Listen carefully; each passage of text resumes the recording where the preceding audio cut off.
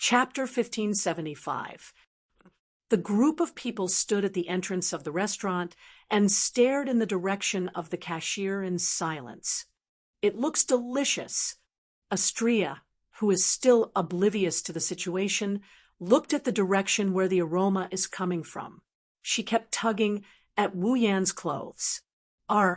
Let's go. Wu Yan rubbed his brows. He didn't know whether to laugh or cry. Restaurant charges? Wasn't this a matter of course? Even the meals provided to students in the dormitory cafeteria had to be paid. However, the meals in the dormitory cafeteria were already counted as food expenses and included in the tuition fees. Students did not need to pay cash when eating in the dormitory cafeteria. Wu Yan didn't have any cash since he had to pay the tuition fee in gold coins. In terms of yen, Wu Yan had lived in Heavenly Palace City in the Date Battle world, Itagami City in the Blood Raid world, and Fuyuki City in the Magical Girl Ilia world. However, this is Liverpool, the academic city of England, also known as the Smart City. In other words, the currency used here is pounds sterling. Hey, Natsuki. Wu Yan rubbed his brows and looked at Natsuki. You are one of the top offensive magi in Itagami Island, the Witch of the Void, the name of which is feared by the demons. You must have worked in many places, right? For example, England, right? Are you an idiot? Natsuki said with an expressionless face. When I officially became an attack mage commander, I also became the prison barrier's warden. The one who was active as an attack mage commander was my avatar. Do you think it's that easy for me to leave Itagami Island and go to a place as far away as England? Natsuki said. Wu Yan fell silent and looked at Kanon and Nagisa. I have always lived on Itagami Island. Kanon helplessly looked at Wu Yan with her emerald eyes. So, I only collected English coins for my parents when I was young.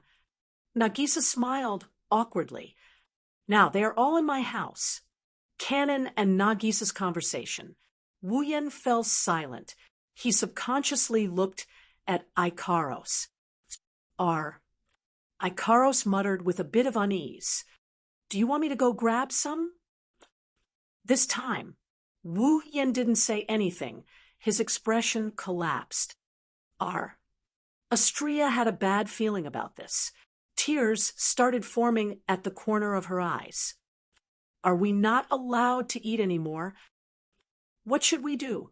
Wu Yan couldn't help but lower his head when he saw Astria's expression, as if she just saw the end of the world. He mumbled to himself. Why don't we let Ikaros go and snatch some back, if it's just a few? That should be fine, right? Are you an idiot? Someone behind Wu Yan and Ko said the same thing as Natsuki. A voice that didn't sound friendly came from behind Wu Yan and company. Everyone was stunned. They turned around and looked at the source of the voice. They saw a person with long golden hair that reached his waist, blue eyes, and a small dragon on his beret. A young girl as beautiful as a fairy entered his field of vision. However, it was a pity that at this moment, that beautiful and alluring face, the corners of her mouth and eyes were twitching. She had a look of disbelief. What an idiot! Idiot! What an unparalleled idiot! You can't find another idiot like him even if you search the entire world. Without the slightest bit of politeness, the fairy-like, beautiful young lady took a deep breath and began to insult the person she had just met yesterday. Rob, aren't you afraid of being attacked by the discipline committee and the guards? Aren't you afraid your automaton will be confiscated? Or do you think that the price of producing a new automaton is more worth it than the money that you stole? You are. Astria tilted her head to the side, and her eyes widened. She yelled out loud, You're the bad guy from yesterday. That's not my name. I'm not a bad guy. My name is Charlotte. Birao. The girl named Charlotte glared at Astria. Who's the bad guy here? Seal saw you guys looking troubled, so he came over to check on you guys. Sigmund, who was lying on top of Charlotte's head, suddenly said in his unique old voice, "Even though he eavesdropped on us, he came with good intentions. He's not a bad guy. Actually, Seal has a good heart." "Shut up, Sigmund." Charlotte's pretty face stiffened. He shouted in shame and anger, "Be careful. I might replace your chicken with breadcrumbs." Nagisa stood up and bowed apologetically to Charlotte. "I'm really sorry about yesterday." "Forget it. I also threw a tantrum. Let's call it even." Charlotte wasn't used to dealing with Nagisa's formal way of apologizing. She turned her head away in a fit of anger, but she quickly looked back at Nagisa. "By the way, I thought you didn't have money to eat?" "Well, it's not that I don't have enough money to eat." Wu Yen sighed. He grabbed something from his pocket and tossed it at Charlotte. "We just don't have any cash." Charlotte reflexively reached out her hand and caught a small object that was flying toward her. She opened it and was immediately stunned. Lying in Charlotte's palm was a shiny gold coin. "A gold coin?" Charlotte's face stiffened again. "Should I say it's an accident, or should I say it's within reason?" Sigmund shook his head. To be able to carry 5 automatons with him, of course, he wouldn't be short of money. However, this so-called not short of money has already reached the level where he can casually put gold coins in his pocket. There are plenty of rich people in this academy. Natsuki said nonchalantly, "Little girl, you must be a rich young lady, right?" "Who do you think I am?"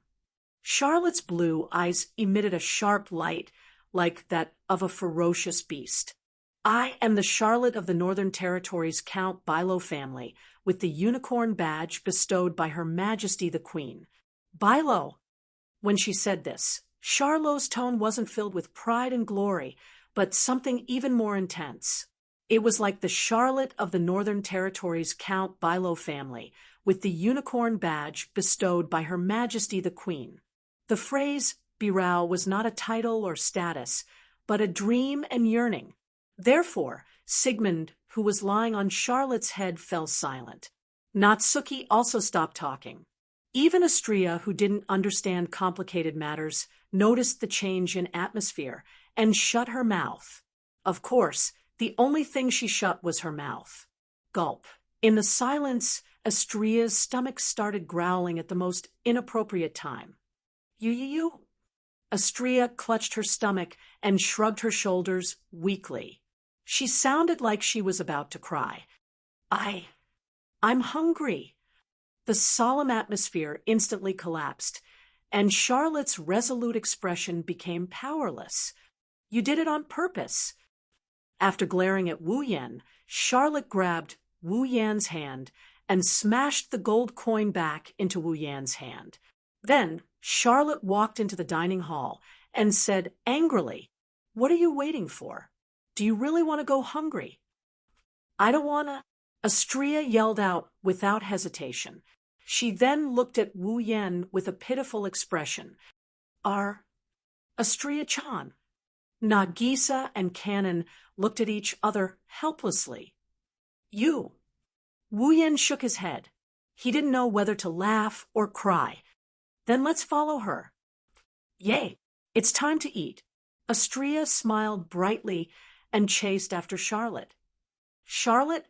Bilo, I was wrong. You're a good person." "Who's a good person?" "You're a bad person." Huh? Am I not?" That's right. I am a bad person." Everyone looked at each other helplessly when they saw Astria hopping around beside Charlotte and Charlotte giving up on herself. They couldn't do anything about it. Chapter 1576. Ho. Astria held a plate of meat slices in one hand and a spaghetti rolled up with a fork in the other. She chewed on the spaghetti from time to time. Her beautiful face was bloated from eating. She had a blissful expression on her face. Ding! Cannon tidied up the empty plates and put them aside with an incredulous expression. On the other side, Ikaros was doing the same thing. She had a pitiful expression on her face. She didn't look surprised at all. Soon, the plates were stacked on top of each other by Astria's side. The height of the plates was still increasing. Right now, the plates were at least 20 centimeters tall. Nagisa was already stunned by the sight. Natsuki also looked like she was full. She looked at Astria, who was happily eating with her blue eyes, and sighed. In the dining hall, the rest of the students who were eating at the dining table all looked over with a dull expression. Their mouths were wide open, and their jaws almost fell to the ground. What's even more hilarious is that some of them followed their master around. The automaton that can also eat seemed to think that the master, who was watching Astria, was enjoying this.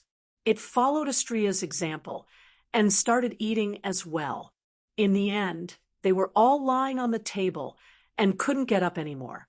The atmosphere in the cafeteria became eerie as the dead silence continued to spread.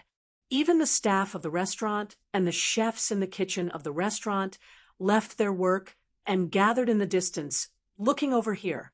They watched as Astria ate. Astria, who was stuffed like a bottomless pit, looked at each other in confusion.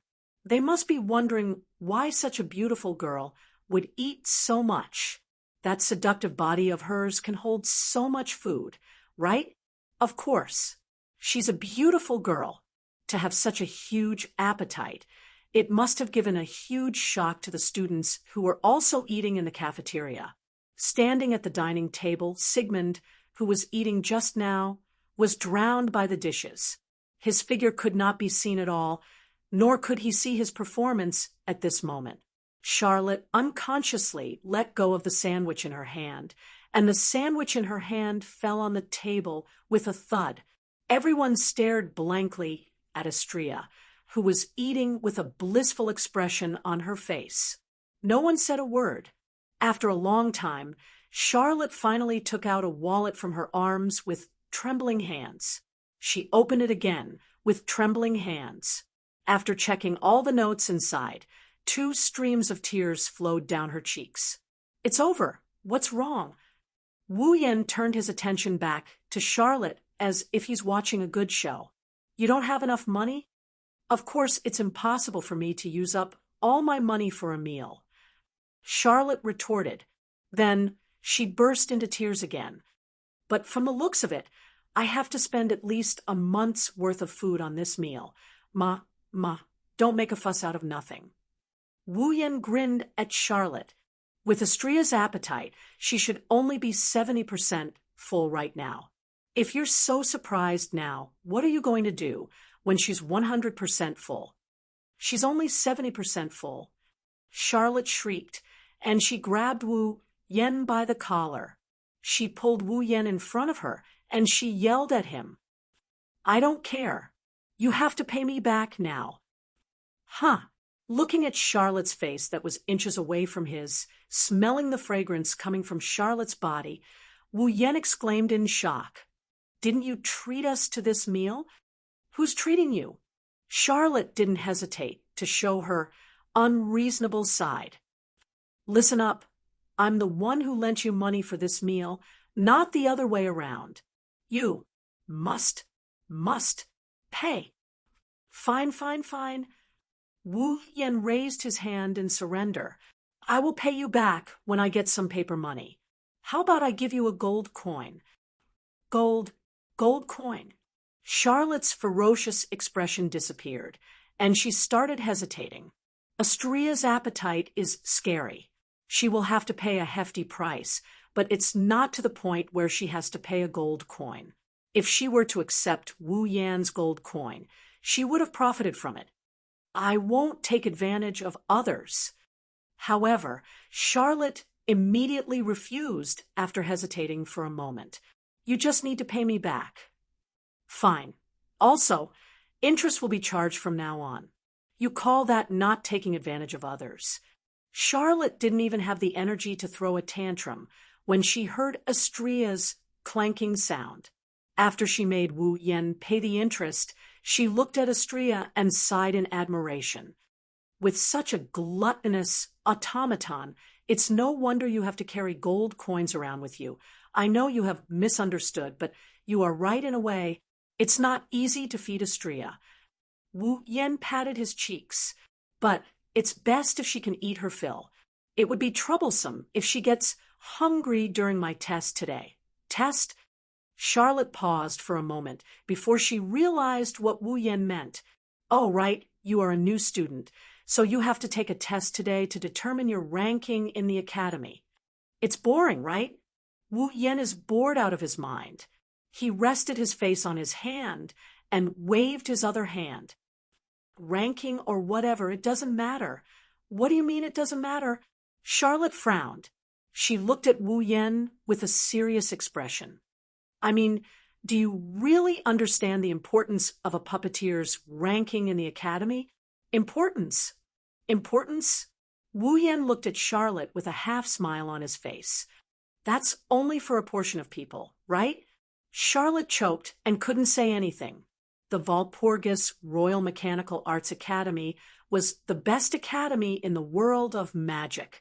It was also an institution that constantly sent out excellent puppeteers and nurtured top-notch puppeteers. Students who could study in the Walpurgis Royal Mechanical Academy were basically geniuses who came from all over the world and had the most outstanding talents. Every 4 years, the Walpurgis Wanli Robotics Academy would hold a tournament to select the best golem user from the geniuses from all over the world. Night Gathering. It's officially known as the Walpurgis Royal Mechanic Academy's Night Gathering. It's a tournament organized by the Walpurgis Royal Mechanic Academy to select the best puppeteer. In the Night Gathering, the puppeteers will use magic to control automatons to battle. In the end, the only winner will be crowned as the Demon King. A puppeteer with the Demon King title would be the best, most outstanding, and most powerful puppeteer in the world. After becoming the Demon King, the puppeteer would be able to ignore the rules of the International Magic Charter and the Magician's Code of Ethics. He would have the right to read books and research forbidden spells. In other words, he could do whatever he wanted.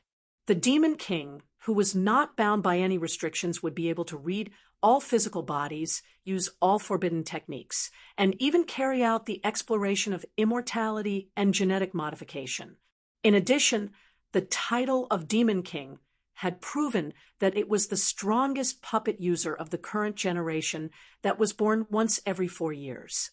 Therefore, puppet users who received the title of Demon King would be treated like military officers no matter which country they were in.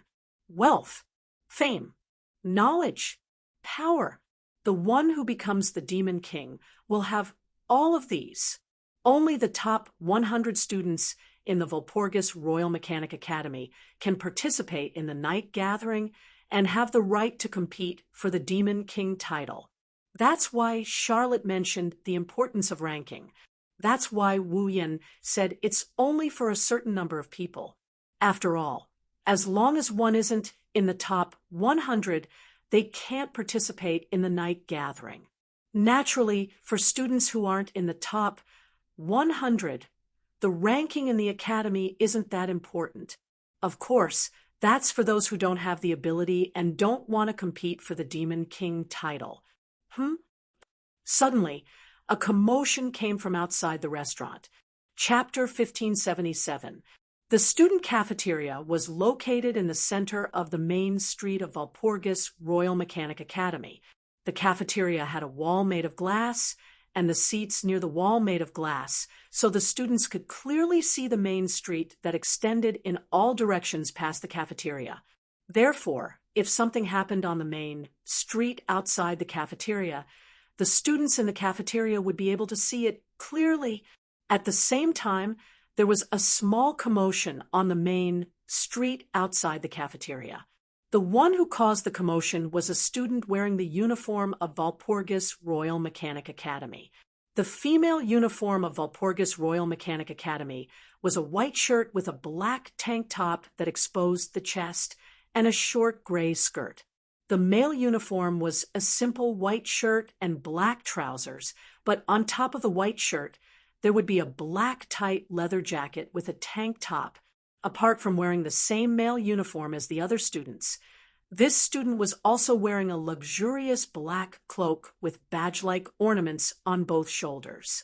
On his face, there was a silver mask that covered the upper part of his nose, and only one eye was exposed. Just the outfit alone. It was enough to show that this student was out of place with his surroundings. Needless to say, there was an oppressive aura that made one's heart palpitate as he walked on the main street. It gradually filled the air with his figure. Obviously, he was not just a normal student. Behind him, there were two girls in black dresses with lotus edges and lace, with a black veil hanging over their faces, who looked like the dead, following him closely as if they were his bodyguards. No matter how one looked at them, they did not look like normal girls. They were his bodyguards. That was an automaton. It was this student who was carrying two automatons in the form of young girls. A small commotion was caused on the main street outside the cafeteria. Of course, it was not his fault. The commotion, it was not so much this unusual student that caused it. Rather, it was the students around him that caused it. The student carrying two automatons in the form of young girls walked on the main street expressionlessly. In front of him, all the students retreated to the sides of the main street in a panic. Every student who retreated to the sides of the main street avoided him in a panic, similar to when they saw Shoujo yesterday evening. But this time, the students' expressions were completely different from when they saw Shoujo. When they saw Shoujo, they were afraid and fearful. When the students saw the student who was carrying two automatons, they were filled with respect and fear from the bottom of their hearts. It was as if they were ordinary soldiers who were admiring a general who had accomplished miraculous feats on the battlefield. Now, the students who were making way for him gave off such a feeling. Oh? Natsuki looked at the student with the silver mask, black cloak, and two automatons in the form of young girls. There's an interesting person here. Who is that person? Nagisa blinked her large, watery eyes. He seems very powerful. It's him. Charlot frowned when she saw the student with the silver mask. He is. Magnus. Wu Yen interrupted her before she could finish.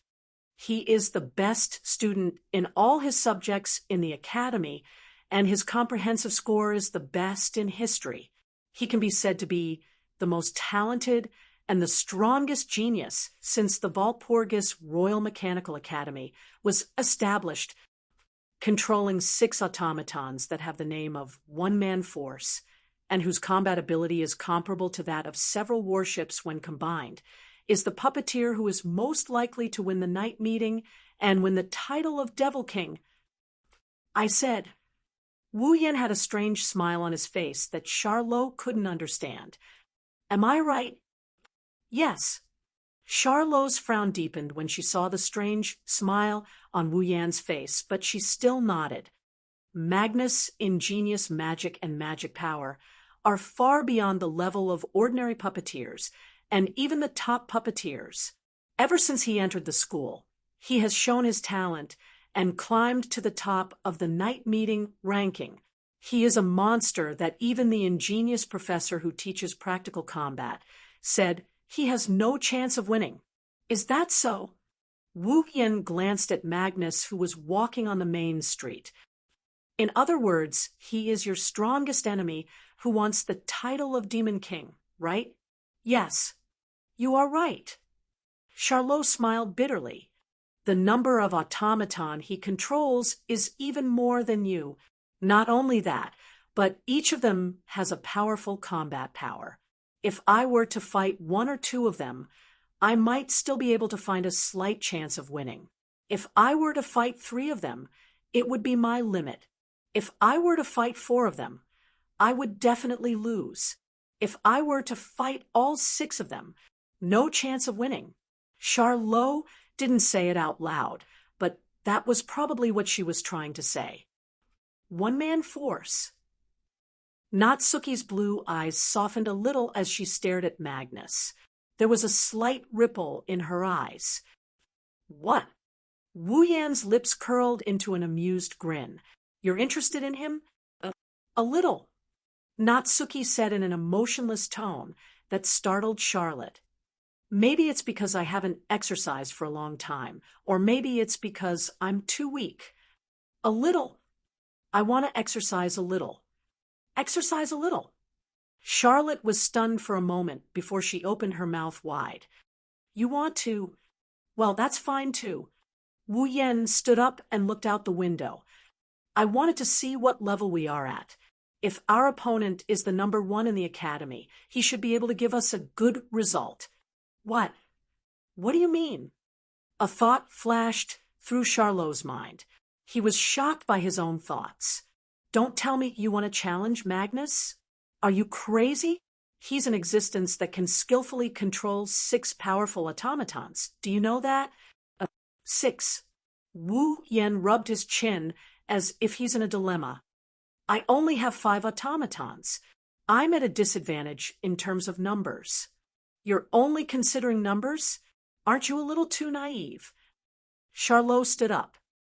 Even if he only sent out an automaton with Magnus strength, he would be able to defeat 90% of the top 100 puppeteers who are qualified to participate in the night gathering, not to mention the fact that Magnus is strong enough to defeat more than 90% of the top 100 puppeteers.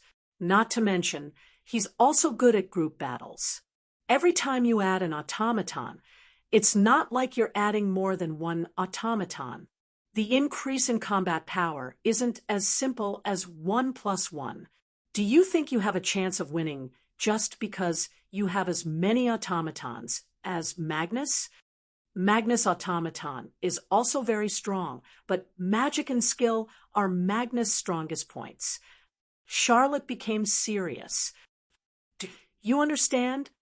In short, even if Wu Yan's automaton was stronger than Magnus' automaton, he couldn't beat Magnus in terms of magic power and technique, a truly powerful puppeteer. Even if he was controlling the weakest automaton, would still be much more powerful than those puppeteers who had powerful automatons, but were only there to make up the numbers. This was Charlotte's intention. In other words, in Charlotte's heart, Wu Yan's magic and skills were no match for Magnus. But it wasn't strange. Wu Yan is just a new student who hasn't been assigned to a dorm. He didn't even have a uniform yet. No one expected a new student to have the ability to defeat the number 1 genius puppeteer who broke the Academy's record. Too bad Charlotte didn't know that Wu Yan is indeed weak when it comes to puppeteer skills. But even if he doesn't have any skills, his magic power won't lose to anyone. Plus, I don't think my companions will lose to a coward who doesn't even dare to show his face. Leaving these words behind, Wu Yan turned around and walked towards the entrance of the restaurant. Natsuki and Ikaros's eyes lit up. They stood up and followed him. Cannon also stood up silently, bowed politely to the stunned Charlotte, and followed after them. Astria-chan. Nagisa grabbed Astria's hand and dragged her up. Stop eating. We're going to fight. You. Astria reluctantly gave up on the food on the table. She and Nagisa followed the rest of the group without hesitation. That idiot! Charlotte yelled and hurriedly chased after them with Sigmund. Chapter 1578. It's Magnus. Magnus is here? Did you bring your automaton to class again? Magnus seems to be quite active in class recently. In the past, he would only go to the lecture hall after we started class. It was hard to even see him. Now we can see him on the main street almost every day. It should be because of the night meeting, right? That's right, the night meeting should be starting soon.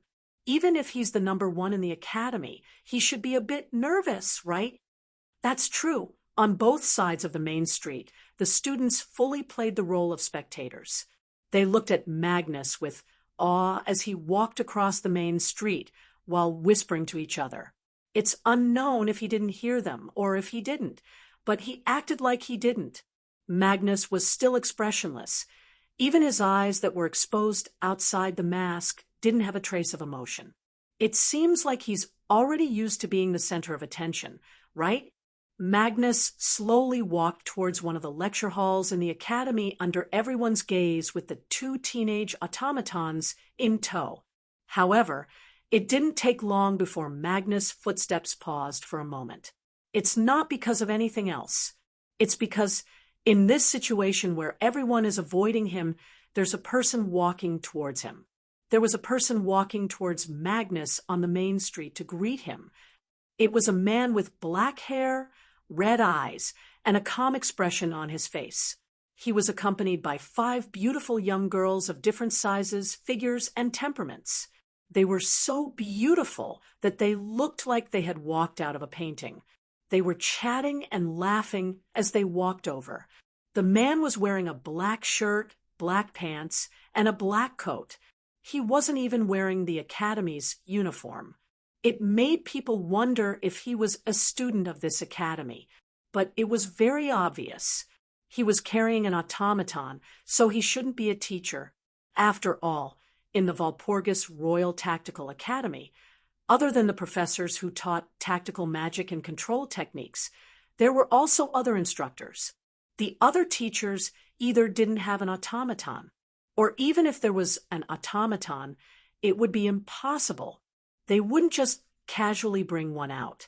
However, Magnus has seen all the teachers who taught magic and control techniques. So, the man in front of him who was carrying 5 automatons, he should be a new student. Of course, at the scene, only Magnus was able to guess the other party's identity. The students standing on both sides of the main street looked at each other, not knowing what was going on. These students didn't see that the beautiful girls following the man were all automatons. The reason Magnus was able to tell that the girls were automatons was because he was extremely sensitive to mana. Therefore, he could clearly feel that there was a weak and almost imperceptible magical wave on the man's body that was constantly rippling and flowing into the bodies of the 5 young ladies bit by bit. Only an automaton could receive magic power from others so easily. It was also because he sensed the magic flowing from the man's body that Magnus paused for a moment. Automatons that had self-discipline and high intelligence only needed to receive a certain amount of magic from their master to be able to maintain their daily activities. And the magic power flowing out of the man who was walking towards them and infusing into the 5 automatons was enough for them to fight. The man was coming for him. After coming to this conclusion, Magnus' expression didn't change at all. His footsteps returned to normal, and he walked towards the man. It didn't matter if the man was coming for Magnus or not. Magnus wouldn't take it to heart. As the number 1 super genius in the history of the Academy, it wasn't the first or second time that Magnus had been provoked by others. If he took it to heart every time, then Magnus would be tired. So, to Magnus, even though he hadn't been provoked in a long time, it was just a small interlude in his daily life. Nothing more. With this mentality, strands of weak magic rose from Magnus' body and poured into the 2 girls behind him as well as several other places. Under such circumstances, the distance between the 2 male automatons, who were also in the form of young girls, gradually narrowed, until the distance between them was shortened to only 4 to 5 meters. Whoosh! In that instant, a gust of wind blew out from behind Magnus and blew towards the main street in front of him without any warning. Around them, all the students only saw a blur in front of their eyes. Following that, a fragrant scent drifted along with the wind. Then, on the main street, an unbelievable scene appeared in front of everyone's eyes. He saw a few girls wearing black dresses with lotus leaves and lace skirts. They also had a black curtain hanging over their faces, but their hair was of different colors. They held various weapons in their hands, and they were accompanied by 5 girls of different sizes.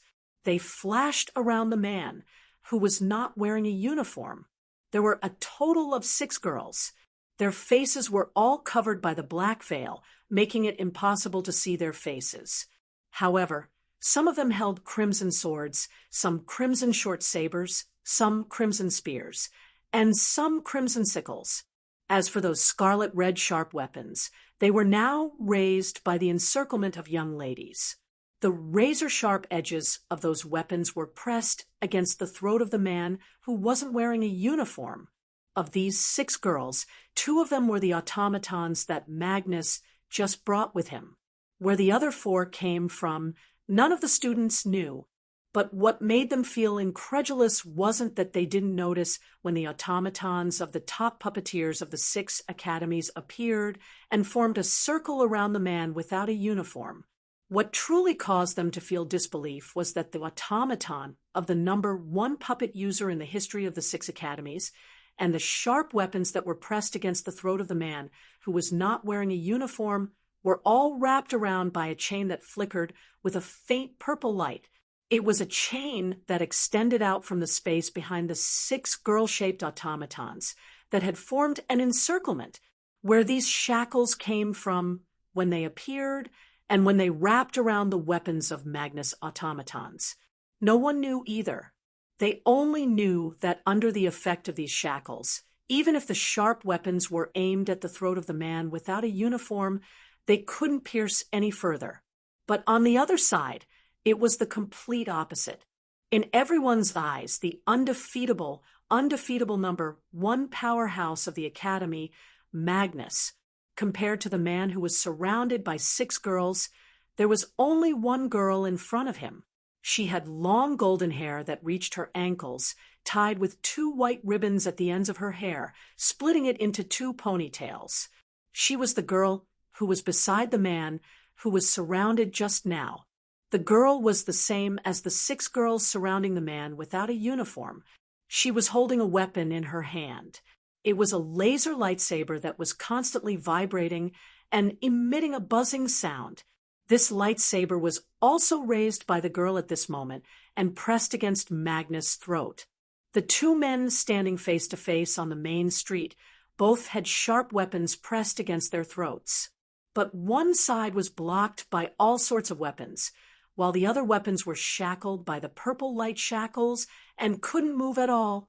On the other side, there was only 1 weapon pressed against the throat, but if the owner wanted to stab it in, it would definitely be able to smoothly and cleanly slit the throat of the other party. In just an instant, who was superior? It was immediately decided. The surrounding students were all shocked to the extreme. Charlotte, who caught up, froze on the spot, her face full of disbelief. Magnus' pupils continued to shrink until they were the size of a needle's tip. Chapter 1579. Silence. A deathly silence. All the students stared at the 2 men who were standing face to face with their weapons pressed against their throats by the automaton. Their expressions kept changing, and finally they were all stunned. Impossible. Charlotte, who had just rushed out of the student cafeteria, had a shocked expression on her beautiful face. Not to mention Charlotte. Even Sigmund, who was flying beside Charlotte and resting on Charlotte's shoulder, straightened his body and reacted in a manner similar to that of shock. This battle had come too quickly, and it ended too quickly. However, regardless of whether it was Charlot, who knew that the 2 of them would meet, or the surrounding students who had yet to react, all of them seemed to subconsciously reject everything they saw and froze on the spot. Although it was only a momentary encounter, no one knew how much of their strength the 2 people on the main street had used. However, the most talented and strongest puppeteer in the history of the Academy had mobilized all 6 of his automatons. In the end, he still lost to a nobody in a battle that might not even last a second. That was a fact. The 2 men who weren't wearing uniforms formed a circle around Magnus' automatons and began to exert force on their weapons as if trying to break free from the chains that wrapped around their weapons. Unfortunately, No matter how hard the 6 girl-shaped automatons tried, the chains that were glowing with purple light wrapped around the weapons firmly shackled them, causing the various weapons to be unable to move at all. Left with no choice, the 6 young girl automaton decisively gave up on those weapons. With light footsteps, they nimbly retreated and chose to save their master instead. However, the laser lightsaber that was pressed against Magnus' throat gently moved forward and pierced the skin of Magnus' throat a little. The blood flowed down. It was just a very slight movement. Magnus' 6 automaton girls abruptly stopped in their tracks and stood in the middle of the main street, not daring to move anymore. Ding ding! At this moment, a figure appeared from the space. Only then did the chains that wrapped around the weapons of Magnus' automatons begin to move. The red weapons that were wrapped around them loosened. With a contraction, they returned to the space and disappeared. The man who wasn't wearing a uniform continued to lead the other 4 young female automatons of different sizes. As if nothing had happened, his expression was as calm as ever as he walked towards Magnus with footsteps that could be heard by everyone present. Magnus' automatons immediately went on alert, but the other party ignored them and walked past them, even past Magnus, and headed to the other side of the main street. Then, the blonde girl who held the laser sword against Magnus' throat put away her weapon and jumped back to the man's side, walking towards the other side of the street, looking at the man, leaving with the 5 young girls without saying a word. No one at the scene made a sound. They only looked at him and used their gazes to send off the victor of the short encounter as he slowly walked away. Magnus, who had been silent for a long time, suddenly raised his head and spoke. Name. The man who wasn't wearing a uniform stopped, and the young female automatons also stopped. Shouldn't you say your own name before asking for someone else's name? Maintaining his posture with his back facing everyone, the man's casual and humorous voice echoed. Well, even though I already know your name, that's right, Magnus. Magnus spat out one word after another in a concise manner. Name. I'm not as famous as you. The man waved his hand and said with a smile, but you can call me Wu Yen. Wu Yen? The surrounding students lowered their heads and racked their brains to recall if they had any recollection of this name. Wu Yen. Charlotte repeated his name over and over again as if she's trying to engrave it in her mind. Wu Yen. Magnus nodded. I'll remember. After saying this, Magnus didn't even turn his head as he continued to walk towards the other side of the main street. Compared to Magnus' casual behavior as if nothing had happened, the 6 automatons around him were on full alert. Their positions changed subtly. It looked like they wanted to protect Magnus. They followed Magnus' footsteps, and they kept looking back as if they were afraid Wu Yen would ambush them. Finally, they left the scene.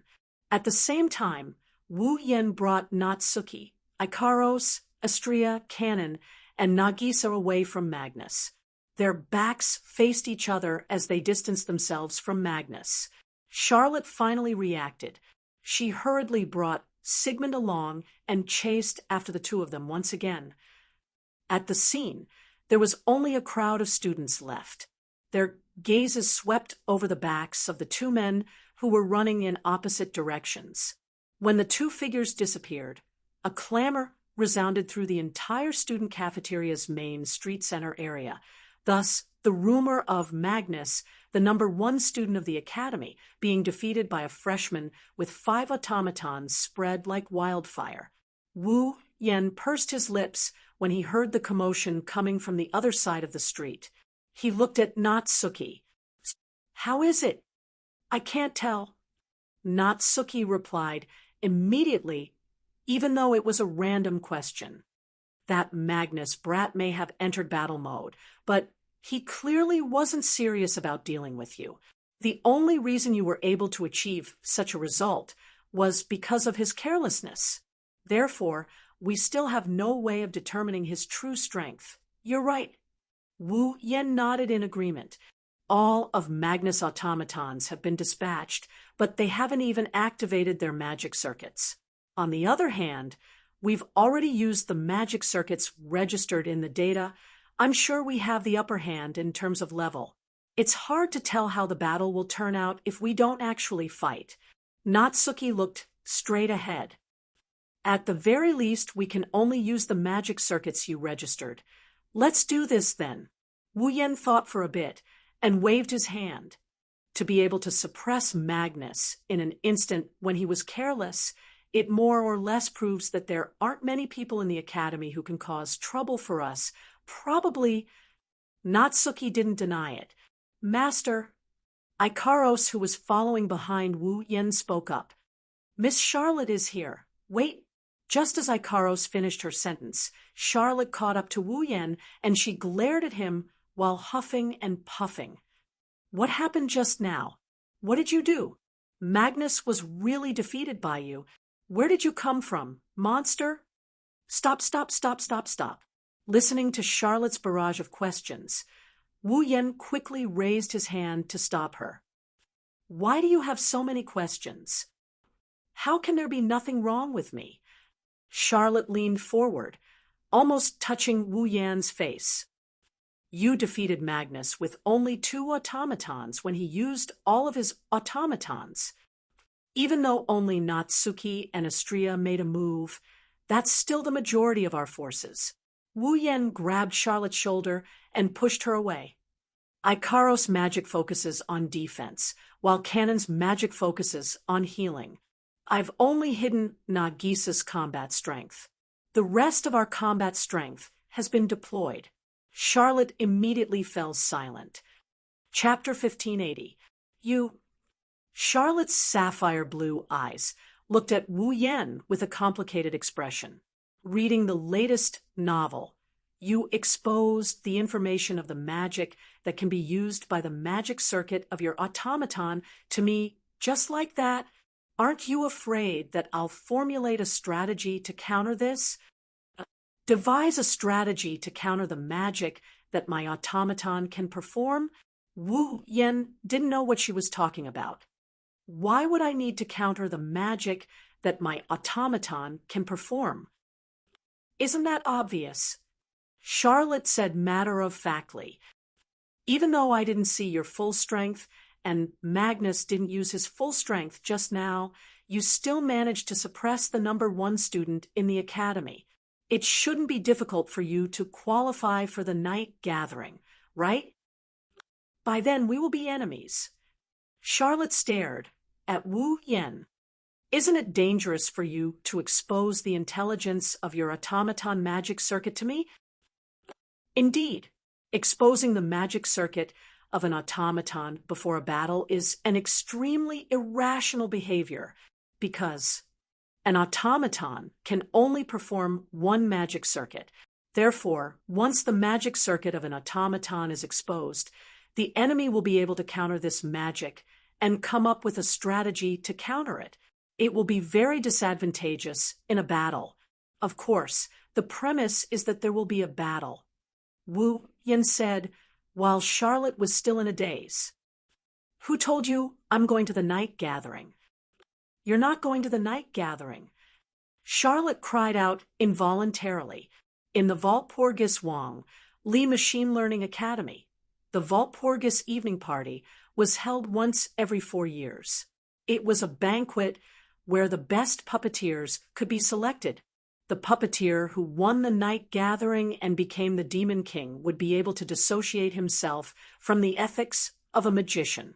He would also be able to become a popular figure who would receive preferential treatment from all parties. The person who became the Demon King would be able to do whatever he wanted. He could obtain everything that others could only dream of. Wealth, fame, knowledge, power. There wasn't a single person who wasn't moved. Under such circumstances, a puppet user who had the ability to fight for the throne of the Demon King said that he didn't want to join the night gathering. The first thought that emerged in Charlotte's mind was disbelief. You don't want to join the night party? Charlotte stared at Wu Yen as if she wanted to see something from his expression. He sneered. You can get everything by becoming the Devil King. Are you trying to say that you're a saint who doesn't have any requirements for wealth, fame, knowledge, or power? No. Wu Yen answered directly. I also have a request. I also hope to obtain power that no one else can match. That's why I came to the Walpurgis King Tactical Academy. Then why did you say that you didn't want to attend the night party? Charlotte frowned. Become the Devil King. Won't you be able to obtain the power you want then? In this world, there were many powerful magic, forbidden arts, and secret arts that were passed down from ancient times. Some of these magic, forbidden arts, and secret arts had harsh conditions to use. Some were too bloody, some were too powerful, and could easily cause great harm.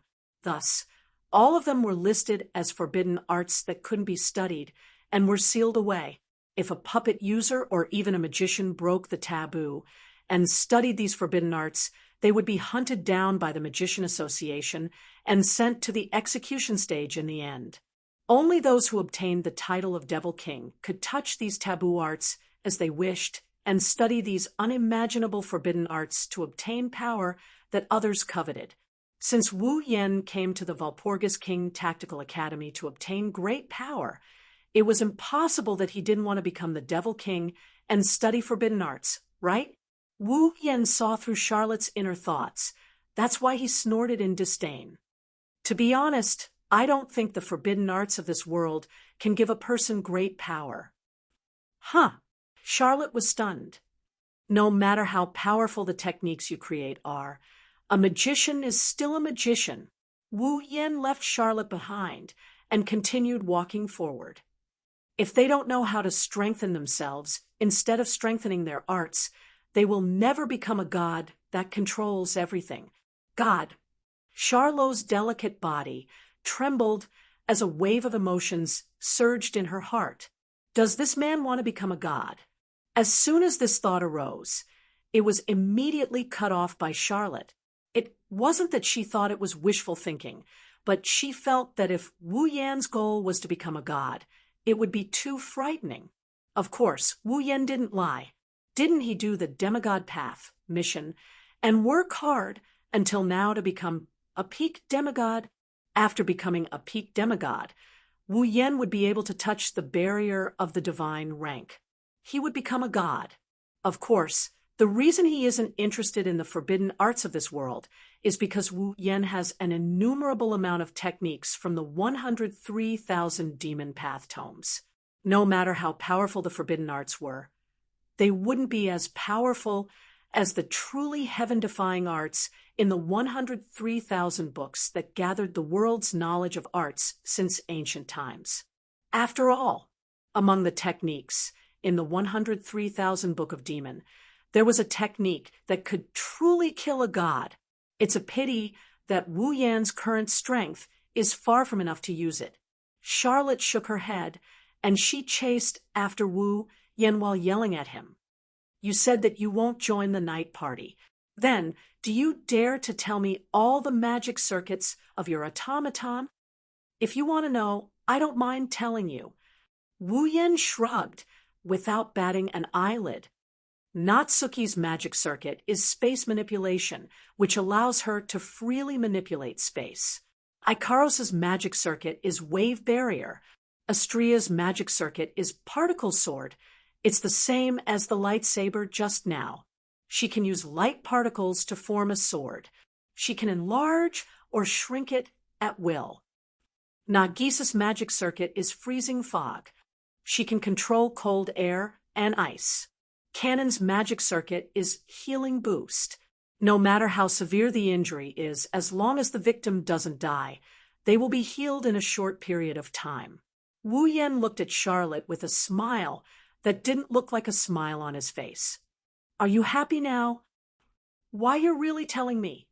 Charlotte was dumbfounded. Now, I can come up with a strategy to deal with you. If you join the night party, you will be at a disadvantage. I told you I don't want to join the night party.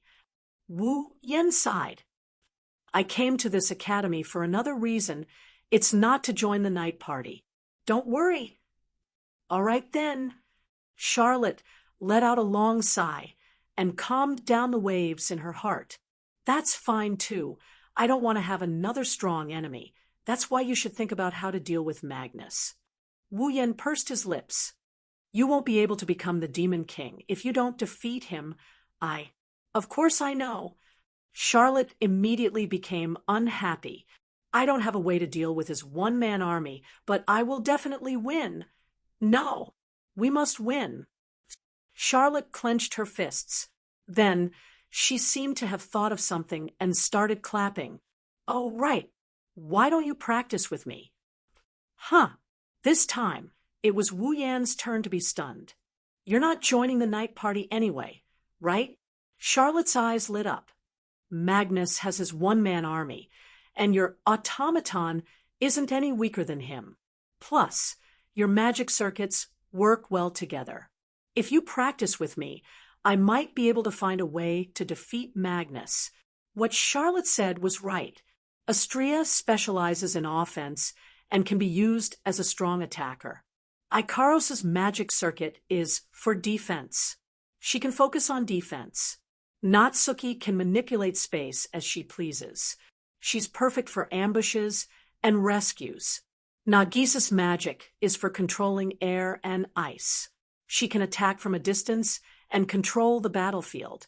On the other hand, Kanon had excellent healing abilities. She could heal all kinds of injuries in a short period of time. Such a team that took care of all aspects was simply too ideal. It was even more like an army than Magnus' one-man force. If they could defeat such an ideal team, Charlotte might really be able to find a way to defeat Magnus. Time is of the essence. Charlotte grabbed Wu Yan's hand and rushed out. Let's go practice. Wait. Wu Yan didn't have time to say anything before Charlotte, who was transformed into a biker gang, pulled him into the air. His feet left the ground, and he rushed out with Charlotte dragging him along. Master. Ikaros stared blankly at the man and woman, leaving a trail of smoke behind them. Wait. Astrea, Nagisa, and Kanon snapped out of their daze and chased after him. Only Natsuki and Sigmund remained where they were, speechless for a long time. Chapter 1581. This was a forest located at the back of the academy. The morning sun shone down from the sky, illuminating the leaves of every tree in this dense forest with the most vibrant green. Among them, droplets of dew flickered with sparkling and translucent arcs, sliding down slightly. Everything seemed to be full of vitality. In the midst of such a vibrant forest, there was a vast clearing. Because this open space was located deep in the forest, there weren't many students who could find it. However, everyone who found it would secretly treat it as their secret place. Some would use it for trysts. Some would use it for their secret training. At this moment, in this empty space, there was a man with 5 girls who were cute, beautiful, playful, quiet, and all sorts of attractive temperaments. He was currently facing a girl who had a small dragon the size of a cat on her wrist. They were separated by a certain distance from each other, standing face to face. This strange combination of 1 man, 6 women, and 1 dragon wasn't planning on using this open space to have a beautiful tryst. Instead, they were planning to break the silence of this forest in the morning. Looking at the lush trees around him, Wu Yan smacked his lips. He looked at Charlotte, who was standing in front of him with a serious expression, and helplessly opened his mouth. I'll talk. Are we really going to fight? Are you regretting it? Charlotte said with some displeasure. It's not like you're going to participate in the night meeting, right? I don't plan on participating in the night meeting, but why do I have to practice with you if I don't? Wu Yan rubbed his forehead and pretended to have a headache. And in a place like this, aren't you afraid that this place will be affected and razed to the ground? What can I do? I only know of this secret place that not many people know about. Charlotte's face was filled with reluctance. Practice before the night meeting, and it's to defeat Magnus. Of course it has to be done in secret. But isn't class about to start? Wu Yan had just finished speaking when a bell rang in the academy, causing his mouth to twitch. You're skipping class just like that. Just a day. No, half a day. It doesn't matter, right? Charlotte wasn't used to skipping classes, but she still insisted stubbornly. Perhaps skipping today's class will allow me to defeat Magnus? Skipping class can defeat the #1 student in the history of the academy. There won't be any more students in the entire academy's lecture halls. You're so long-winded and annoying. Charlotte's expression became fierce. Do it when it's time. Don't be so sentimental. You're not like a man at all. Hearing these ambiguous words, Wu Yan raised his eyebrows. Since you've put it this way, then don't blame me for being impolite. You're welcome? Who do you think I am? Charlotte puffed up her slightly flat chest. A confident smile appeared on his face. I'm one of the top 13 participants of the night party, Charlotte, who logged in with the code name Tyrantrex, and I'm one of the 13 people who is ranked the highest among the night party participants. Birao. Hearing this, Wu Yan couldn't help but look down at Charlotte's hands.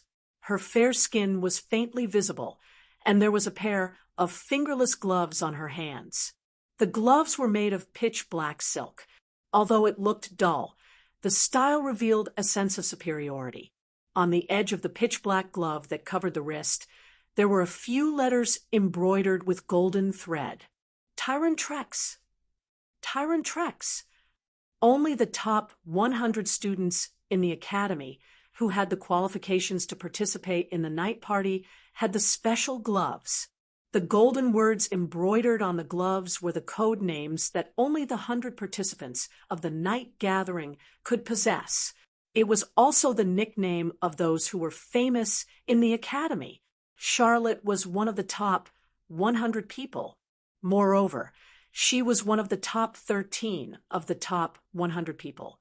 Charlotte's ranking in the academy was 6th.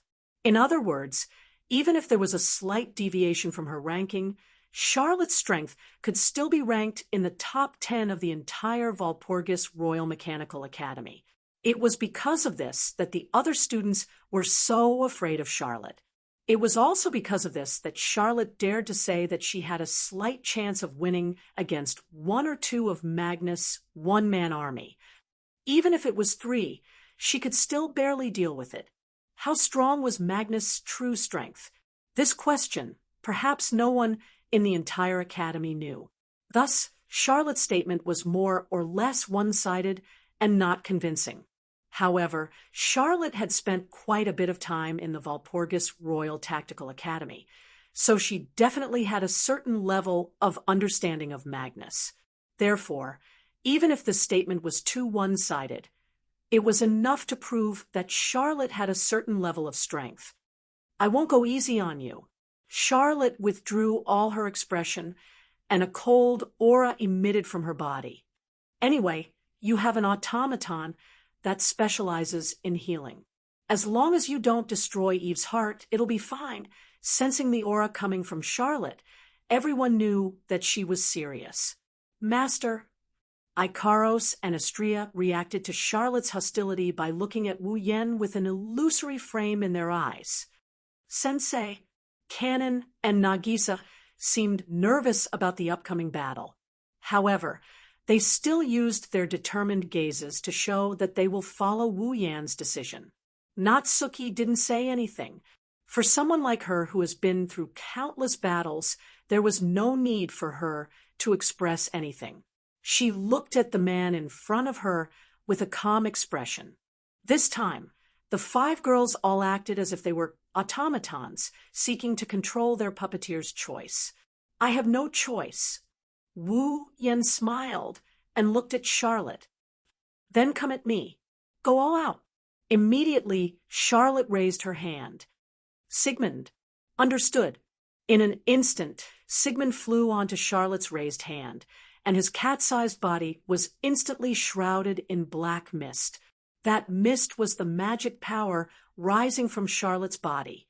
Wrapped in the black mist, Sigmund's body began to slowly expand. When the mist dissipated, a steel-colored dragon appeared before everyone's eyes. In an instant, Sigmund grew from the size of a kitten to a 3-meter-tall dragon with a length of at least 8 meters. The giant dragon seemed to have become a lot stronger. Its butterfly-like wings had become more developed. Its dragon eyes were decorated with a crimson light, and its dragon horns had become ferocious. It was as if it had suddenly grown from a young dragon. Roar! Sigmund roared, causing the air to tremble. A strong gust of wind swept out in all directions along with Sigmund's enormous body, causing the surrounding trees to rustle and leaves to dance in the air. Even the ground where Sigmund stood cracked inch by inch. Judging from the automaton's posture alone, Charlotte had clearly told everyone the extent of her strength. Sigmund, level 64. 7th stage? Looking at Sigmund, roaring like a real dragon, Wu Yen had a pensive look in his eyes. As one of the top 13 of the academy, Sigmund's rank was at the 7th step. In that case, the rest of the 13 people meet NDS should also be around the same level. And a puppeteer usually only had one automaton.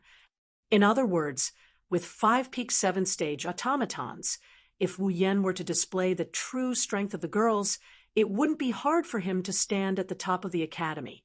At the very least, he would be able to stand on the same level as Magnus, who also had multiple powerful automatons. Thanks to Charlotte, Wu Yen finally knew where he stood in this academy.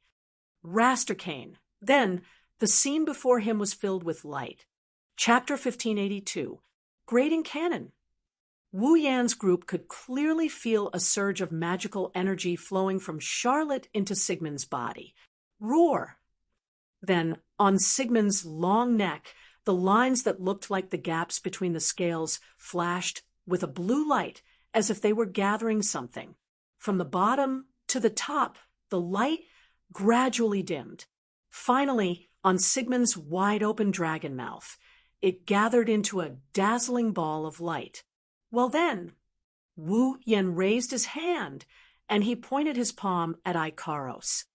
It's time for us to test out the puppet user's fighting style. Wu Yan's magical energy surged and flowed into his palm. The energy turned into a dazzling golden halo.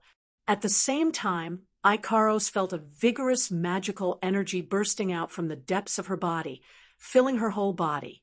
Her combat skills, that she couldn't even use before, suddenly became active. Ikaros abruptly raised her head. Her indigo pupils turned into a crimson red, and an illusory frame like a scope appeared in front of her eyes. Her pink hair fluttered up, and a pure white halo appeared above her head. A pair of pink wings unfurled from her back without any warning. Pink feathers fluttered in the air. As if it was calculated, a ray of sunlight shone down from the sky. It hit Icarus's body. Ikaros closed her eyes and slowly floated up with the help of her pink wings. Pink feathers fluttered around her, simply, just like an angel descending from the heavens. Beautiful to the extreme. So beautiful. Charlotte couldn't help but stare blankly at the angelic girl. She shook her head and tried to focus. Sigmund, roar! Sigmund squeezed out a ferocious roar from his throat. The ball of light that converged on his dragon mouth suddenly exploded, turning into a dazzling beam of light that pierced through space and shot out with a sonic boom. Ikaros! Looking at the incoming beam, Wu Yen raised his hand towards Ikaros. The dazzling magic circle rippled even more frequently. Ikaros's crimson, square-rimmed eyes flashed, and her lips parted. Aegis, absolute defense circle. The surrounding space suddenly trembled. A barrier made of tiny crystals suddenly rippled out from Ikaro's body. It expanded and enveloped Wu Yen and the girls in a spherical barrier. It's useless. Seeing the ripples in the protective barrier, Charlotte revealed a ruthless smile. Sigmund, pierce through it. Roar. Amidst Sigmund's roar, the light beam that pierced through the air and landed on the Aegis absolute defense circle, as if it evaporated the atmosphere. However, the collision between the light beam and the Aegis did not produce any unusual sound. Under everyone's gaze, the beam of light directly melted the Aegis absolute defense circle, melting a hole in it. Seeing this, Natsuki, Astria, Kanon, and Nagisa were all surprised by this development. The illusory square frame in Ikaro's eyes also shrunk. Then circles of Aegis rippled and overlapped with the Aegis that was about to be melted completely. In an instant, the entire Aegis seemed to have thickened. The crystal-clear luster on it skyrocketed. The beam that landed on the Aegis absolute defense circle was melting the crystal-like barrier bit by bit. Instantly, the speed of melting slowed down as if a pile driver had hit a solid rock plate. It gradually disappeared. Wah! Charlotte, who was riding on Sigmund's dragon, had gasped. He blocked it. Wu Yan wasn't surprised to see Charlotte's shocked expression, because Sigmund's body was equipped with a magic circuit known as the Demon Sword. It was a magic that was related to the truth of the universe. It was a magic that could create elements of annihilation in one's body and fire them out. The essence of the demonic sword was to reverse the state of existence of matter, switching the state of matter from existence to nothingness. It was a destructive magic spell that could destroy everything. And now, this unstoppable magic was stopped by Ikaros' Aegis. It's not that the magic was stopped. At this moment, Natsuki seemed to have seen through Charlotte's thoughts and abruptly said, "Don't worry." It's more like it was exhausted. That's right.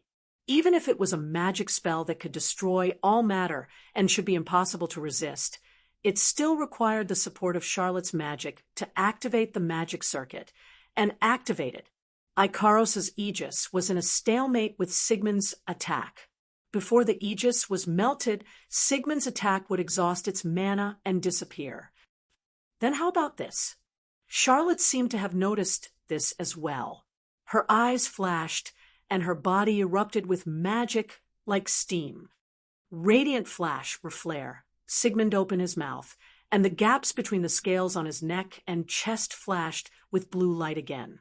The blue light gathered on Sigmund's mouth, and under Sigmund's roar, the blue light turned into rays of light. Blinding rays of light shot out like spears of light. They rained down from the sky like a torrential downpour towards Wu Yan, and company too bad this time. It was Ikaros who took the initiative to attack. Ikaros' crimson eyes flashed with data. With a wave of her hand, the Aegis absolute defense circle, protecting everyone, shook and expanded in size. Bam! The Aegis, which suddenly expanded, collided with the incoming light rain. In the instant of the collision, the Aegis expanded again and exploded. Dong! The storm-like light spears were instantly affected by the explosion of the Aegis, and all of them exploded, turning into balls of fire that filled the entire area. Charlotte's expression changed. He actually detonated the protective shield and engulfed all of Sigmund's attacks in the explosion, erasing them all. Whoosh! Just as Charlotte's expression changed, the sound of something breaking through the air reverberated. Amidst the sonic boom, a chain that was emitting a faint purple glow pierced through the air toward Charlot and Sigmund. Before the two of them could react, the chain had already reached Sigmund's massive body. Ding, ding, ding, a light clashing sound echoed.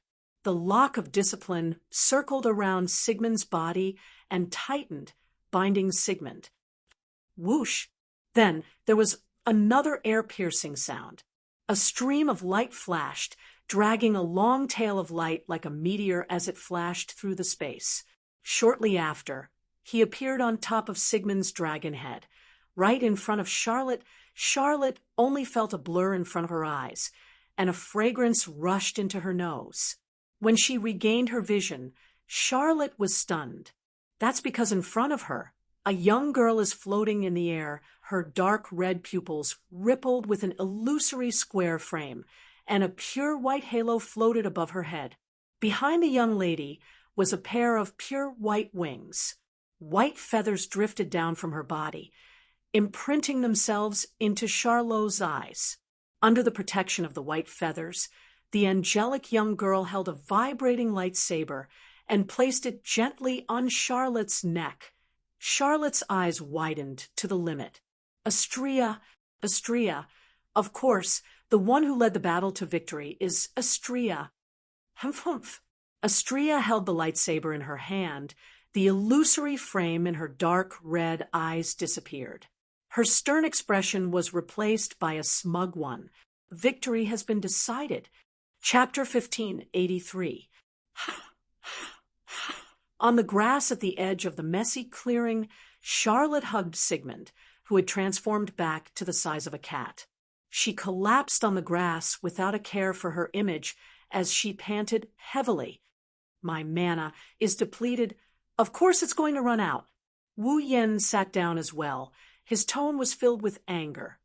In the end, I've fought with you more than 10 times today, and your magic power still hasn't been exhausted. I should really suspect that you're just like your login code name, a Tyrannosaurus that only knows how to stare at its prey. But I haven't won even once. Charlotte grumbled with a face full of indignation. And every time, you're able to take it down in an instant. Are you a monster or not? You think I'm a monster just because I didn't lose to you. Wu Yen pursed his lips in disdain. In my opinion, you're more like a ferocious monster than someone who refuses to admit defeat. Every time you lose, you'll pester me for another round. I'm Charlotte from Count Bilo's family. Charlotte snorted coldly and turned her head away. It's impossible for me to keep losing to the same person. Is that so? Wu Yen retorted. But you haven't won even once. I will win sooner or later. Charlotte glared at Wu Yen. She turned to Natsuki, who was enjoying her afternoon tea under the shade of a tree. Kanon was brewing tea beside Natsuki.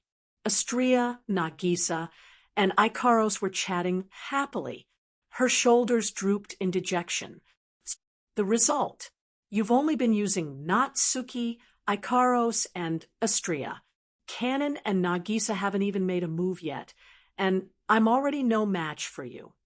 Kanon doesn't have any combat ability. Wu Yen shrugged. As for Nagisa, her situation is a little special. If she wants to fight, she has to transform into another form. Today is just a practice session. There's no need to summon Agurola. Agurola? Nagisa's other personality is called Agrora when she enters combat mode. Her other personality is called Agrora. Wu Yen didn't try to hide anything from Charlotte. He explained it to her in a straightforward manner. Nagisa can use her own power, but she has never participated in a battle before.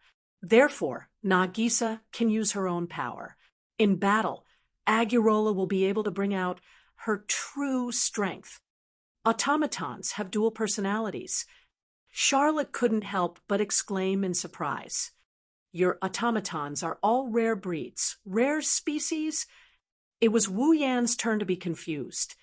Ikaros has a defense that even Sigmund's demon sword couldn't penetrate.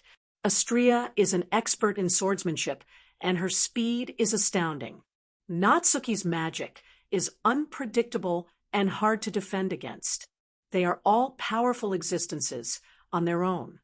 Charlotte said softly as she looked at the group of girls who were having a good time under the shade of the tree. Up until now, I've never failed when using the magic sword because Sigmund's body is heavy and bulky.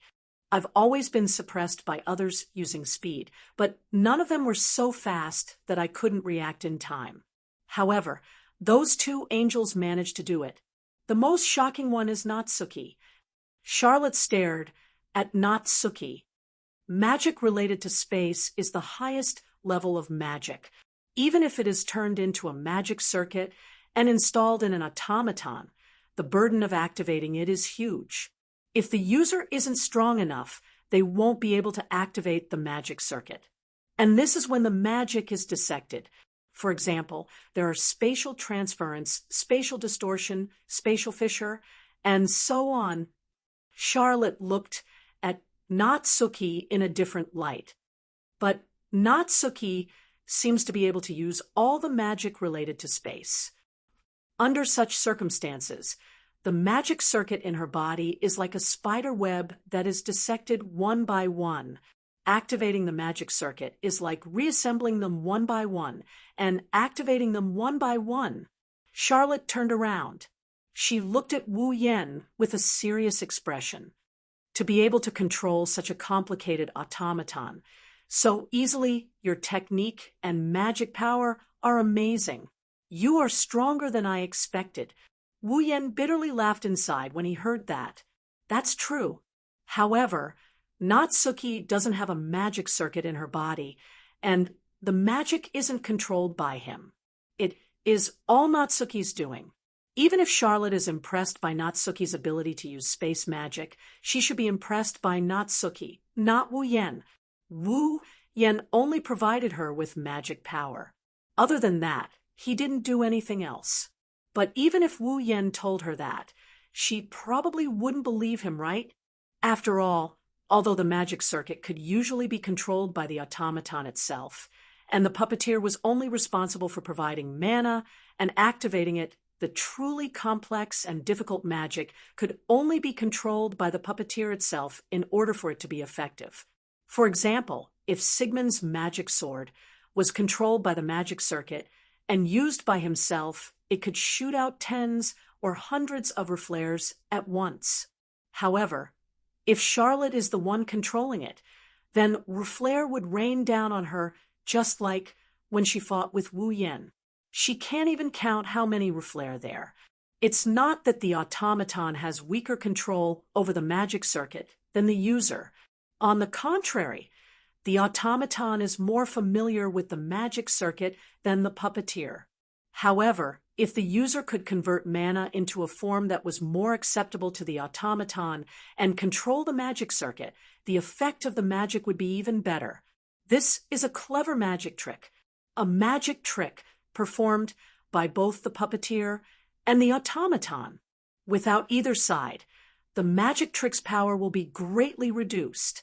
That's why Charlotte doesn't believe that Natsuki, who can use spatial magic as she pleases, didn't have Wu Yen controlling it.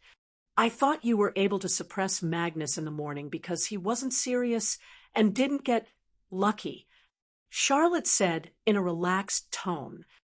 Now I know, it's all because of your own strength. No, it's all because of Astria and Natsuki. Wu Yen shook his head and sighed after being praised by Charlotte. If he was the one who did it, the praise would be reasonable. However, it was the girls who did it. Wu Yen only provided the magic power, taking all the praise that should have belonged to the girls.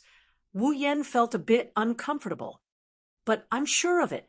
While Wu Yen was feeling conflicted, Charlotte turned around and stared at Wu Yen like a predator staring at its prey. If I can defeat you with all 5 automatons, I will definitely be able to defeat Magnus and become the Demon King. Charlotte stood up and pointed at the stunned Wu Yen. So from today onwards, you will be my training partner. Huh. Wu Yen flinched when he heard Charlotte say that as if it was a matter of fact. Then it's decided. Charlotte didn't give Wu Yen a chance to change his mind. She carried Sigmund and ran out of the forest. Tomorrow at the same time, remember to come and practice with me. After saying that, Charlotte went into the forest and disappeared. Wu Yen stared blankly at the direction Charlotte left in and didn't react for a long time. Not far away, under the shade of a tree, Natsuki, who is holding a teacup, glanced at Wu Yen, who is standing there dumbfounded. She humphed. "Looks like I've been pestered by a rather troublesome little girl. Sensei?" Kanon heard Natsuki's words, and she started to worry. "He should be fine? I don't know. Who knows?" Natsuki closed her eyes and picked up her teacup.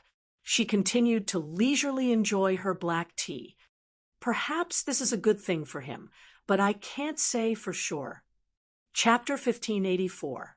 Dang, dang, dang, dang, dang, dang, dang.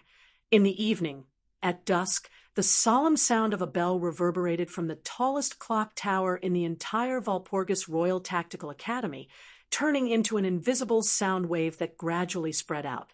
Amidst the melodious chimes of the bell, Wu Yen is walking alone in a corridor of the central lecture hall of Walpurgis Wang Li Ji Academy. Just now, Wu Yen received a notice that the academic test for new students is about to begin. The venue for the examination was the central lecture hall of the Walpurgis Royal Mechanical Academy. Only after participating in the test will the academy give Wu Yen a uniform and arrange a dorm room for him. That's why even though Wu Yen didn't care about his ranking in Walpurgis Academy and didn't want to participate in the night party, he still had to come here as a formality. It's said that new students who don't participate in the test will have their enrollment revoked. It was clearly just a test, and if they didn't participate, they would even lose their status as a student. With such harsh rules, only the Walpurgis Royal School of Engineering could stand up to such standards. Even though he was unwilling, Wu Yen had no choice but to come. Natsuki, Ikaros, Astria, Nagisa, and Kanon stayed in their dorm room to pack up the things they bought after coming to the academy. After all, after the test, Wu Yen will be assigned to a dorm room and move out of there. The students have already finished their classes. They might even have finished their dinner by now. There's not a single person in the dimly lit hallway. Wu Yen could clearly hear the sound of their footsteps. It could also be heard clearly in the surroundings, making the atmosphere a little creepy. Under these circumstances, Wu Yen walked in a straight line until he reached the end of the corridor. Then he abruptly made a turn and walked into another corridor. According to the staff member who came to inform them, the testing location was right in front of this corridor. The moment he turned into the corridor, Wu Yen heard a conversation. "I can't stand it. I just had a train crash. I didn't even get a chance to rest, and now I have to take the test. At least give me some time to prepare and take a stroll around the academy." "Absolutely not." "Why?" "Ugh.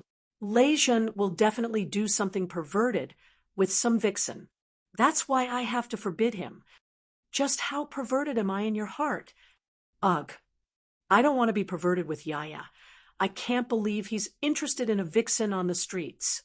I just came to the academy, okay? Can't you just stay by my side? I never said I came to the academy to look for a lover." Darling, I really should tie Leijun up with a chain and tie him at home. Don't only react to sensitive words. Also, do you think I'm a dog?" Hearing this, Wu Yen stopped in his tracks. He raised his eyes and looked forward. Then a man and a woman stood in front of a door. They entered Wu Yen's field of vision.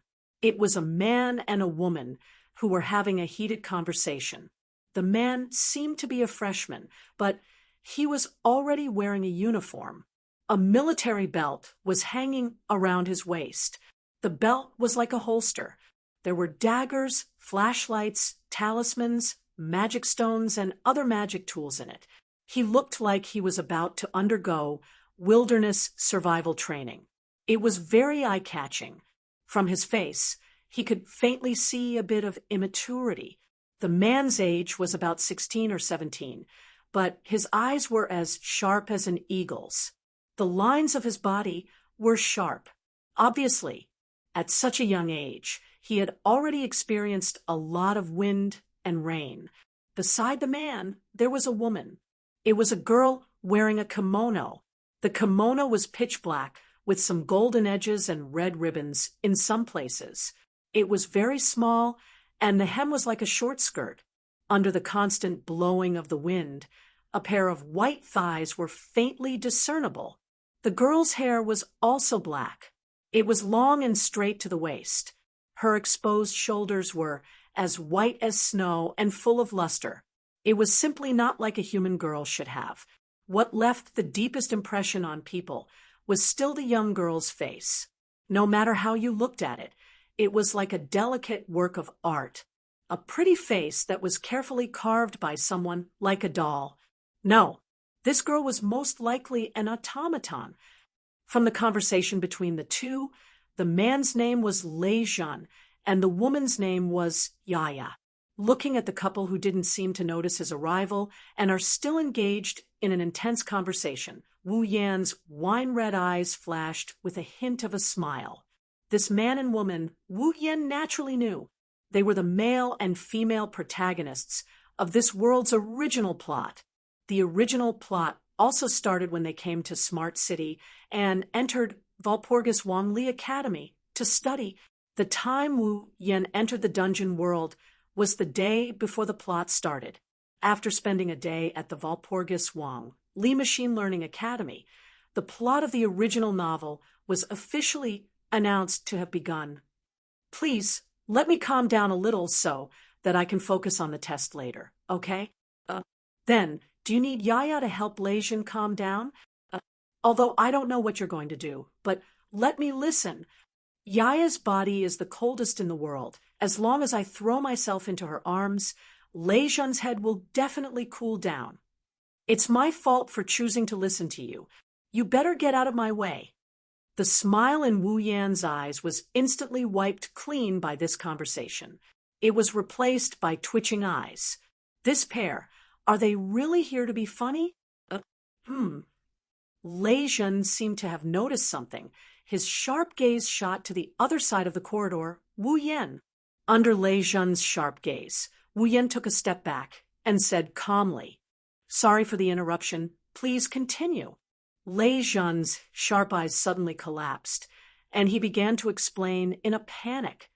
"Student, you misunderstood. We're definitely not what you think." "Really, Lei Jun?" The girl named Yaya suddenly held her cheeks and said shyly, "How can you be so bold in front of others?" "Who's bold in front of you? Who is it?" Lei Jun shouted hysterically. Wu Yan laughed dryly and didn't say anything. "Be quiet." Suddenly, the door next to Lei Jun and Yaya was opened. A cold and impatient voice came. It startled everyone. He turned his head and looked in the direction of the open door. The next moment, a rather cold and elegant figure appeared in front of the door. It was a woman with bright red hair combed in a bun on top of her head. The woman's eyes were blue, and there was an intellectual light that was so cold that it seemed to have a low temperature. She was wearing a teacher's uniform with a pair of glasses on her face. This was a woman who looked like a famous professor from somewhere, no matter how one looked at her. "I'm Professor Kimberly of Mechanical Physics." The cold and elegant woman named Kimberly said in an extremely cold tone.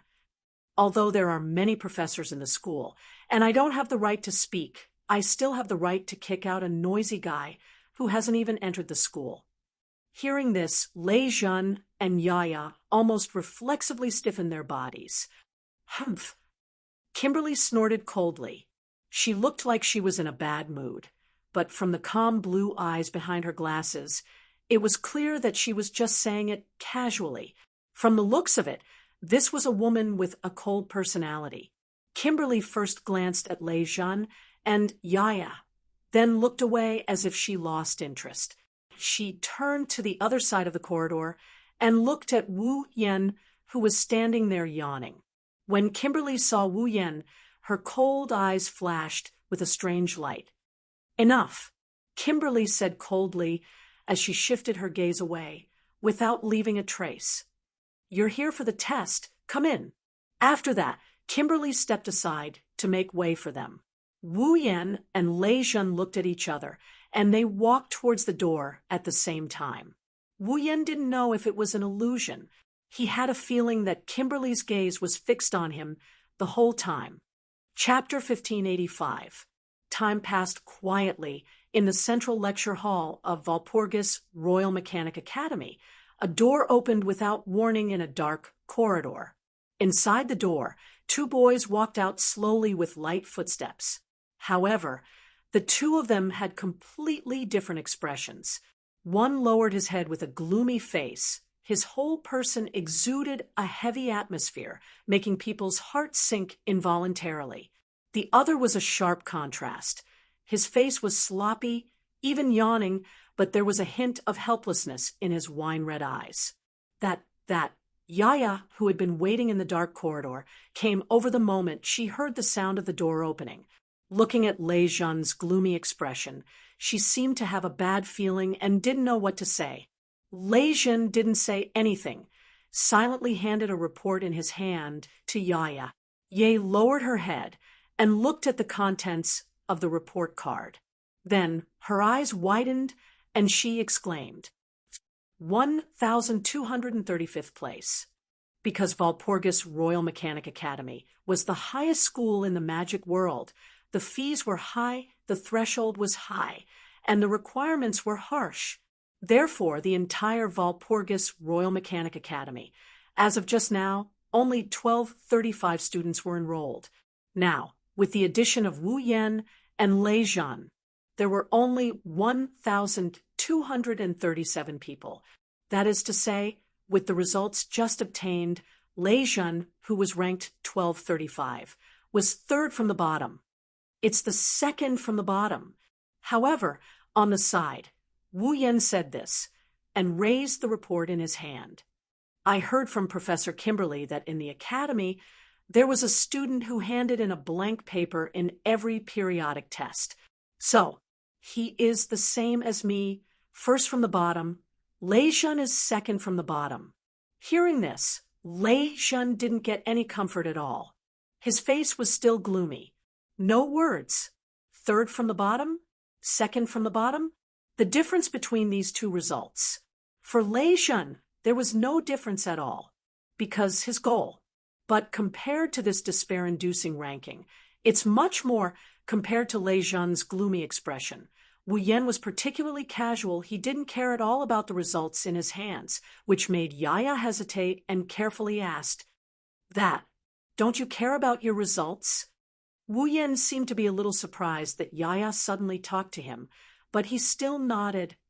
For me, this kind of results on paper are meaningless if you want to rely on the ranking to get something here. Then use your strength to fight for it. After all, this academy is more realistic than us. Wu Yan raised the report in his hand carelessly and grinned. For the academy, if the puppet users have extraordinary strength, then even if their theoretical results are terrible, they won't care at all. In fact, they might even open the door for them, won't they? You're right. Lei's expression suddenly, his gloomy expression, and gloomy. This is an academy that nurtures excellent puppeteers. As long as you have strength, it's fine. The two last-place students in the academy are comforting each other. It's so touching I want to cry. At this moment, Kimberly also walked out of the door. She glanced at the three people standing in the corridor with cold eyes and spoke sarcastically. But I'm not as happy as you guys. You don't have to use that kind of tone. Yaya glared at Kimberly angrily. It's not like the results will affect you. Unfortunately, it just has to affect me, Kimberly said in an indifferent tone. After all, I've just officially become the teacher of the two last-place students. Teacher, Wu Yan and Lei Jun were stunned. Indeed, as you said, this is a school that specializes in nurturing outstanding puppet users. If a student is strong enough, then the school will turn a blind eye to his theoretical results and won't expel him. Kimberly pushed up the glasses on her face. However, after 4 years of classes, if you want to get a graduation certificate, you must have enough credits. So, even if you think that you have strength that others can't reach, you have to work hard to earn credits for me, those who are at the bottom of the rankings. Your dormitory is in Tortoise Hut. It's where the third-rate students with the worst grades in the academy gather. Kimberly snorted and turned her head away. I've already talked to the warden. You just have to go and get a bed. With that, Kimberly turned around, as if she was planning to leave. Wait, Teacher Kimberly. Lei Jun looked at Kimberly's back and suddenly called out. I have a question. I want to ask you. Question? Kimberly turned around. Her expression was still cold. Although I think you'll have a lot of questions with your grades, I'll tell you what you want to know in class. If you want to solve your problems, then go to class. What I want to ask is not about your studies. Lei Jun's eyes suddenly sharpened. If I want to join the night meeting, what should I do? Kimberly showed surprise on her face. Wu Yen stopped yawning, his wine-red eyes showing a hint of contemplation. Only the top 100 students can attend the night party. Kimberly turned her gaze to the report card in Lei Jun's hand. As for your results, they should have been clearly written on it, right? As far as I know, there's not much time left before the night meeting begins, and there's only one time left for the examination of the results. For new students like us who entered the school halfway, doesn't this mean that we only have one chance?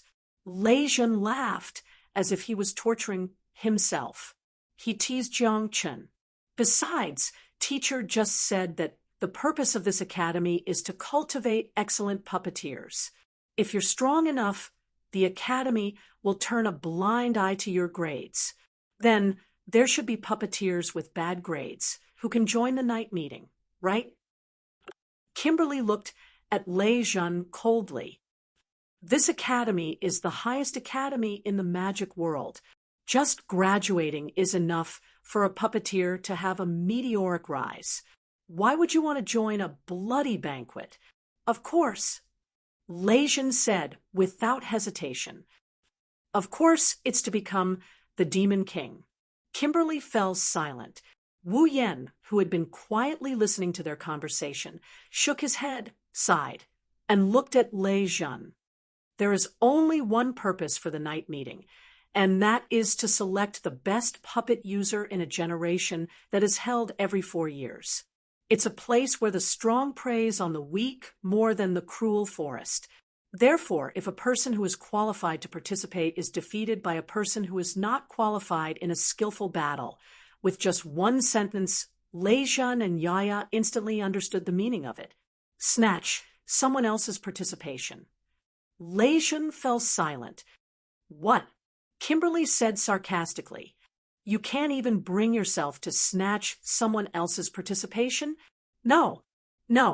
Lei Jun's expression became firm. I'm sorry, but I must qualify for the night meeting. Not bad at all. Kimberly sized up Lei Jun. Then she looked at Wu Yen with a profound look in her eyes. Of course, if you have the same strength as the last place here, you might be able to qualify. Him? Lei Jun and Yaya froze and looked at Wu Yen. Wu Yen blinked his eyes in bewilderment. He had a nonchalant attitude about this matter. What do you mean? I'm also a new student, right? It's a pity that you're a new student. Now, the entire academy probably knows you. Kimberly smiled for the first time. She smiled as if she saw an interesting toy. After all, you're the one who taught the number 1 genius in the history of the academy a lesson before you even entered the academy. Taught the number 1 genius a lesson. Lei Jun and Yaya widened their eyes. Teacher, Wu Yen smiled bitterly. You've been observing me because you knew about this, right? Oh, Kimberly raised an eyebrow. You are indeed quite capable to be able to sense my gaze. However, the night meeting and your strength have nothing to do with me. I'm only concerned about whether you can get enough credits to pass the course so that I can get my bonus. With that, Kimberly turned around and walked away. Do your best. Last place students, In an instant, the corridor fell into a state of silence. Chapter 1586. Walpurgis Royal Mechanical Academy. Main Street. Walking on the main street, Wu Yan looked at the report card in his hand and scratched his face in distress. Last place. This result was within Wu Yan's expectations. After all, Walpurgis Royal Mechanic Academy was a school that nurtured puppeteers. Most of the content taught there was related to magic tricks. Wu Yan, on the other hand, knew nothing about magic tricks other than the theory behind them. Therefore, in the knowledge test just now, he gloriously handed in a blank paper, becoming the true last place. Of course, Wu Yan didn't care about the theory test at all, just like what he did in the Central University lecture hall. The real reason that caused him to reveal a distressed expression was because from the beginning, two pairs of eyes that seemed to be able to pierce through one's skin had been tightly locked onto him, causing him to feel uncomfortable all over. I say, Raisin-san. Wu Yan stopped, and he turned around. He looked at Raisin and Yaya, who were staring at him. If there's anything you're dissatisfied with, you can say it directly. Let's set things straight. Since the academy is so big, it's fine if we don't meet again. Or if you want to challenge me to a duel, I don't have a problem either. But can you please stop staring at me? You misunderstood. You misunderstood. Lei Zhen didn't move his eyes away. Instead, his gaze sharpened and the corner of his mouth curled up. I'm not unhappy with you. However, I'm very interested in the one-on-one that you mentioned. In other words, Wu Yan rubbed his forehead. You heard from Kimberly that I defeated the #1 student in the academy, so you want to prove your strength by defeating me, right? My goal is to become the Demon King. Lei Zhen didn't try to hide anything as he stared at Wu Yan. On the other hand, the top student of the academy is the puppet user who is most likely to become the Demon King. If you can defeat him, then as long as I can defeat you, it will prove that I have the ability to become the Demon King, right? What do you mean by that? Wu Yan laughed and shook his head. If you can't defeat me, then prove that you don't have the ability to become the Demon King. Will you give up? Of course not. Lei Zhen said, without hesitation. I won't give up on becoming the Demon King. Then your provocation, this time, is meaningless. Wu Yan sneered. After all, regardless of whether you defeat me or not, you will still attend the night gathering, right? Lei Zhen was speechless. Wu Yan. Also, there's one thing you're wrong about. Wu Yan slowed down. He shrugged. I didn't defeat the #1 student in the academy. It was just that they had the upper hand in a skirmish. If we really fight, we don't even know if we can win against them. But that's enough to prove that you're quite strong. Lei Zhen looked at Wu Yan seriously. Teacher Kimberly said so. If I have the same strength as you, then it shouldn't be hard for me to qualify for the night gathering, right? Wu Yan cursed Kimberly in his mind. This cold and elegant teacher, who doesn't even seem to have any reaction to being teased, really knows how to find trouble for others. Lei Zhen, your goal is to qualify for the night gathering, right? Wu Yan sighed and raised his hand. But please look carefully. I don't have any gloves, so I'm not a participant of the night gathering. Even if you defeat me, you won't be qualified to join the night gathering. Lei Zhen stopped talking and stared at Wu Yan, silently telling Wu Yan that he hasn't given up on the idea of fighting Wu Yan. Wu Yan closed his eyes when he saw Lei Zhen's expression. Then he opened his eyes, and his wine-red eyes were filled with a cold expression. Enough is enough, second from the bottom. As Wu Yan's voice sounded, a terrifying mana storm violently surged from Wu Yan's body like a physical impact. Dong, before Lei Zhen and Yaya could react, the mana storm hit them mercilessly, and they were blown away as if they had been hit by a wall. Ugh.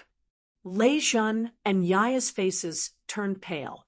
They quickly stabilized their bodies and somersaulted on the ground.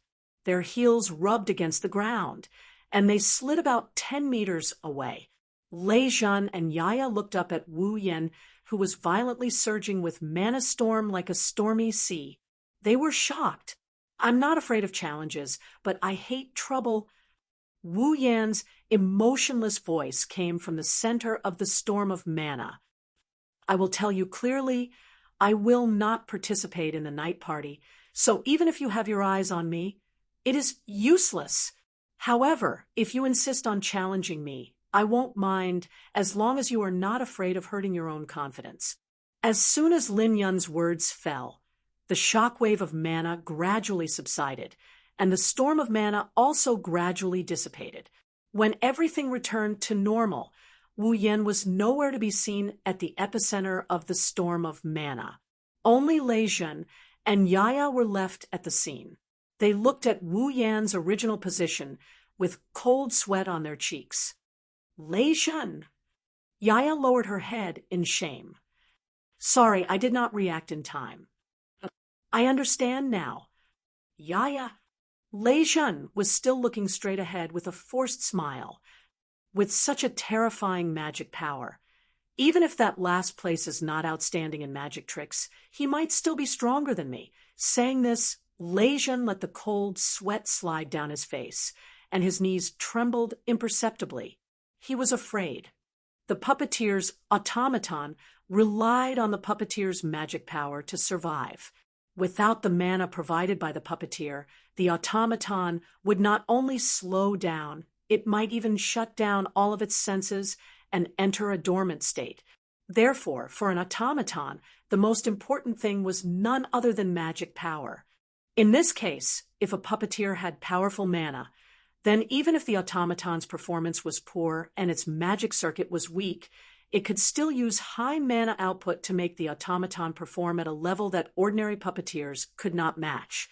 Lei Jun had not seen Wu Yan's true strength.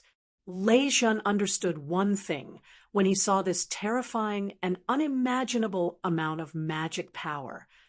Just now, if they had really fought, then his chances of winning would not have been more than 1%. In fact, if Wu Yan was also good at magic, then Lei Jun would have been defeated in an instant, even if Lei Jun did his best in the battle. Even if Yaya was the most advanced automaton, she would still be able to do it, even if Lei Jun could perform at 120% of Yaya's performance, even if he could come up with a cunning strategy to exploit the enemy's weakness.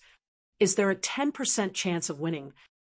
In this world, there is no lack of talented people. The overwhelming difference in strength made Lei Jun feel as if the ground under his feet had turned into mud, causing him to sink continuously, and his smile became weak. Compared to those who are truly talented, I am just a dabbler. Yaya was speechless when she heard Lei Jun's self-deprecating words. She felt inferior to her own talent. She even felt despair. This is not the first time Lei Jun showed such feelings. After all, Lei Jun always thought he had no talent. As for Lei Jun, it had only been 2 years since he started to cultivate magic and practice his skillful magic. If he wants to win against those who started practicing magic and puppeteers from a young age, he has to put in more effort. If Raisin and Yaya knew that it hasn't even been a year since Wu Yan started cultivating his magic power, what would they think of him? As for magic, that's even more impossible. Taking a deep breath, Raisin closed his eyes. Wu Yan and a silhouette wearing a silver mask appeared in his mind at the same time. He spoke in a somewhat confused tone. Can I surpass them? Chapter 1587.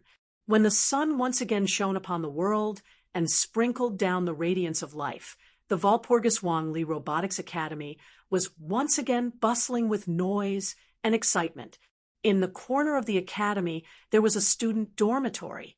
This was a dormitory that was comparable in size to a hotel, and there was a courtyard in front of the door.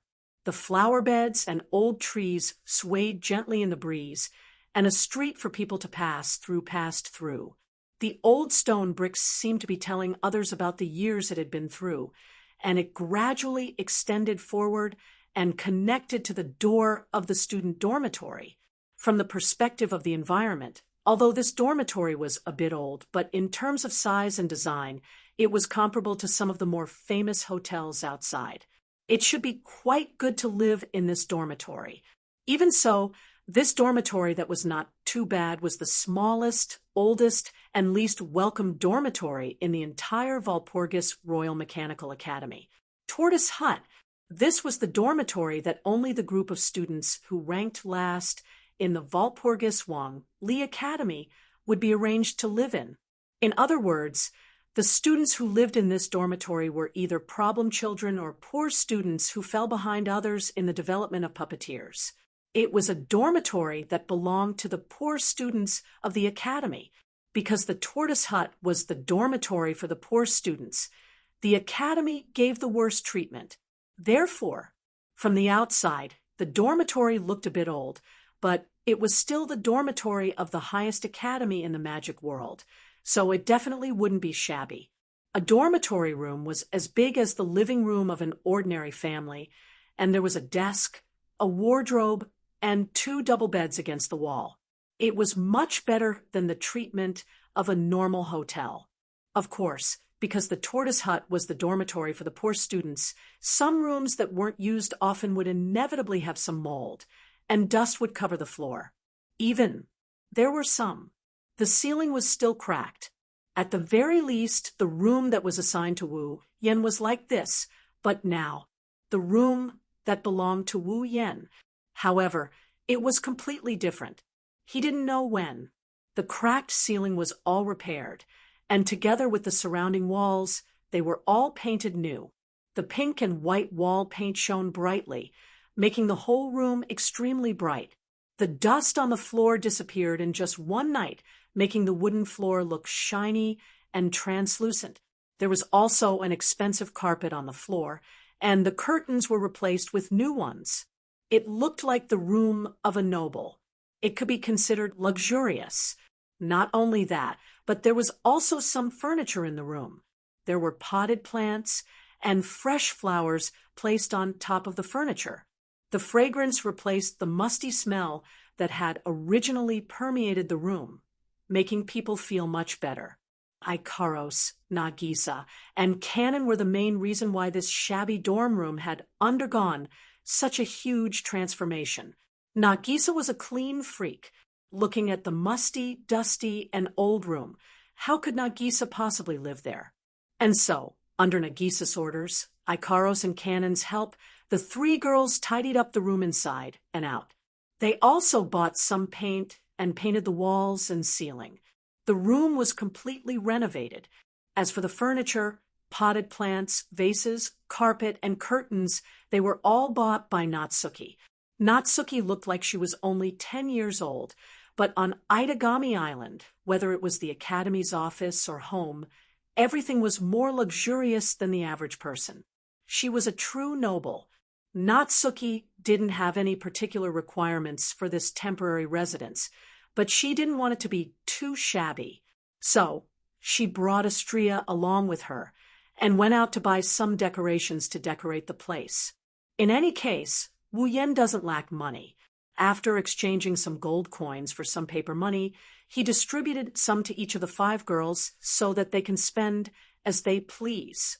Therefore, a room that was more luxurious than the other student dormitories, regardless of the size of the room, was born. Originally, the student dormitory in Tortoise House was 2 people per room. 2 students would live in the same dormitory. That's why there are 2 double beds in the room. On the other hand, Wu Yen has 5 automatons that need a place to stay as well. 1 room isn't enough to begin with. If another roommate moves in, especially if it's a guy, it's going to be very inconvenient. Due to this, the dormitory supervisor generously let Wu Yen stay in the room alone. He patted his chest to prove that he wouldn't arrange another roommate for Wu Yen. Judging from the dormitory supervisor's enthusiasm, he probably knows about Wu Yan's short fight with Magnus, and he won. That's why he's so friendly. Now that he has a dorm room and the exam is over, Wu Yan is officially a student of Walpurgis Wang Li Machine Learning Academy. In the morning, Natsuki, Ikaros, Astria, Nagisa, and Kanon stood in a row. Their gazes were focused in front of them. Over there, Wu Yan is wearing a simple white shirt and black trousers. Over the white shirt is a black leather jacket with a singlet style over it. He has already changed into his student uniform and is adjusting his collar while spreading his hands. How is it? Is it okay? It suits you very well. Sensei. Nagisa was the first to call out. Her big round eyes glowed brightly as she smiled happily. Nagisa-sensei is wearing a student uniform and going to school as a student. It feels weird. That's why you shouldn't call me sensei. People will find it weird too. Wu Yan smiled at Nagisa and Kanon. You can just call me by my name. Just call you by your name? Nagisa and Kanon looked at each other in confusion. If that's the case, Kanon said hesitantly, it will feel even weirder. Yen, yen, yen, yen. Nagisa lowered her head. She mumbled Wu Yan's name a few times. Then she cupped her face and she blushed. No, Nagisa will be shy. Why don't we all call him Master with me? And Ikaros-sensei, Astria said excitedly. That way, everyone will be the same. I'll pass. Natsuki glared at Wu Yan. I won't call you Master. I thought so too. Wu Yan shrugged. He rolled his eyes and smiled at Nagisa and Kanon. How about you call me Oniai-chan? Oniai-chan. Oniai-chan. Nagisa jumped. Won't that make me even more shy? Oniai-chan. Oniai-chan. Kanon blushed and whispered. If Sensei, Oniai-chan is happy, that's fine too. Then it's decided. Wu Yan felt refreshed. Then Nagisa and Kanon will call me Oniai-chan. Nagisa and Kanon blushed furiously. Master, Ikaros tugged at Wu Yan's sleeve. She looked at Wu Yan with a pair of indigo eyes that exuded a pitiful aura. Master, do you like people calling you Oniai-chan? I can call you Oniai-chan too. Astria puffed up her chest and looked at Wu Yan with hope. Is that okay? Master. Wu Yan felt an itch in his heart when he heard this. He wanted to nod and agree, but Natsuki shot him a cold glare. Don't get carried away. I think it's fine. Wu Yan's expression froze. He laughed dryly.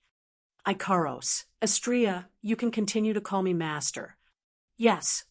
Natsuki retracted her cold gaze. Wu Yan sighed in relief. He looked at the girls. Natsuki, Ikaros, Astria, Nagisa, and Kanon changed into new outfits. Her upper body was white with red edges, and her shoulders were bare, revealing her smooth shoulders.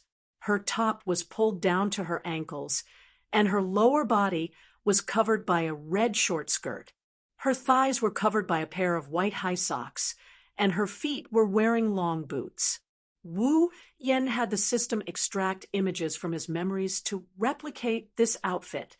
It's an item that won't break no matter what kind of battle he goes through.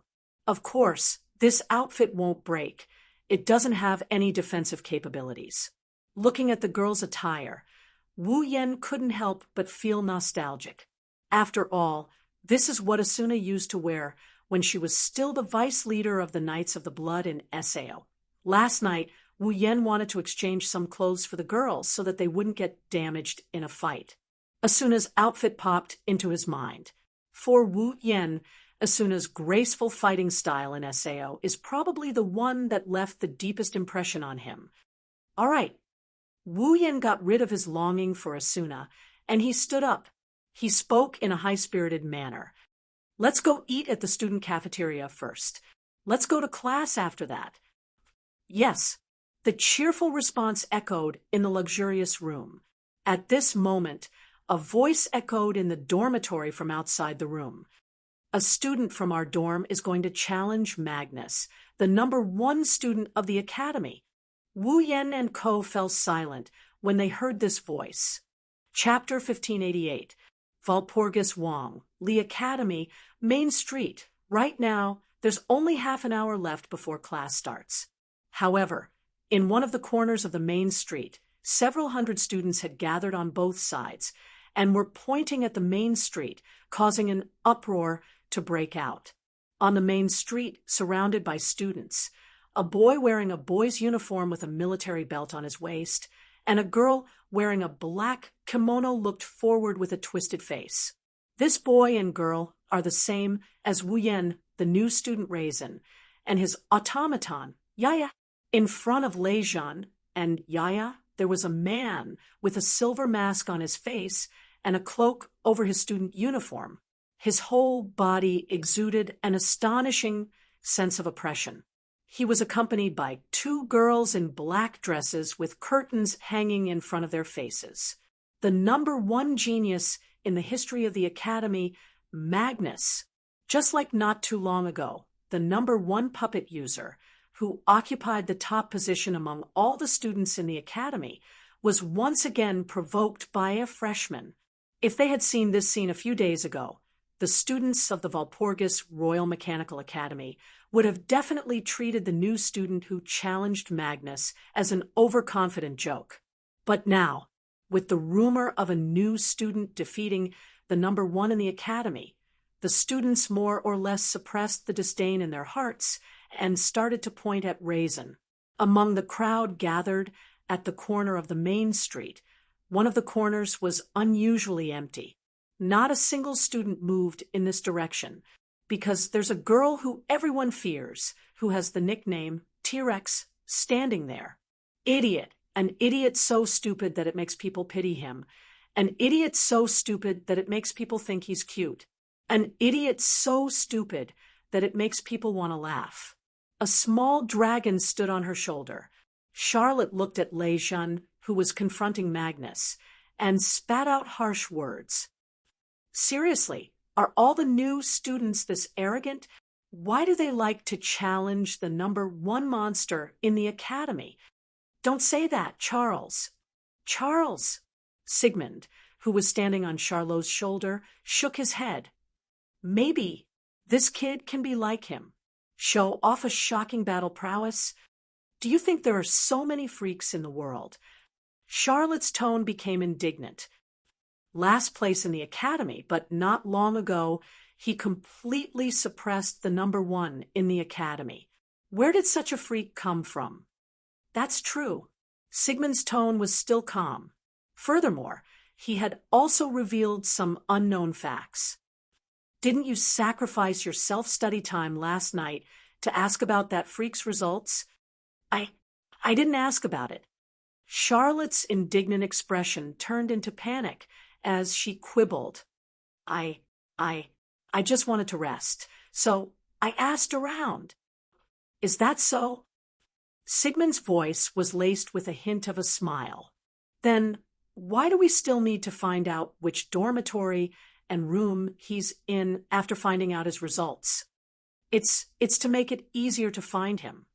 Then why did you specifically write down all the things you heard in a book? That's also to prepare for the night meeting to collect information. But didn't he say that he doesn't attend the night party? Shut up. Charlotte's embarrassment turned into anger as she slapped Sigmund's shoulder.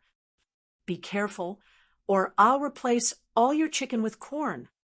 Facing Charlotte's slap, Sigmund nimbly flew up, dodging Charlotte's slap and asking a sharp question. You're interested in him, right? That's not true. Charlotte shouted angrily. I don't have that kind of perverted feelings for him. Perverted feelings? As soon as Charlotte finished speaking, a voice sounded behind her. Who do you have perverted feelings for? He put on his uniform and brought the 5 girls with him. Wu Yen walked over to Charlotte with a new set of clothes. You. Charlotte was stunned when she saw Wu Yen in his uniform. It seems like she hasn't gotten used to it yet. When she saw the group of young ladies dressed in white, red-edged blouses, and red miniskirts, Charlotte revealed a stunned expression. Not only Charlotte, all the students were captivated by Natsuki, Ikaros, Astria, Nagisa, and Kanon's white figures. Originally, these young ladies already possessed breathtaking beauty. Now, coupled with their heroic outfits, they simply looked like beautiful commanders of an army. Not only were they beautiful, they also gave off a valiant feeling. They were so dazzling that no one dared to look directly at them. Looking at the 5 beautiful young ladies, even Charlotte couldn't help but exclaim, "It's really a blessing that you've accumulated over several lifetimes to have 5 automatons like this. I'll take it that you're exaggerating." Wu Yen looked at the main street. Whoosh, as if it was planned. When Wu Yen looked at the main street, several figures flashed by and appeared in front of Lei Jun. It's Magnus Automaton. 6 female automatons appeared in front of Lei Jun and pointed their sharp weapons at Lei Jun's throat. It's just like what happened to Wu Yen not long ago. But this time, none of the weapons that were pointed at Lei Jun's throat were bound by the chains of discipline. As for Lei Jun's automaton, Yaya turned pale with fright on the spot, but she didn't dare to move, fearing that she would trigger the automaton and cause Lei Jun to lose his life. Cold sweat dripped down Lei Jun's face. His twisted expression froze. It's also a new student challenging the Academy's #1. However, the unexpected didn't happen today. The new student was subdued by the Academy's #1 in an instant. Seeing this, the surrounding students stopped making noise and finally began to look at Lei Jun with disdain. How should I put it? They're a bunch of nauseating and realistic people. What an idiot! Charlotte said sarcastically. If the Academy's #1 is so easy to deal with, the Demon King wouldn't be so hard to fight, for that was a bit reckless. Wu Yen frowned when he saw Lei Jun being surrounded by 6 automatons with weapons at his throat. He looked at Magnus. Let him go, Magnus. The moment the voice rang out, the entire place turned into a silent space. The students first looked at Wu Yen and then at Magnus. Then they focused their attention on the automaton that is enough to form a combat squad. They gulped down a mouthful of saliva. Magnus looked at Wu Yen and didn't look away. Magnus and the other automaton girls also focused their attention on Wu Yen. They tensed up their bodies and went on high alert. At this moment, it's as if the crowd around them disappeared, leaving only Wu Yen and Magnus in the world. The temperature in the room seemed to have plummeted. It's very frightening. After a while, Magnus retracted his gaze. His automaton seemed to have received some sort of order as it leapt away from Ryzen and stood in front of Magnus, guarding against Wu Yen. Let's go. However, Magnus turned around and left the scene with the 6 vigilant automatons. The surrounding students also seemed to have unlocked some taboo and became noisy again. Lei Jun stared at Magnus back with hatred and anger in his eyes. He then turned around and looked at Wu Yen. He walked in front of Wu Yen. Let's have a fight. The hubbub of the crowd instantly died down. When he said this, Lei Jun didn't look as confused as before. Instead, he looked at Wu Yen with a resolute gaze. Charlotte, who was about to mock Wu Yen, shut her mouth and didn't say anything. Wu Yen looked at Lei Jun in the eye, and he nodded after a while. As you wish. Chapter 1589, Walpurgis Royal Mecha Academy. Drill grounds. This was one of the training grounds specially provided for the students of the Walpurgis Royal Mechanic Academy to practice and train in mechanic magic and mechanic combat. It's not much time before class starts, but the training ground is packed with people. Students gathered in groups of 2s and 3s around the center of the practice field. They looked inside the practice field and whispered to each other. At the center of the training ground, Wuyen, Natsuki, Ikaros, Astria, Nagisa, and Kanon stood on one side. On the other side, Raisin and Yaya stood in a standoff with Wuyen and company. Raisin's gaze swept across Natsuki, Ikaros, Astria, Nagisa, and Kanon. His chiseled face was tense, and his gaze was heavy. Just like the rumors say, he has 5 automatons. So that's how it is. Only the same one-man force can suppress a one-man force. Huh? My partners are more like a team than an army. Wuyen, who was standing in front of the 5 girls, chuckled when he met Raisin's gaze.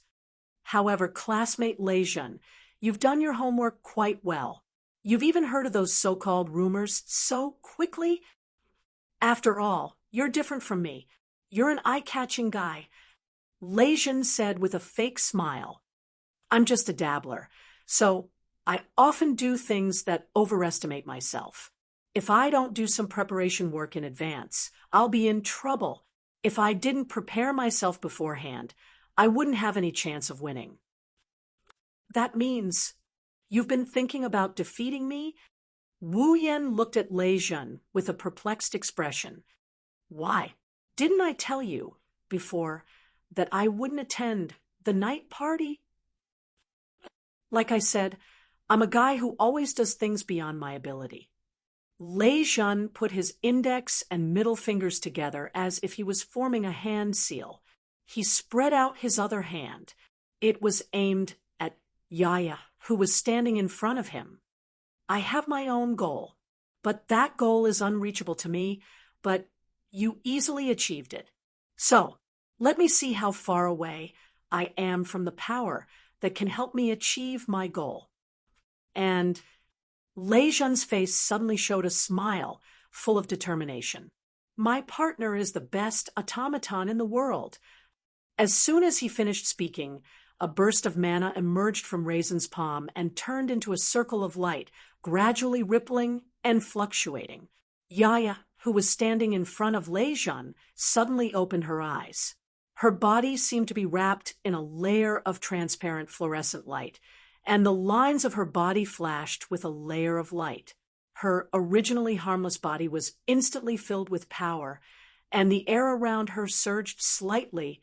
Yaya, level 62. Wu Yen shook his head when he received the system feedback. Just as Raisin had said, Yaya was the best automaton in the world. To be precise, it was one of the best automaton in the world.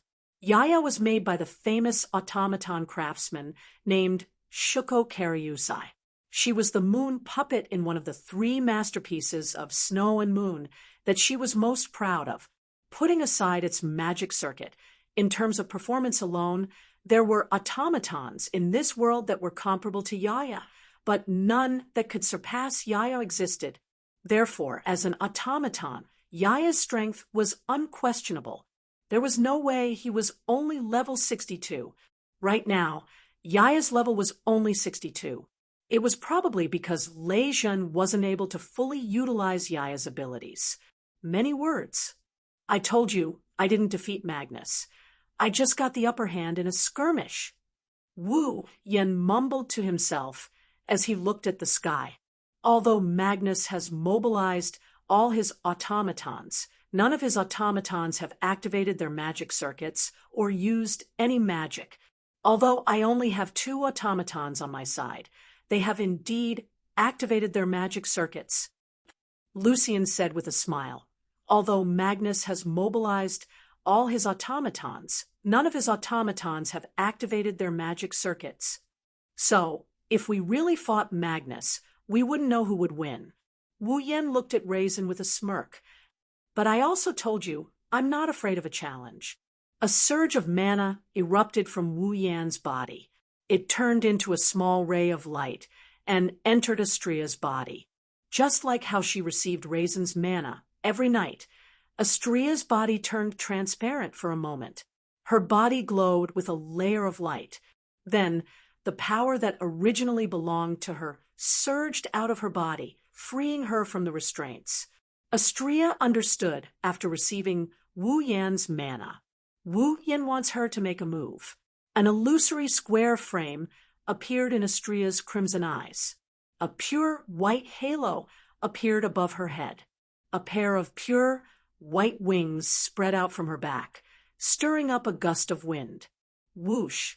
Before the spectators could admire her angelic posture, Astrea dashed forward, leaving behind a trail of afterimages. She arrived in front of Yaya in an instant with a deafening sonic boom.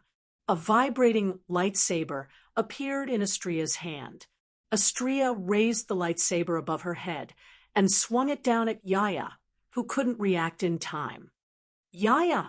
At the critical moment, Lei Jun, who was still on guard, reacted.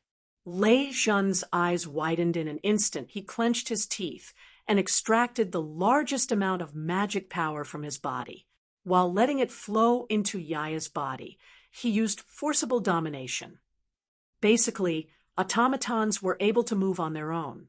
After all, an automaton had its own personality and intellect. Naturally, it would also make independent judgments and actions.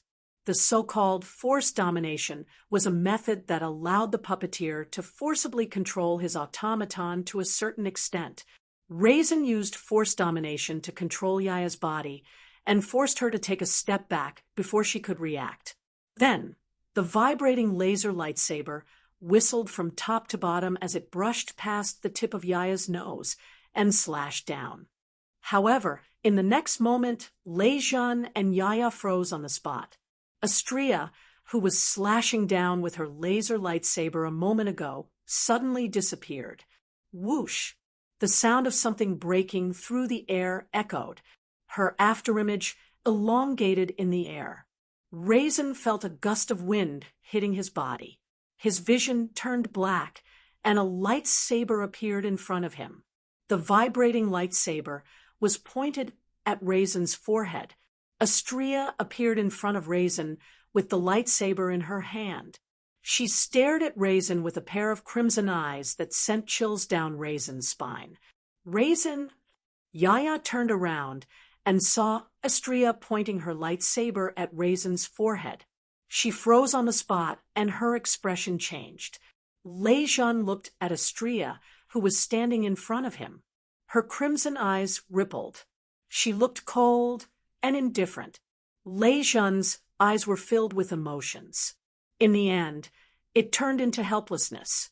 Facing Magnus 6 automaton, Lei Jun was taken down in an instant. Against Wu Yan, a mere automaton, Raishin was captured in a single move. The gap he wanted to know about was clearly shown in front of his eyes. In the end, Raisin forced out a sentence with a bitter smile. I surrender. Chapter 1590. I admit defeat. When this sentence echoed in the air above the practice field, the whispers of the surrounding students became louder and louder. Their gazes were all focused on Wu Yan. There was a freshman who was able to control 5 automatons by himself and defeated Magnus. This rumor, even though it did spread throughout the academy, how many people actually believed it? Just like Wu Yan said, in that extremely short battle, Magnus used all 6 automatons, but none of them activated their magic circuits. Of the 5 automatons around Wu Yan, only 2 made a move. They used their magic circuits and performed magic. The other 3 automatons didn't use their full strength. That's why, with both sides holding back, even though Wu Yan is the winner of the encounter that day, if Wu Yan and Magnus were to fight for real, no one would know who would win or lose without a real fight. Plus, Magnus is the #1 student in the history of the academy. How many people would be willing to believe that such an existence would lose to a new student? So, even though the rumor of a new student defeating the #1 student in the academy spread like wildfire, it only increased Wu Yan's reputation. Almost no one actually believed that Wu Yan could defeat Magnus. And now, Wu Yan once again made a move in front of the public. He only used a single automaton, The power of this automaton shocked the hearts of all the students, especially that speed that made people's hearts palpitate, compared to Astria's magic circuit that hasn't been spread yet. It left a deeper impression on the students. At this point, finally, the students in the academy understood a fact.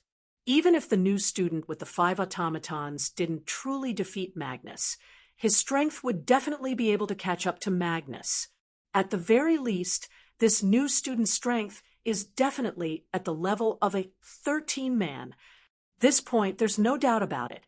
It's just as I expected. In a corner, Charlotte crossed her arms. She looked at Astria in awe. Astria's speed is truly astonishing. Astria's speed is naturally fast.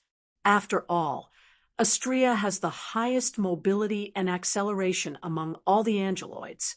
She's the fastest among all the girls. Hinagiku was probably the only one who could match Astria in terms of speed.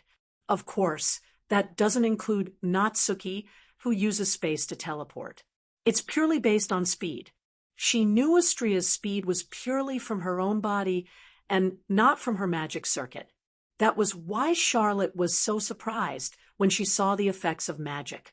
I wonder which master craftsman made Astria to be able to make such high-quality puppets. He muttered such a sentence. Charlot lifted his foot and was just about to walk towards the middle of the training ground when another person from the surrounding crowd arrived, causing Charlot's body to freeze on the spot. Clap, clap, clap, while Astria retreated to Wu Yan's side. The crowd clapped their hands in a pretentious manner, attracting the attention of everyone present. It's just as the rumors say, the 2 new students aren't simple characters, as such a voice rang out. A man in uniform walked out from the crowd. It was a woman with golden hair. His voice is clear and elegant. He looks like a handsome man. The crowd started to get excited when they saw the handsome man. The surrounding students immediately burst into an uproar. Presumably, they all knew this handsome man. Among the noisy crowd, the girls looked at him with admiration and admiration. It's not hard to imagine how popular this handsome man is among the girls.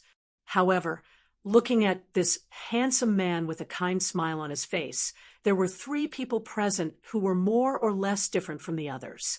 Lejeune sized him up. Charlotte had a strange expression on her face. Wu Yan narrowed his eyes and smiled. He looked like he was mocking something.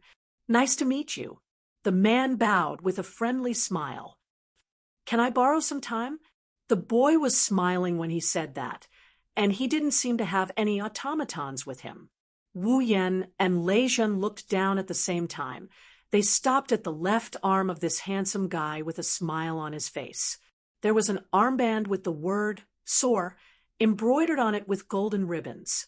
In other words, this person is the disciplinary committee member of the Walpurgis Royal Tactical Academy. In addition, he was also wearing a pair of black, fingerless gloves embroidered with golden words like Charlotte's. The owner of the gloves. This person is qualified to participate in the night party. But that's not surprising. If you want to be a disciplinary committee member of the Walpurgis Royal Tactical Academy, you need to be able to deal with some trouble. Otherwise, you won't be chosen. That's why the disciplinary committee members of the Walpurgis Royal Tactical Academy are usually the top students who have the strength to participate in the night party. It's considered a gathering camp for night party participants. The man in front of him isn't just a normal night party participant. Borrow time? Lejeune looked at the handsome man expressionlessly. Felix Kingsford, ranked 4th in the academy. Not only is he one of the famous 13, but he's also the head of the disciplinary committee. Felix Kingsford, who is ranked 2nd to last, wants to borrow time from me? Ditto. Wu Yan shrugged, and he continued in a casual manner. Last place in the academy. Please, Felix had a friendly smile on his face that could make anyone soften, relax, and look harmless. However, Both Wu Yan and Rai Xin expressed their resistance to him. The surrounding students went into an uproar. Some of the girls looked at Wu Yan and Lei Zhen with piercing gazes. These guys definitely don't understand the saying, the weasel pays a visit to the chicken, or one doesn't visit a temple for no reason.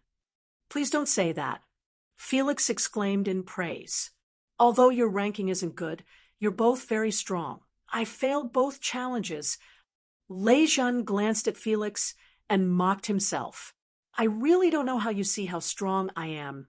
After that, Lei Zhen turned around and left with Yaya. Wait, Felix didn't even look at Lei Zhen. He smiled calmly. I'm here to give you the qualifications to participate in the night party. Are you going to ignore me? Lei Zhen's footsteps suddenly came to a halt. Wu Yan pursed his lips and walked to the other side. Wait, I don't want to participate in the night party. Felix wanted to ask him to stay, but Wu Yan stopped him with one sentence without even turning his head. So, please don't look for me for troublesome matters. Leaving these words behind, Wu Yan led the girls out of the training grounds through the crowd that automatically parted to make a path for them. That idiot. For some reason, Charlotte hid in the crowd and watched Wu Yan leave. Then, she glanced at Felix, who had a helpless expression on his face. She stomped her feet in anger before she snuck out of the crowd and left the scene. On the way to the lecture hall, Natsuki suddenly spoke. That man just now, you have to be careful. Oh, Wu Yan raised an eyebrow and smiled at Natsuki. What? Did you notice something? You should say you know something, right? Natsuki glanced at Wu Yan. I haven't seen your memories of this world, but that guy gave me a bad feeling. So I'm just reminding you. Don't worry. Wu Yan chuckled. I don't mind being a mousetrap. Chapter 15, 91. Magicians who could control automatons, perform clever magic, and engage in clever battles were usually called puppeteers, and those who specialized in creating automatons, installing magic circuits on automatons, and even developing high-performance automatons and powerful magic circuits were called puppeteers. Although the Walpurgis Academy was a place to cultivate outstanding puppeteers and export talents to the outside world, there were also puppeteers who wanted to become puppeteers. After all, controlling automatons and making automatons were two completely different technologies. Using and making were also two completely different levels of difficulty. However, whether it was puppeteers or puppeteers, they could not do without automatons. Therefore, there were definitely many similarities. Because of this, the Walpurgis Academy, which specialized in cultivating puppeteers, also set up a course called Mechanic Technology Department. It allowed some puppeteers to learn how to make automatons. At the very least, it allowed puppeteers to understand how an automaton was created. Therefore, the students who enrolled in the Mechanic Technology Department either wanted to understand automatons and improve their skills in crafting, or they wanted to become puppeteers. In addition, in the building that exclusively belonged to the Mechanic Technology Department, it also had professional equipment that could make automatons. There were still many people who took this course. Just as night was about to fall, Wu Yan walked out of the building that exclusively belonged to the Mechanic Technology Department. He had a thoughtful expression on his face the whole time. Because the first-year students in the academy were new talents, the classes were mainly about mechanic magic. There was no division. Therefore, the Mechanic Technology Department was not in the curriculum of the first-year students. Of course, if there were first-year students who wanted to come to the Mechanic Technology Department to sit in, no teacher or professor would stop them. They would even strongly approve of it. It would lay a foundation for the students who wanted to choose the Mechanic Technology Department in the future. Under such circumstances, after Wu Yan finished his class for the day, he went to the Mechanic Technology Department to take a look. The third round of the Path of Demigod mission required 1,000,000 Eve's hearts, and Eve's heart was an essential ingredient for automatons. Without Eve's heart, even if the automaton's performance was extraordinarily high when it was created without life and intelligence, it was nothing more than a lifeless puppet. Therefore, the Mechanic Technology Department, which specialized in automatons, would definitely have the method to make Eve's heart. Wu Yan had Natsuki, Ikaros, Astria, Nagisa, and Cannon head to the student cafeteria for dinner. He took advantage of the free time after school, ended to talk to Natsuki. After school, he went to the Mechanic Technology Department to take a look, hoping to get some information. Surprisingly, Wu Yan managed to get some useful information.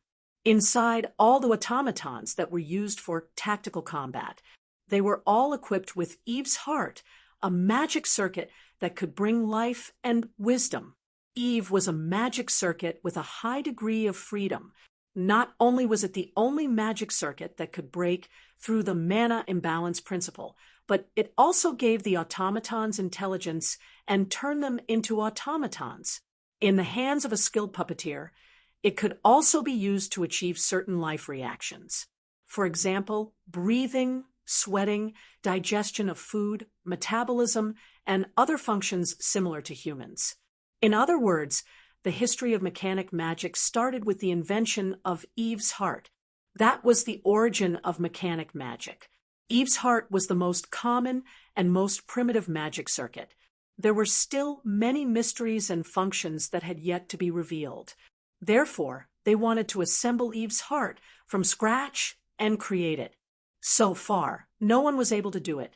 That is to say, it was almost impossible to create Eve's heart, but it would be easy to replicate one. In this era, where automatons were widespread, no matter which workshop, there would be a device to replicate Eve's heart. They would also prepare Eve's heart to replicate this magic circuit. It was precisely because the replication of life had become so simple that automatons could be popularized. Therefore, there were 3 ways to get Eve's heart. 1. The simplest and most violent way, snatch. No matter which automatons were equipped with Eve's heart. Kill the other automatons and dig out the hearts in their bodies to obtain Eve's heart. But 1000000, Eve's heart, meant that Wu Yan had to kill 1 million automatons. Every automaton was a considerable fighting force. If he killed them carelessly, not to mention whether the automaton's puppeteers would retaliate or alert the various countries, even finding 1 million automatons was not an easy task. In addition, it would definitely take a lot of time. This method was definitely not advisable. 2. The most rational and easiest way, since there was a workshop that specialized in making automatons and selling them, it wouldn't be strange to sell Eve's heart and use it to make automatons for the puppeteers.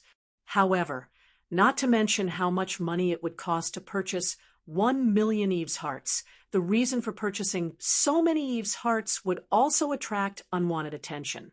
No matter where one was, there would always be people who were dissatisfied with the country's policies, similar to terrorists.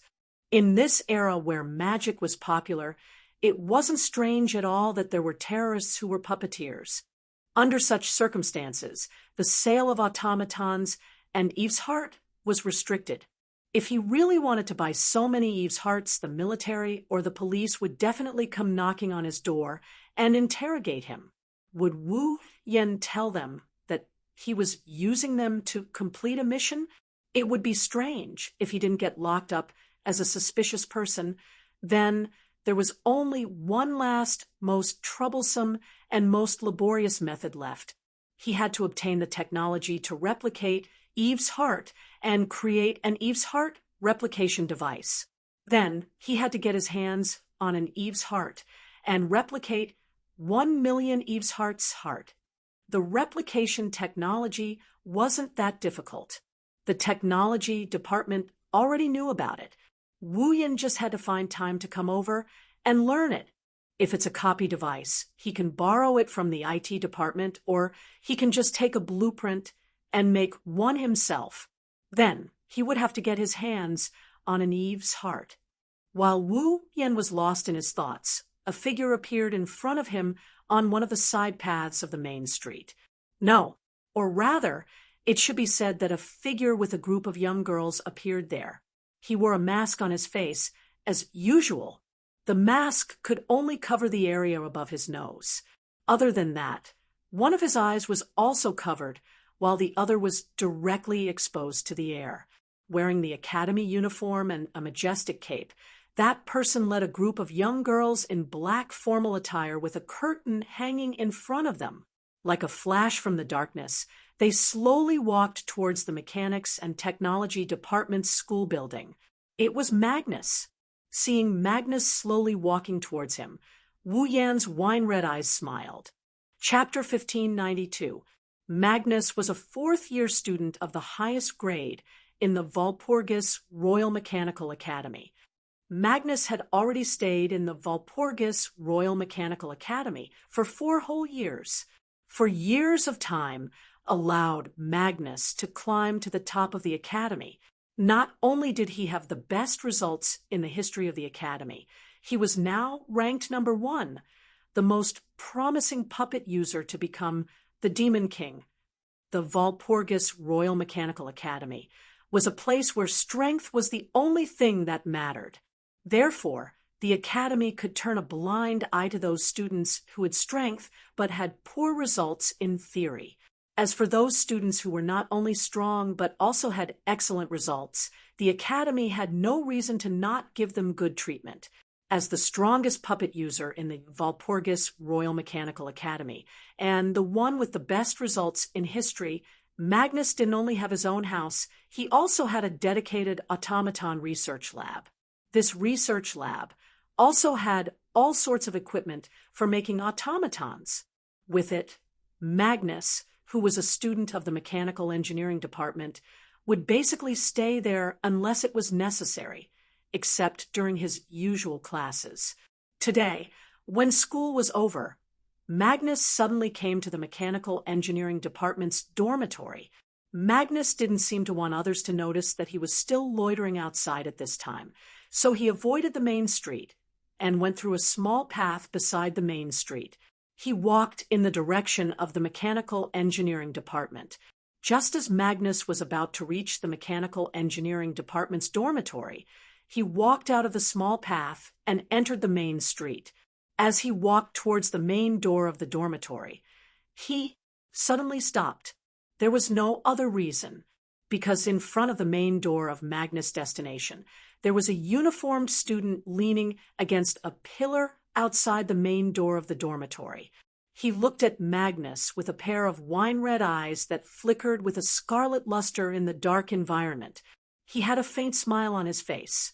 This person, although they had only met once or twice, and he only knew his name a few days ago, Magnus still had a deep impression of him, because this person gave Magnus a feeling of threat that he hadn't felt in a long time. Magnus had never had such a feeling ever since he came to the academy. He was a new student who had just entered the school a few days ago. His name was Wu Yan, and he was an expert. Now, this person had once again appeared in front of Magnus. It felt different from during the day. His wine-red eyes seemed even more profound in the darkness. Even his aura became ethereal and mysterious, as if he was a king born in the night. His entire body was filled with an oppressive feeling that made Magnus' heart sink despite it being very casual. It was so deep that it almost seemed to have color, and it seemed to have turned the surroundings into a blood-red, oppressive feeling.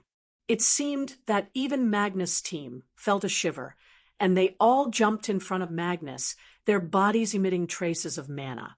Oh, Wu Yan raised an eyebrow when he saw Magnus' squad burning their own mana without the help of a puppet master. The faint smile on his face became even more pronounced.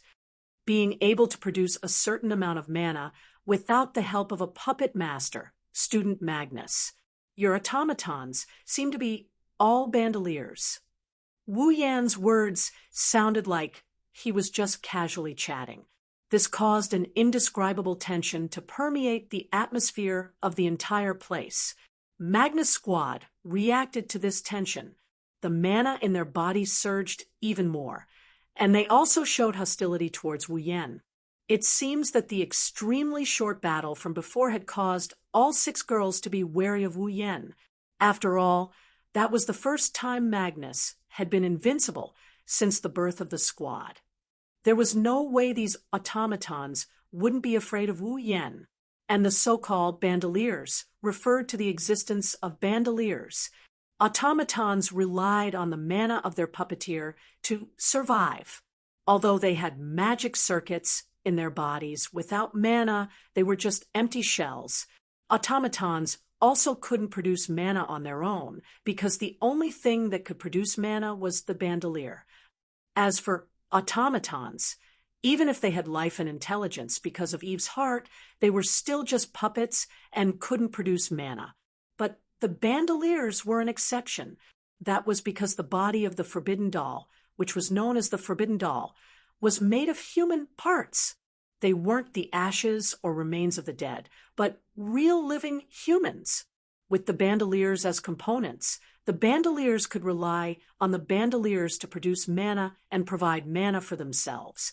They were able to perform better than normal automatons, and to a certain extent, had the ability to break away from their puppeteer. Of course, the amount of mana a bandolier could produce was also very limited. It couldn't be compared to humans with mana, but it was still much stronger than automatons that couldn't break away from their puppeteer. But using the bandolier to create an automaton was already against the magician's code of ethics. It was taboo. Magnus, you're still not the Demon King. You can't break away from the International Magic Charter and the magician's code of ethics. A cruel smile appeared on Wu Yan's face, as if it was carved out by a knife. If the people from the Magicians Association find out about this, you'll be sent to the guillotine. Hearing this, Magnus' squad seemed to have been provoked and wanted to make a move. However, just as the girls were about to make their move, Magnus suddenly said something like this. "You don't seem to have your automaton with you." The tension in the air instantly multiplied, and the magic power of the girls of the battle squad also surged out even more intensely. "Are you trying to kill me to silence me?" Wu Yan had a look of disbelief on his face, but in the next second, he smiled calmly. "I don't mind, you can try. I see." Without waiting for his squad to react, Magnus nodded nonchalantly. "You have an automaton in your squad that can teleport, right?" This time, Wu Yan had a surprised look on his face. "You saw through it?" Magnus didn't answer. Instead, he looked at Wu Yan with his only exposed eye. "You're looking for me? I heard that you're not only an excellent puppeteer, you're also a skilled puppeteer. I'm sure you have Eve's heart on you, right?" Wu Yan pursed his lips. He didn't want to beat around the bush, and he got straight to the point. "I want to ask you for Eve's heart." Hearing these words, Magnus lowered his head and pondered for a moment. Then, he took out a stone from his sleeve. Magnus held the stone in his hand and infused mana into it. In the next moment, the stone in Magnus' palm emitted a resplendent light, turning into a dazzling ball of light that floated above his palm. After doing all this, Magnus tossed the glowing sphere to Wu Yan. "If there's nothing else, please forgive me for taking my leave." Leaving these words behind, Magnus walked past Wu Yan with firm steps and headed for the tech department's dormitory. Throughout the entire process, Magnus' squad was on high alert. They didn't take their eyes off Wu Yan for even a second. It wasn't until Magnus entered the school dormitory that they jumped up and followed after him. Wu Yan shook his head with a chuckle as he held the glowing orb in his hand. What a loner! Chapter 1593. Walpurgis Royal Mechanical Academy. An empty space deep in the forest, the empty space that was full of potholes due to the practice between Wu Yan and Charlotte, had returned to its original state. The messy potholes were all filled up, and the burnt marks were all erased. The empty space was once again flat. Wu Yen was standing in the middle of the empty space with his eyes closed. His hand was stretched out in front of him, and there were ripples of magic on it. In front of Wu Yan's hand that was rippling with magic, there was a human-shaped wooden puppet. It was moving in an uncoordinated manner, twisting, swaying, and staggering like a baby learning to walk. It would not be strange if it fell down at any time. It was not an automaton, but a real wooden puppet made of wood. It was only in its human form. The joints seemed to have been deliberately cut off, and there were unconcealable grooves. Its head was only an oval-shaped piece of wood, and it did not even have a face. When it walked, it was like a skeleton, and there were kacha-kacha sounds. It was an ordinary wooden puppet that did not have a basic magic circuit, like Eve's heart. In other words, it did not have self-will, which was a common thing for automatons. It was just a lifeless, dead object. However, such a dead object was now like a baby learning to walk. Amidst the kacha sounds, it twisted its stiff body and walked step by step. If one were to observe carefully, they would discover that there was a layer of dim light around the puppet that was walking crookedly, covering the joints of its body. That layer of dim light, there was no need to think. It could only be what Wu Yen was doing with his eyes closed and his hand facing the puppet. That was an advanced magic called telekinesis. It was a technique that could use magic to interfere with matter and control it with one's thoughts. Now, Wu Yen was using such a technique. He was manipulating the puppet that had no self-control. The reason why he was doing such a thing, of course, it was because he was practicing magic. Although the automaton had the ability to act on its own and did not need the puppeteer to control its every move, the automaton still had the ability to act on its own. In battle, the puppeteer still needed to control the automaton to a certain extent. Therefore, using telekinesis to control a puppet without self-control could not only train the puppeteer's skills, but because the puppet did not have self-control, it also consumed a lot of magic to control it. It could also improve one's magic to a certain extent. However, it was not easy for a normal puppeteer to make a puppet move, using magic to control all the joints of the puppet and make it move as one wanted while maintaining balance. Not only did this require a lot of attention to each joint, it also consumed a lot of magic power. The burden was really shocking. Therefore, if one was not an experienced and powerful puppeteer, they would not even be able to make the puppet's hands. And to the students of the academy, this was something that was close to impossible. In the entire academy, there were no more than 10 students who could use telekinesis to make a puppet move. As for being able to make the puppet move according to his will, probably only Magnus was able to do that. Wu Yen only learned how to use telekinesis from Kimberly in a recent class. Using telekinesis to control the puppet and practice magic was something he only started doing this morning. But now, Wu Yen can force the marionette to move according to his will. If others were to know about this, they would be so shocked that their eyes would fall out. Unfortunately, there was someone who wasn't satisfied with this result at all. Control it more smoothly for me. Natsuki frowned as she looked at the puppet that was moving in a crooked manner. You even have the endless knowledge of tactics in your head. You can even use magic at the level of Sai of the Dragon King and revived Titan's hand at will. The magic of telekinesis is only a basic magic to you, right? And you can only use it to this extent. No matter what, I only learned it today. Wu Yen retorted as he continued to release his mana and use telekinesis on the puppet.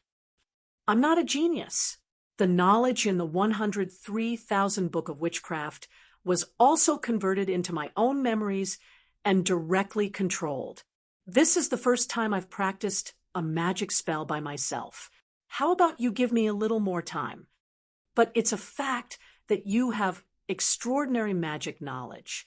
You also have the infinite martial arts skill that combines mind, technique, and body as one. Mastering telekinesis should be easy, right? That's easy for you to say. Wu Yan opened his eyes, and he retracted his mana. The marionette fell to the ground with a thud. Why don't you give it a try? Wu Yan injected a portion of his mana into Natsuki's body. Natsuki glanced at Wu Yan and didn't say anything. She didn't even extend her hand. She just stared at the puppet on the ground and used the mana that Wu Yan sent over. A pair of sapphire blue eyes shone.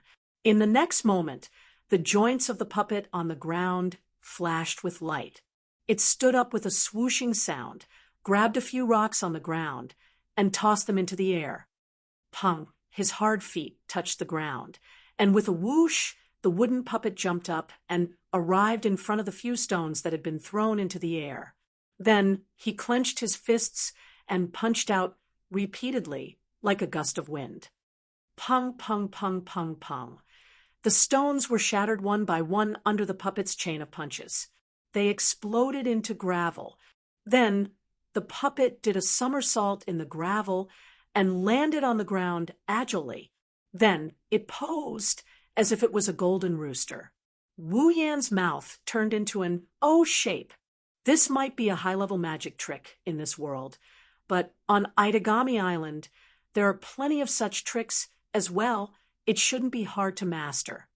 Natsuki raised her parasol and walked towards the other 4 girls who were resting under the shade of a tree. You should master telekinesis as soon as possible and train your magic tricks. That way, you won't be an amateur and we will be able to fight better. Natsuki, Ikaros, Astria, Nagisa, and Kanon can fight on their own without the puppet master's control. However, if Wu Yan can master his magic tricks better, the girls will be able to fight better. Not to mention other things, just the aspect of the transfer of mana had its own techniques. When the automaton attacked, the puppeteer could adjust his mana to be more violent. This way, the automaton's attack power would be increased. When the automaton was defending itself, the puppeteer could compress and strengthen his mana to harden it a little. That way, the automaton's defense would also increase. If the output of magic power was like the wind, slow and ethereal, it could increase the speed of the automaton. If the output mana was first accumulated and then injected into the automaton, it would significantly increase the explosive power of the automaton. These are all small tricks in magic tricks. Wu Yan realized that magic tricks can increase the combat power of the girls. While he was preparing for the 3rd phase of his demigod path, he paid attention to the classes and studied magic tricks. That's why he's here to train his telekinesis. Otherwise, with Wu Yan's lazy personality, he would rather sleep in the dorm, as expected of a natural witch, a demon killer, who was born with the ability to control space magic. Zhang Lixing muttered to himself.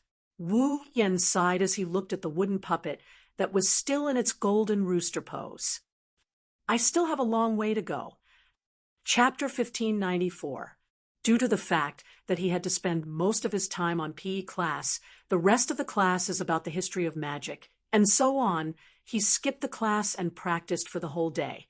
After a full day of practice, Wu Yan was finally able to use his telekinesis to make the puppet move like a real person. This speed could not be said to be slow.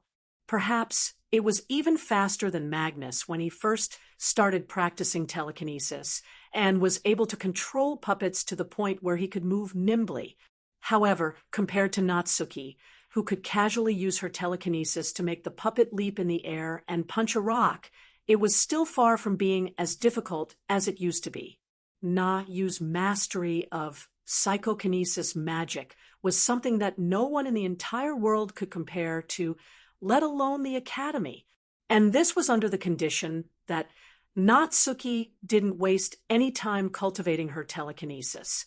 As a natural-born witch, Natsuki's talent in magic could be seen from this. If it wasn't for the fact that Wu Yan had the highest level of magic cultivation, endless knowledge of magic, and the fact that his true ancestor body improved his talent, Wu Yan wouldn't even know if he could use his telekinesis today.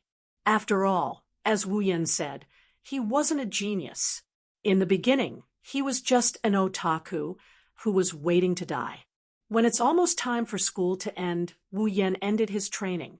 He led the girls who spent the whole day playing under the shade of the trees and walked out of the forest towards the student cafeteria.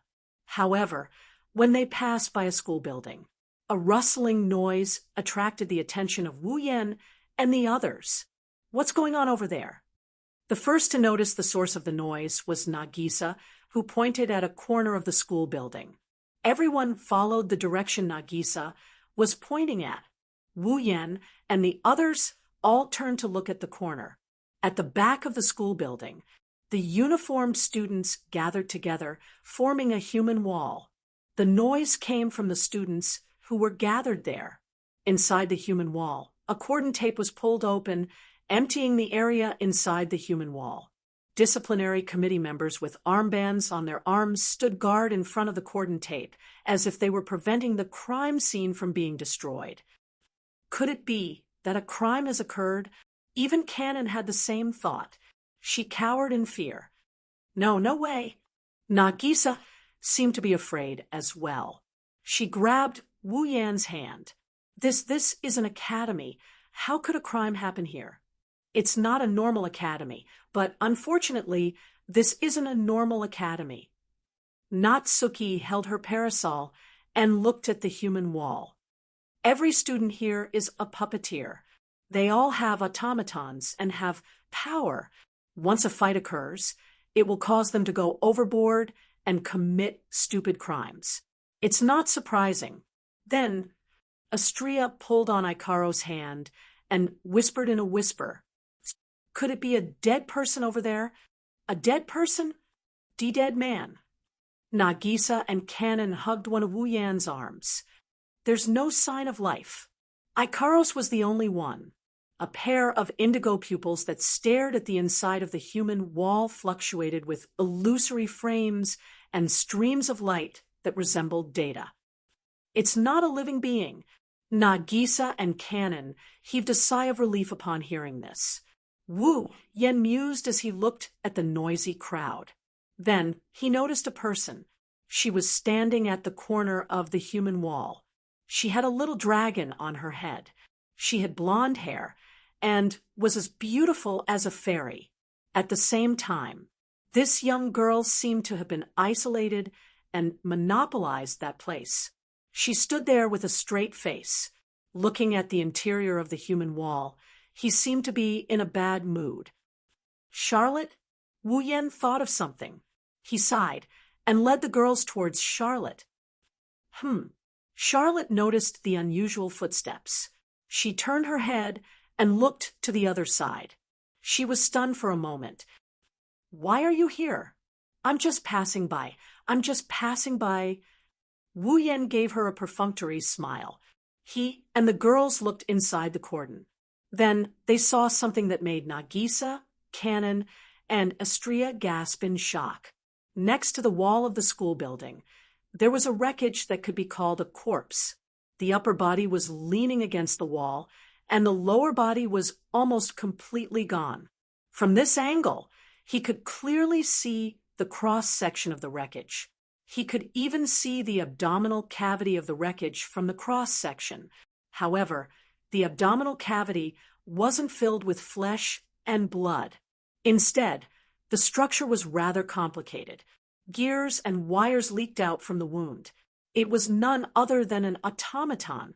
Looking at the gears and wires that leaked out from the abdominal cavity and the oil that looked like blood, it made the remains of the automaton look even scarier than a human body.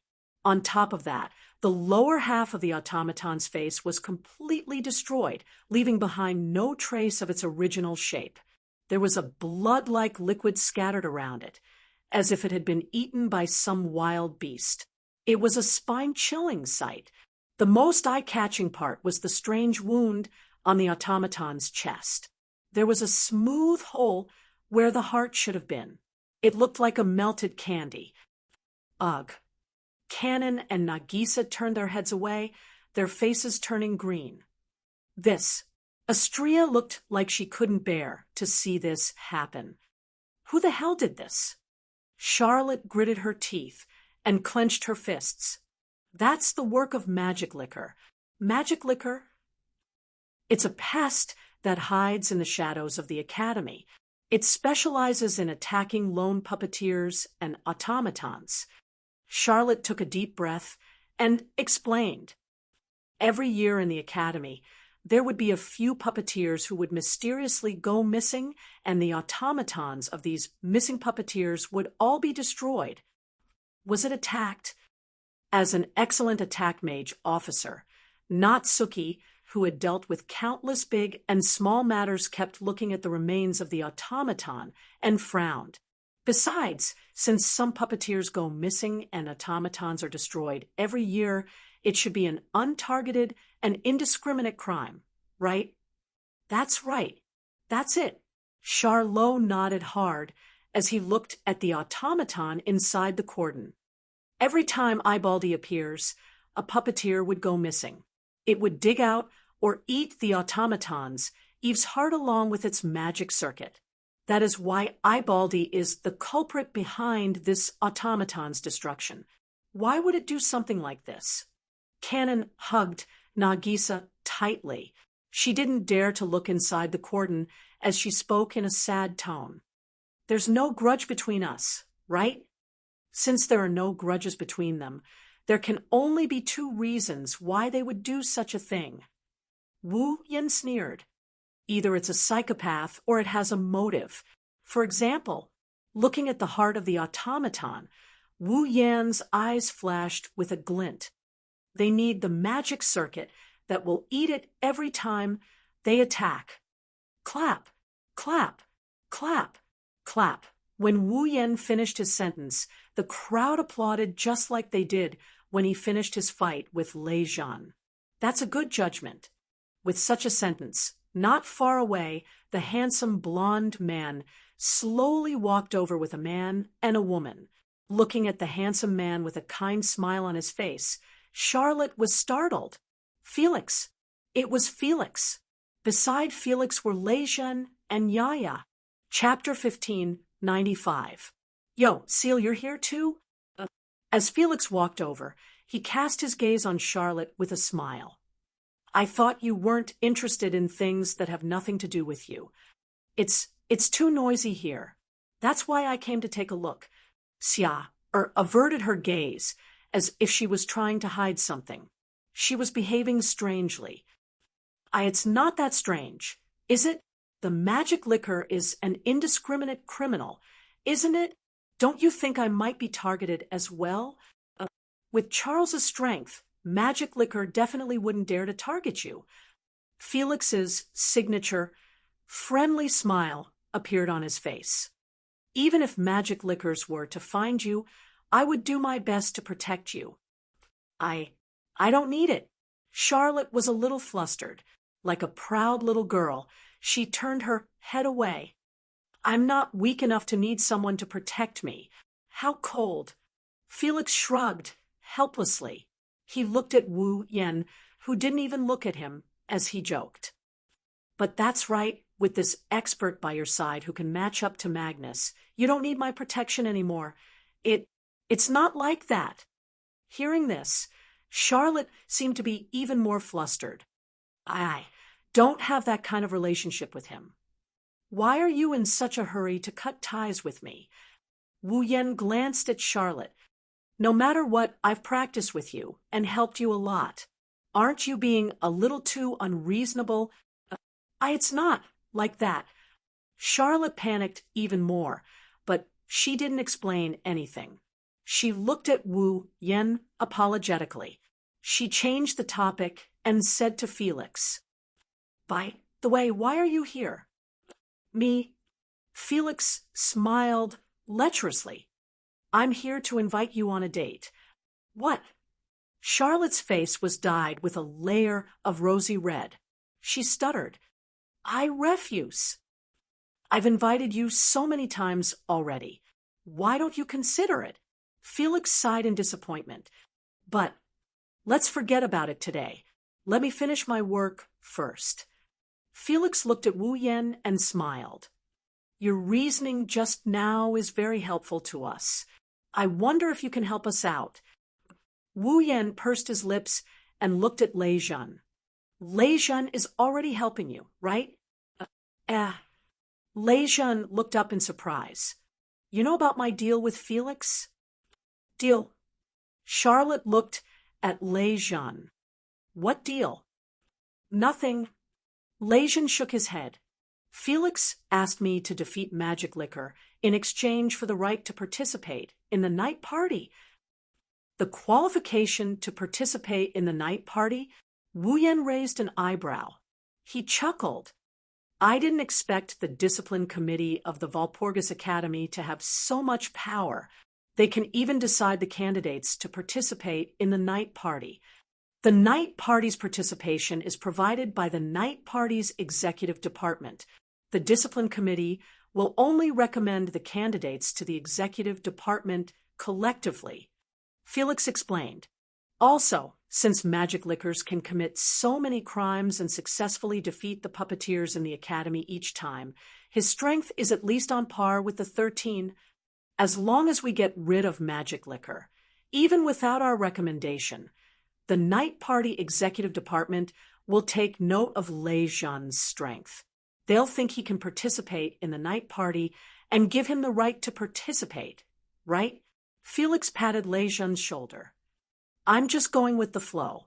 So, Magic Liquors, if you give this prey to Lei Zhen, will be very grateful. Hearing Felix's words, everyone looked at Wu Yan. But under everyone's gaze, Wu Yan smiled. His smile was very sarcastic. Looks like our discipline committee's supervisor doesn't like me either. Such a sudden sentence stunned everyone present on the spot. Why is that? Felix waved his hand and shook his head as if he was panicking. I didn't mean that at all. Then why did you ask me to look for the Magic Liquor? Wu Yan smirked. Aren't you trying to push me to a dead end? What? Push you to a dead end? Charlotte, Lei Zhen, and Yaya were all stunned. They didn't understand what was going on. Even Felix frowned. I think you misunderstood. I didn't mean that. Although Magic Liquor, Eyebaldi, should be very strong. If it's you, you shouldn't be able to deal with him. Do you really think so? Before Felix could finish, Wu Yan interrupted him. Then, can you please tell me if the Academy has found any of the missing students up until now? Yes. The Academy has already started searching for the missing students. Felix became serious. But the discipline committee, the guards, and the Academy's professors haven't been able to find them. Don't you know that? Wu Yan sighed. That's right. The number of students that Magic Liquor had ambushed so far has completely disappeared. In other words, not only did Magic Liquors eat the automaton, but they also hid the puppeteers who might have been killed. Wu Yan looked at Felix mockingly. It's not easy to hide a corpse. If you bury it, there will be soil there. If you dissect it, there will be blood stains on the ground. Moving the corpse is even more troublesome. Many murderers give themselves away when they dispose of the corpse. That's right. Felix's frown deepened. But what does this have to do with me wanting to push you to a dead end? You still don't understand. Wu Yan shook his head and looked straight at Felix. There would definitely be some sort of criminal act that would give the game away. However, up until now, there hasn't been a single trace left behind. If Magic Liquor was someone from this academy, there's no way he could have done it so perfectly. Unless... Wu Yan's wine-red eyes shone with a clear coldness. The culprit is someone with status, power, and authority in the academy, someone who can do things behind the scenes. For example, the academy's higher-ups, the guards, or disciplinary committee member. His clear words reverberated in the surroundings, causing everyone present to clamor loudly. Charlotte and Lei Jun were even more shocked. As if they had made an agreement, they cast their gazes on Felix. Felix retracted his usual friendly smile. He stared at Wu Yen in a deadlock. They didn't say anything else. One must admit that Wu Yan's judgment was very accurate. There were so many missing students, but the academy still hadn't found the reason. They didn't even have a single clue, which was very strange. However, if there was an academy behind the scenes that tampered with magic liquor, then it wouldn't be strange at all. Of course, I don't have any evidence. After a while, Wu Yan suddenly changed the topic. He smiled and turned around. However, if I cause trouble for magic liquors, I might become enemies with the disciplinary committee member, the guards, or even the academy's higher-ups. If that's the case, I should be quietly eliminated, right? I don't want to take the risk. Along with this teasing remark that may or may not be true, Wu Yan led the girls and left the scene with clear footsteps, leaving behind a heavy, suspicious, and bewildered atmosphere. It was as if he was telling everyone that the following days wouldn't be peaceful. Chapter 1596, Nighttime. Inside the tortoise shell, no one other than the housemaster noticed the change. Nagisa, Kanon, and Astria were sitting on the bed in their pajamas. They were chatting happily. Natsuki was sitting on a sofa against the wall. She was also wearing pajamas. She was enjoying a cup of black tea, with her eyes closed. Ikaros was standing on the other side. She was holding a large watermelon in her arms. She was caressing it while staring blankly at the bathroom. If the students who lived in the same house saw the scene of a lovey-dovey couple in the room, they would be very envious, right? Even though the 5 girls came in all shapes and sizes, they were all beautiful. In a male dormitory like this where problem students and third-rate puppeteers live, a room like this should be heaven, right? As a matter of fact, Wu Yan is quite happy living here. Not only can he watch the girls laugh and play every day, there are only 2 beds in the room. Even if Ikaros and Astria don't need to sleep, if they share a bed, the remaining one will have to sleep with Wu Yan. How could he not be satisfied with this kind of life? Of course, with Natsuki's personality, there was no way she would sleep with Wu Yan in front of so many people. Nagisa also had a strong reaction to sleeping with Wu Yan. Normally, Kanon was the one who slept with Wu Yan. Being surrounded by so many girls and sharing a room was nice, but it wasn't as comfortable as when he was living with Shoujo and Mikoto in Fuyuki City. After all, when he was living with Shoujo and Mikoto, Wu Yan could sleep with them without any qualms.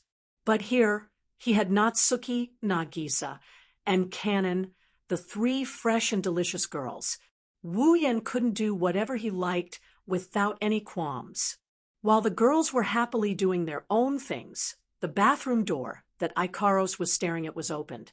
Then, Wu Yan walked out of the bathroom in loose, casual clothes. He was drying his hair with a towel. "I'm done."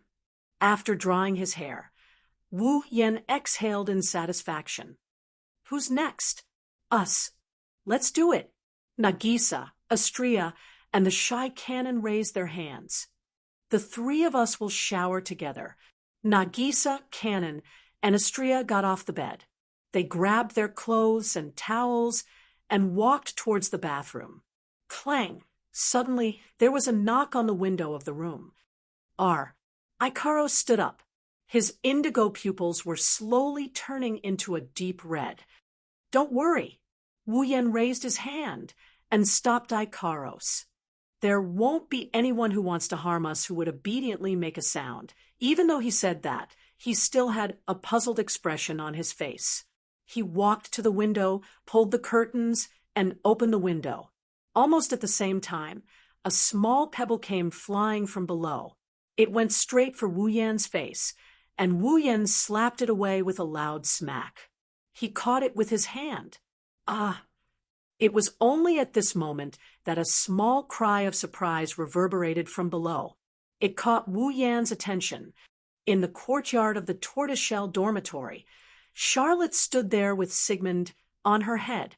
She looked at Wu Yan with a surprised look on her face. Needless to say, the one who threw a rock at Wu Yan and the one who used the projectile method to hit the window is undoubtedly Charlotte. I say, Wu Yan tossed the stone in his hand. He looked at Charlotte with an annoyed expression. Coming here in the middle of the night to play a prank. Do you have a grudge against me? It's not a prank. Charlotte reacted, and her eyes darted left and right. She muttered, I just wanted to talk to you about something. Something? Wu Yan paused and turned around. He looked at Natsuki. Natsuki was holding a teacup, but her eyes were on Wu Yan. When she saw Wu Yan looking at her, she nodded casually. All right, Wu Yan replied. I'll go down now. Sorry to keep you waiting. In the courtyard outside the tortoiseshell dormitory, Wu Yan found Charlotte sitting on the grass and walked over. She saw Wu Yan in loose, casual clothes walking towards her. She looked a little uncomfortable, but still made room for Wu Yan to sit. I'm really sorry about today. When Wu Yan sat down, Charlotte lowered her head and said something that stunned Wu Yan. What do you need to be sorry about? We've only met once today and exchanged a few words. Can't you think for yourself? The apology from before seemed to have exhausted all the frankness that Charlotte had squeezed out. At this moment, her words had returned to their usual aggressive manner. Didn't I try to distance myself from you in front of Felix? Charlotte turned her head away so that no one could see her expression. I didn't do it on purpose. Are you talking about that? Wu Yan scratched his face and shrugged. I didn't take it to heart. You don't have to apologize. Just accept Charles's apology. Sigmund, who was lying on top of Charlotte's head, suddenly said, Because of this, Charles almost didn't eat dinner. Sigmund, Charlotte angrily threatened, Be careful or I'll replace all your chicken with peanuts tomorrow. Charlotte inadvertently met Wu Yan's eyes. She looked like she wanted to say something, but stopped herself. Wu Yan got confused when he saw Charlotte acting like this. What's wrong? No, nothing. Do you think I'll believe you? Aren't you a little too dishonest?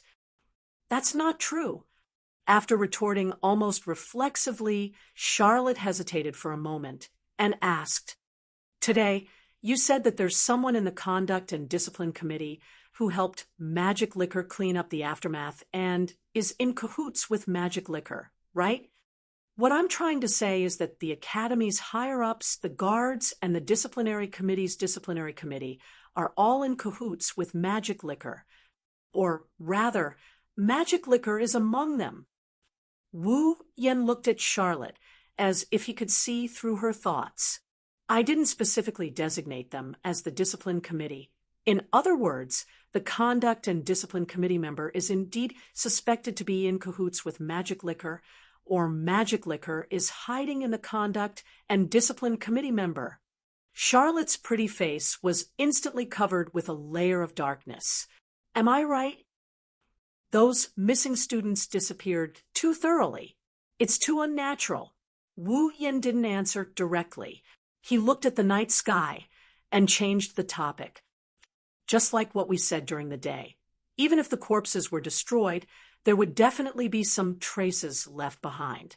However, they seem to have completely disappeared from the face of the earth. After such a long time, the Academy still hasn't found anything. It doesn't matter if those missing students are alive or dead. Since there isn't a single trace left behind, it means that they were either transferred out of the Academy or hidden in a place that ordinary students are not allowed to enter. Charlotte could feel Wu Yan's voice turning colder by the second. But you know the situation in the Academy. It's like a cage. Students have to register when they leave. Automatons can't even leave. They'll be attacked the moment they leave. In such a cage, if magic liquor really transferred the missing students out of the academy, then it must have been approved by a certain powerful existence or organization in the academy. Wu Yen turned around and looked at Charlotte. If the missing students are still in the academy, then wouldn't the only place where they can hide and not be discovered by others be the restricted areas that are strictly regulated by the academy? If that's the case, if you want to hide them, you have to get the approval of those powerful existences in the academy, right? Charlotte fell silent. Chapter 1597.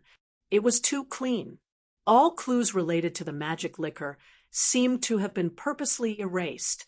Other than the remains of the automaton, nothing else was left behind. The Walpurgis Royal Mechanic Academy was the best academy in the world of magic. If the Kaibal candy was really just a rat hiding in the shadows, how could the academy not find any traces of it until now? To be able to commit a crime in the highest school in the magic world so cleanly, it was like successfully escaping from a police station without leaving behind a single trace of blood. It was as if the victim had vanished from the face of the earth and disappeared without a trace. This, in itself, was already a suspicious point, and if the Academy's authorities were behind this, then it would explain why the crime was so clean. No matter if the missing students were alive or dead, they were destined to be shameful. Then it was not possible to move the missing students out of this cage-like academy. If they were to be hidden in the academy, they would have to be in the most secretive place that outsiders could not find. But if the academy's higher-ups, the guards of the garrison, and the members of the discipline committee were serious about investigating the case, where in this academy could they not be specially approved to enter? The only explanation was that this so-called investigation was just for show. Therefore, the academy's higher-ups, the guards of the garrison, and the members of the discipline committee were very likely to be in cahoots with the magic liquor. Or perhaps the magic liquor, Kaibal candy, was hiding among the existences who held real power in the academy. If they were to go against the magic liquor, Kaibal candy, it would mean that they would have to go against these beings as well, as a student without any backup who could contend against these existences. That would instead be targeted by these existences, wouldn't it? Even if they did find the magic liquor, Kaibal candy, wouldn't they be fooled by the other party using their authority? Realizing this, Charlotte couldn't help but feel a chill in her heart. Doesn't that mean that regardless of whether we find the Kaibal candy or not, he won't suffer the punishment that he deserves? You're being too pessimistic. Wu Yin shook his head. Perhaps the Kaibal candy is indeed hiding in those institutions with real power in the academy, but not everyone is on his side. Otherwise, this academy would be too scary. You mean? Charlotte said with uncertainty. If we can find out who the magic liquor is, will the authorities that have nothing to do with the magic liquor punish him? The premise is, although it's not everything, but if you really want to make an enemy out of Kaibal candy, you must be mentally prepared to stand against someone with real power. Looking at Charlotte's eyes that gradually turned firm, Wu Yen poured a bucket of cold water on her. But Charlotte, if you want to find the magic liquor, I advise you not to. Charlotte's gaze that had just become firm instantly froze and was replaced with a blank look. Why? Don't you realize it? Wu Yen met Charlotte's confused gaze and threw out such a sentence like a sudden clap of thunder. You are also one of the suspects of the magic liquor. What? Charlotte's delicate body trembled as she angrily shouted. How could I be that kind of criminal? Only you would think so. Faced with Charlotte's rage, Wu Yen coldly and mercilessly threw out words that made Charlotte's delicate body tremble. Every time the Kaibal candy attacked, the attacked automaton would be left with scars, as if the candy had been licked and melted. And Charlotte, your automaton, Sigmund's magic, seems to be able to do the same thing, right? Charlotte seemed like she wanted to explain something, but Wu Yin stopped her with a sentence.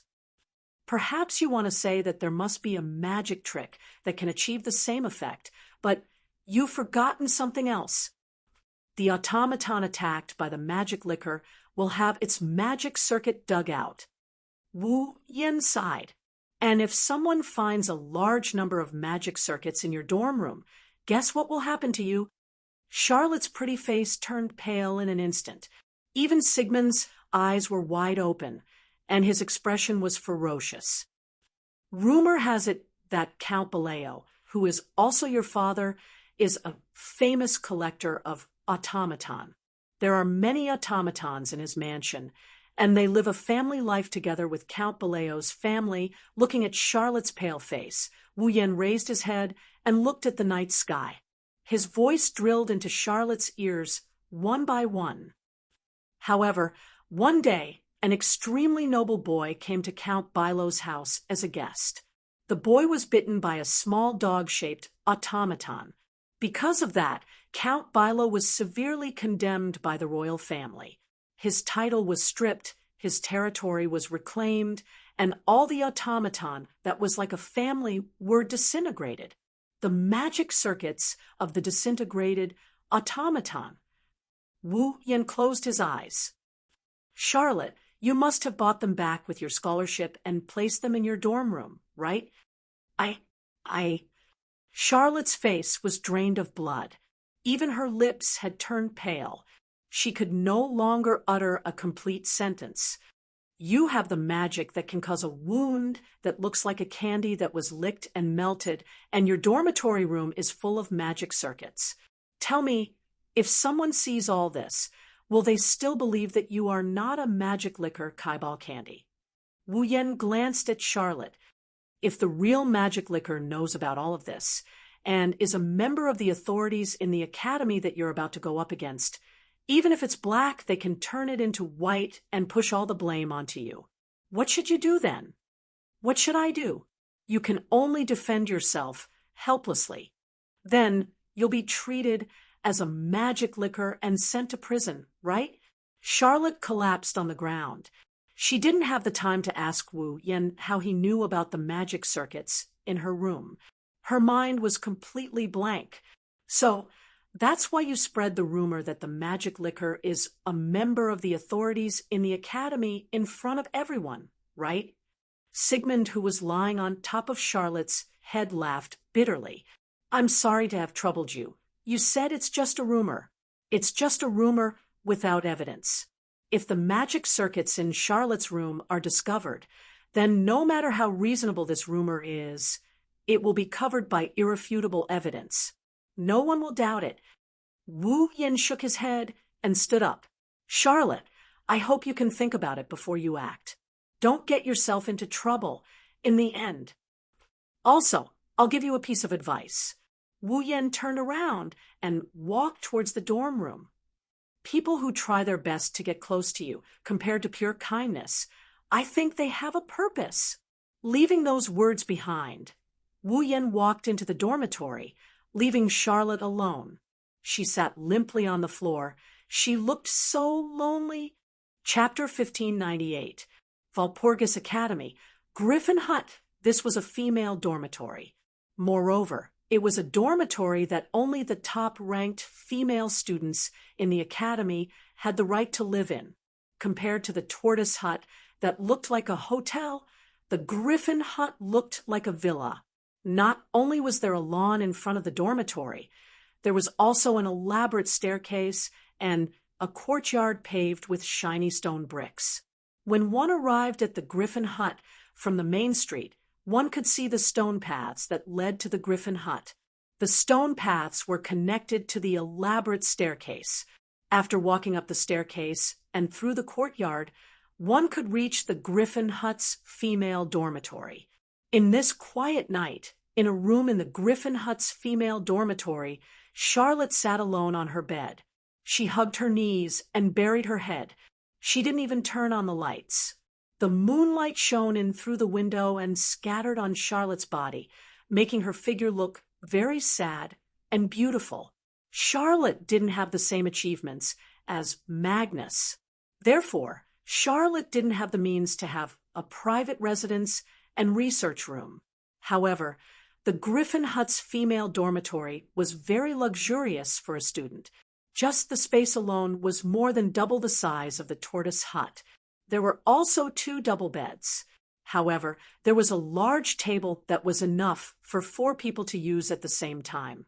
There was also a study table and a bookshelf that looked like a library. There were even 2 spacious and comfortable sofas. It was too much of a waste for a single person to live in such a room. However, the reason why Charlotte lived alone and didn't have a roommate was because Charlotte often got into trouble. She alienated others and didn't get close to anyone. This was why no one lived with her. Otherwise, the students wouldn't be so scared when they saw Charlotte. They would escape and make way for her in fear. And it was also because Charlotte often got into trouble. She alienated others and used violence whenever she encountered something that didn't go her way. This was why she had the code name Tyrantrex and was also known as T-Rex. Her notoriety spread far and wide. Therefore, if the students in the academy saw Charlotte, who was known as T-Rex, in such a weak state, they would be shocked. Wouldn't it be very hard to believe? On the other side of the bed, Sigmund looked at Charlotte quietly without saying a word. Charlotte raised her head slightly. His gaze stopped at a corner of the room. Over there was a wooden cabinet. Charlotte took a deep breath and got off the bed. She walked to the cabinet, squatted down, and slowly opened it. The next moment, the scene in the cupboard was exposed to the air. Inside, there were many small culture tanks that contained heart-like things. Next to the small culture tank that contained the heart-like object, there was also a device. Wires extended from the device and connected to the small culture tank, and the device was operating. The heart-like things in the culture tanks were none other than Eve's heart. It was also the magic circuit of the family-like automaton that Charlotte bought from the outside one by one with her scholarship. Count Bilo's family used to be the pride of the United Kingdom for their ingenious magic, but that was already a thing of the past. Just like what Wu Yan said, one of Count Bilo's dog-like automaton bit a boy of noble status. As a result, Charlotte's father was severely condemned by the royal family. Even his title was stripped away, and his territory was taken back. As for the automaton that used to be her family, with the exception of Sigmund, all of them suffered the fate of disintegration.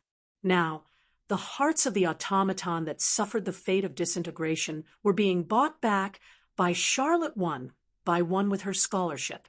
But now, these hearts might very well cause Charlotte to be treated as a magic liquor Cabalcandy. Plus, Sigmund's demon sword was able to cause the candy to melt. With these 2 reasons added together, even if Charlotte wanted to prove her innocence, there was no way she could do so. After all, a magic liquor, Cabalcandy, might very well be one of those existences that held real power in the academy, compared to Charlotte, who hated others, often got into trouble, didn't interact with others, and stubbornly used violence, causing harm to many students. The words of those high and mighty existences were more likely to gain the trust of others. Besides, they were existences that held real power. They could explain themselves however they wanted. They could even fabricate some false evidence. By that time, no one in the academy would believe that Charlotte wasn't a magic liquor Cabalcandy, right? I just want to live with my family again. Looking at the rows of magic circuits in the cabinet, Charlotte squeezed out some bitter words as if she was complaining. Could it be that this is also wrong? The one at fault isn't you, Seal.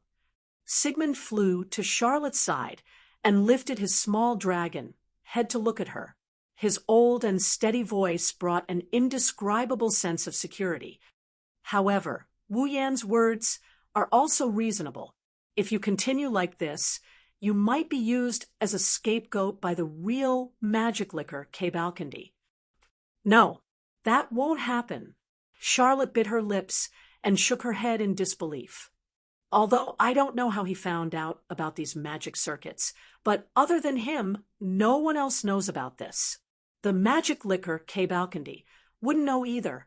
As long as I'm not discovered, I won't be used. There was some truth in this statement. Who asked Charlotte to never get close to anyone? She had never even had a friendly conversation with anyone before. People feared Charlotte like a tiger. They didn't even want to see her. So how could they know about the existence of these magic circuits? However, it was a pity that this time Sigmund remained silent, which made Charlotte feel uneasy. Did you think of something? Sigmund didn't answer immediately. Instead, after a moment of silence, he said such a sentence. Didn't Wu Yen give you a piece of advice? Advice? Charlotte was stunned. Then she was confused. Is it the one that says, compared to pure kindness, I feel that those who try their best to get close to you have ulterior motives? After saying that, Charlotte couldn't help but laugh. How can that be? Other than that guy, who else would be willing to get close to me? As she spoke, Charlotte's pretty face suddenly froze. Try their best to get close to me? Isn't there? In her memory, a face flashed across Charlotte's mind. At the same time, a thought that she would never consider flashed across her mind. Charlotte's delicate body trembled slightly. No, it can't be. Charlotte's eyes trembled even more intensely. She shook her head in disbelief, as if she had lost all her strength. No, it can't be him. Sigmund seemed to have thought of the same thing as Charlotte. He grabbed Charlotte's hand with his dragon claw. Calm down. Seal. The pain from her hand made Charlotte's confused mind start working again. However, her face was still full of disbelief, but there was also a faint trace of panic. Sigmund. As if looking for someone to rely on, Charlotte hugged Sigmund tightly. She closed her eyes tightly, as if she didn't dare to face reality. That should be impossible, right? I don't know, Sigmund said in a deep voice. However, we can't rule out this possibility. It depends on which side you choose to believe. Which side do I believe? That's right. That's right. Sigmund nodded vigorously. One side is the person who spared no effort to practice with you, eat with you, chat with you, and give you advice. The other side is the person who tried his best to get close to you every day. He helped you settle a lot of problems for you, but his motives are unclear. Which side are you willing to believe? Hearing this, Charlotte lowered her head so that no one could see her expression. Chapter 15, 99. The next morning, on the noisy main street, Charlotte brought Sigmund, who was standing on her shoulder, to the student cafeteria. Along the way, the students acted as if they had seen the god of plague. They opened up a path in a panic, making the places that Charlot passed by become like a ferocious tiger on the streets, creating chaos. Looking at this scene, Charlotte was expressionless on the surface, but she smiled bitterly in her heart. That's right, Charlotte, who was known as the Tyrannosaurus, was such an existence that people wanted to avoid, because Charlotte had done a lot of extreme things.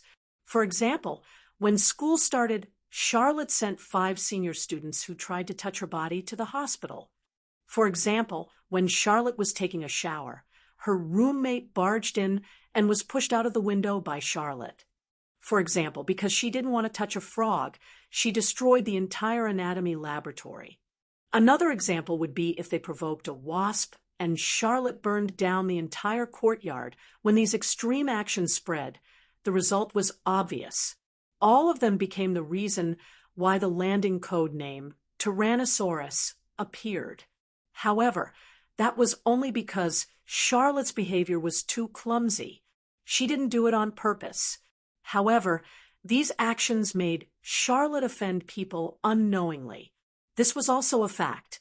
Therefore, no one was willing to get close to Charlotte, and no one was willing to get close to Charlotte.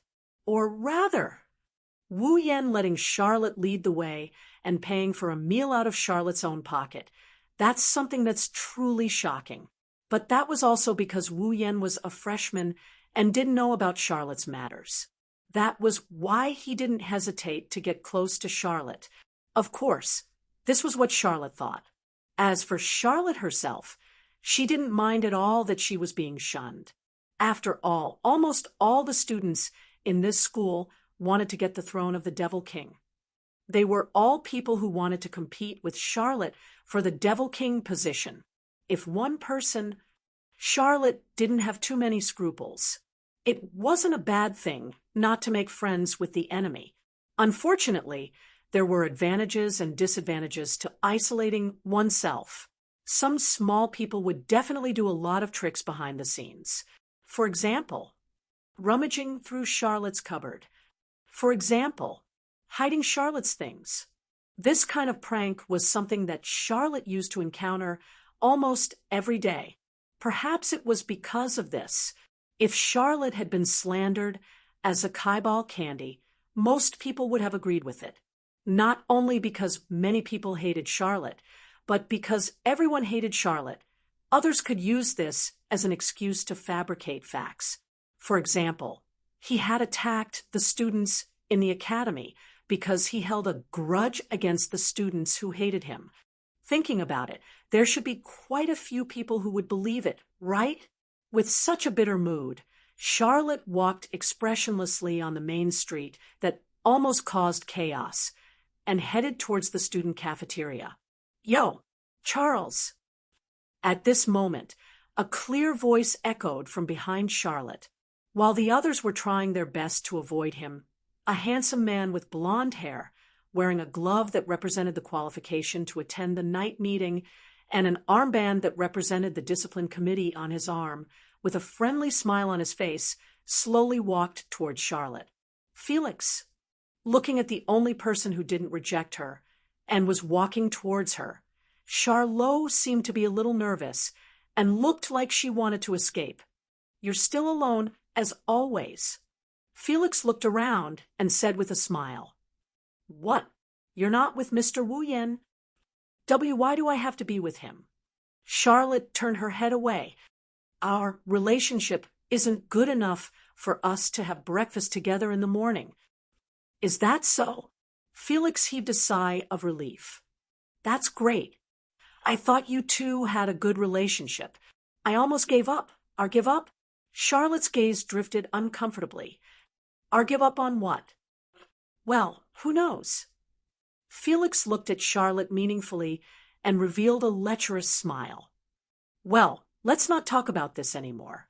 Charles, why don't you give me a chance today and go on a date with me?" A date? Charlotte pursed her lips and looked up at Felix with a serious expression. "Why does it have to be me?" Hearing this, Felix paused for a moment before his eyes lit up. In the past, when Felix asked Charlotte out on a date, Charlotte would refuse without hesitation. But today, Charlotte asked for the reason. Didn't this mean that Felix had a chance? Isn't it obvious? At that moment, Felix looked at Charlotte with some enthusiasm and said half jokingly and half seriously, "Don't worry. Isn't it normal to pursue a girl as beautiful as you? There are plenty of girls in the academy who are prettier than me." Charlotte's cheeks were slightly red, but she still said seriously to Felix, "They're not as annoying as me, and you're so popular among the girls. If you go on a date with them, they should be happy, right? We've known each other for a long time. You should know me more or less, right?" Felix stopped smiling and looked straight at Charlotte. "Do you think I would casually ask someone on a date because of this? Is that so?" Charlotte blushed even more when Felix looked directly at her. She quickly averted her gaze and said shyly, Is that so? If it's just for a while. I don't mind accompanying you for a while." "Really?" Felix revealed a dazzling smile that dazzled the girls around him. "That's great. Please have breakfast with me." That's it." Charlotte turned around and walked towards the student cafeteria in a panic. Only then did Felix straighten his collar. A heartfelt smile appeared on his face as he followed Charlotte's footsteps. On the way to the student cafeteria, Felix had been actively talking to Charlotte. Charlotte, on the other hand, seemed a little nervous, replying intermittently like a little girl. This made many of Felix's fans grit their teeth and look at Charlotte with unfriendly gazes. However, Charlotte completely ignored him. Not long after, she suddenly said such a sentence. "Felix, there's something I want to ask of you." "Something?" Felix paused for a moment before smiling helplessly. "I understand. So that's why you were willing to accept my invitation today." "I'm sorry." Charlotte lowered her head. "But I can only ask for your help." "That's an honor." Felix shrugged. "Just say it, Charles. If I can help you, I'll do my best." "Is that so?" Charlotte's eyes flashed with a complicated expression.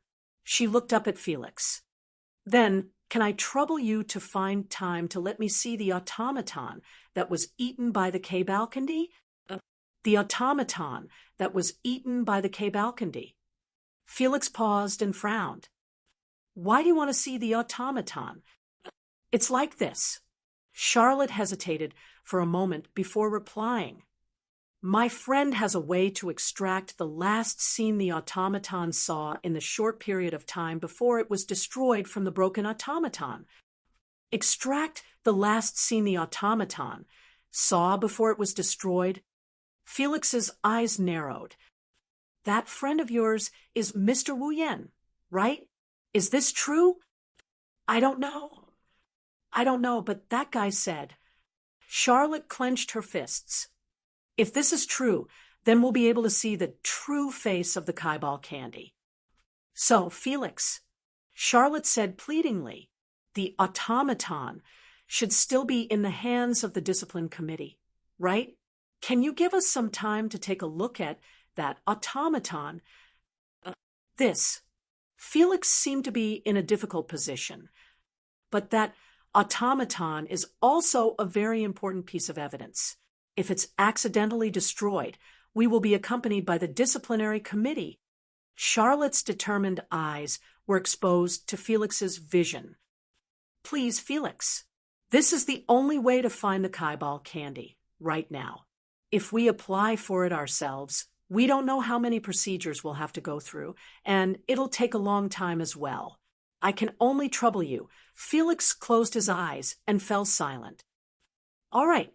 After a long time, Felix nodded. "I will go and prepare. I will inform you when I'm ready. Thank you." Charlotte thanked Felix, relieved. Felix smiled when he saw the relieved Charlotte.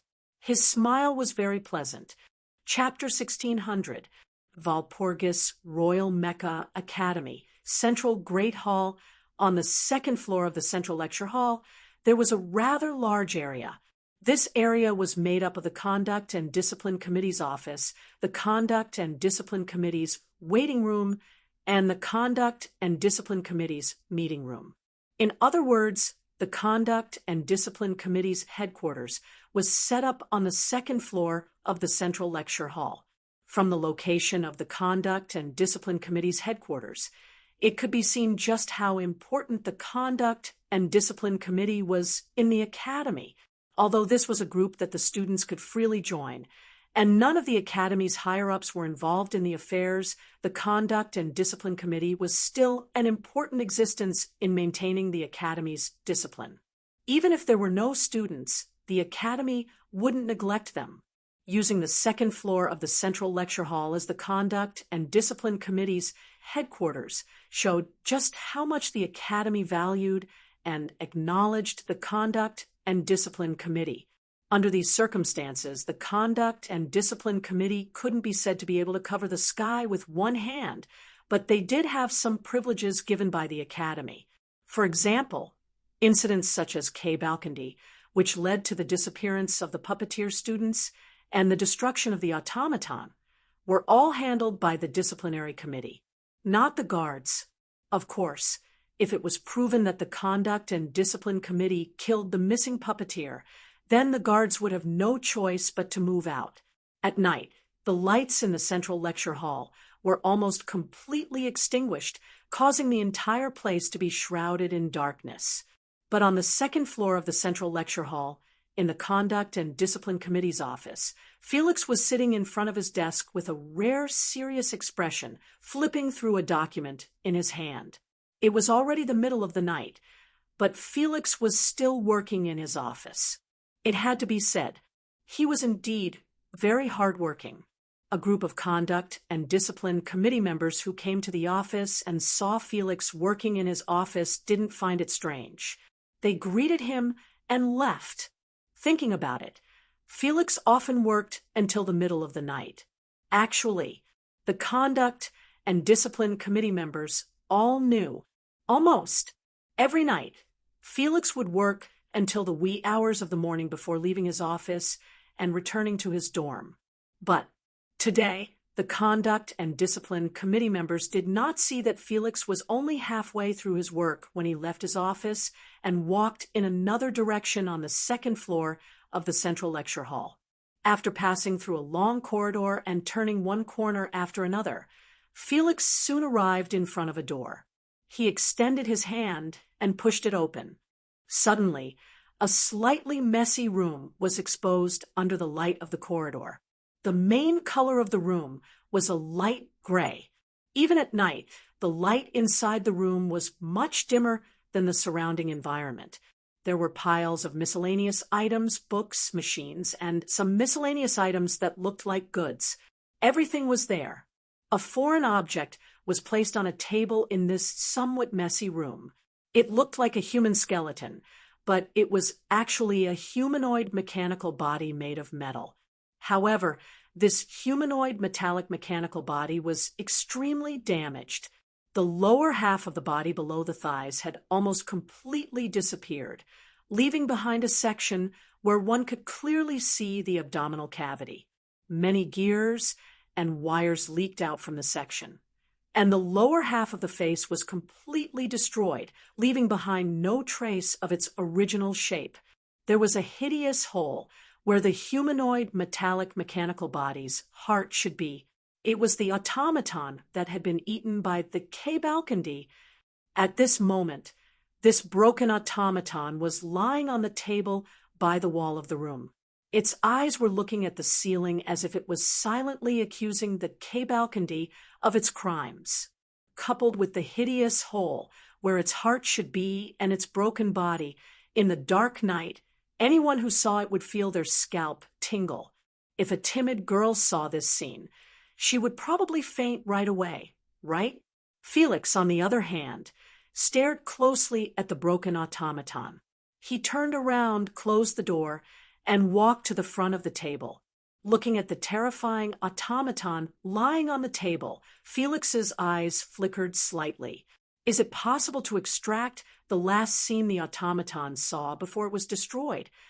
If there really was such a method, then the culprit who attacked the automaton and caused the destruction of the automaton would be found. If that's the case, the Kaibal candy will have nowhere to hide, right? Phew. Felix exhaled softly. His eyes seemed to have focused on the broken automaton. Although I don't know if it's real or not, but whether it's real or fake, as long as there's a slight possibility, then Felix smiled. However, that smile no longer had the friendliness and calmness it used to have. Instead, it seemed a bit twisted. I absolutely can't let anyone touch this automaton. After saying that, Felix grabbed the broken automaton by its neck and lifted it up Walpurgis Royal Tactical Academy, deep within a forest. Bang! Felix threw the broken automaton on the ground, grabbed a torch, and threw it on the broken automaton. Phew! In the next moment, the torch burned on the automaton's body, gradually burning the already broken automaton to ashes. Felix stared closely at the burning automaton. The light from the fire illuminated his handsome face, but it also made Felix seem much more ruthless. After an unknown amount of time, The burning flames gradually weakened until they were completely extinguished. The dilapidated automaton had all turned into ashes. Felix took out a bag and swept all the ashes into it. Then he picked up the small piece of ground that was burned black by the flames.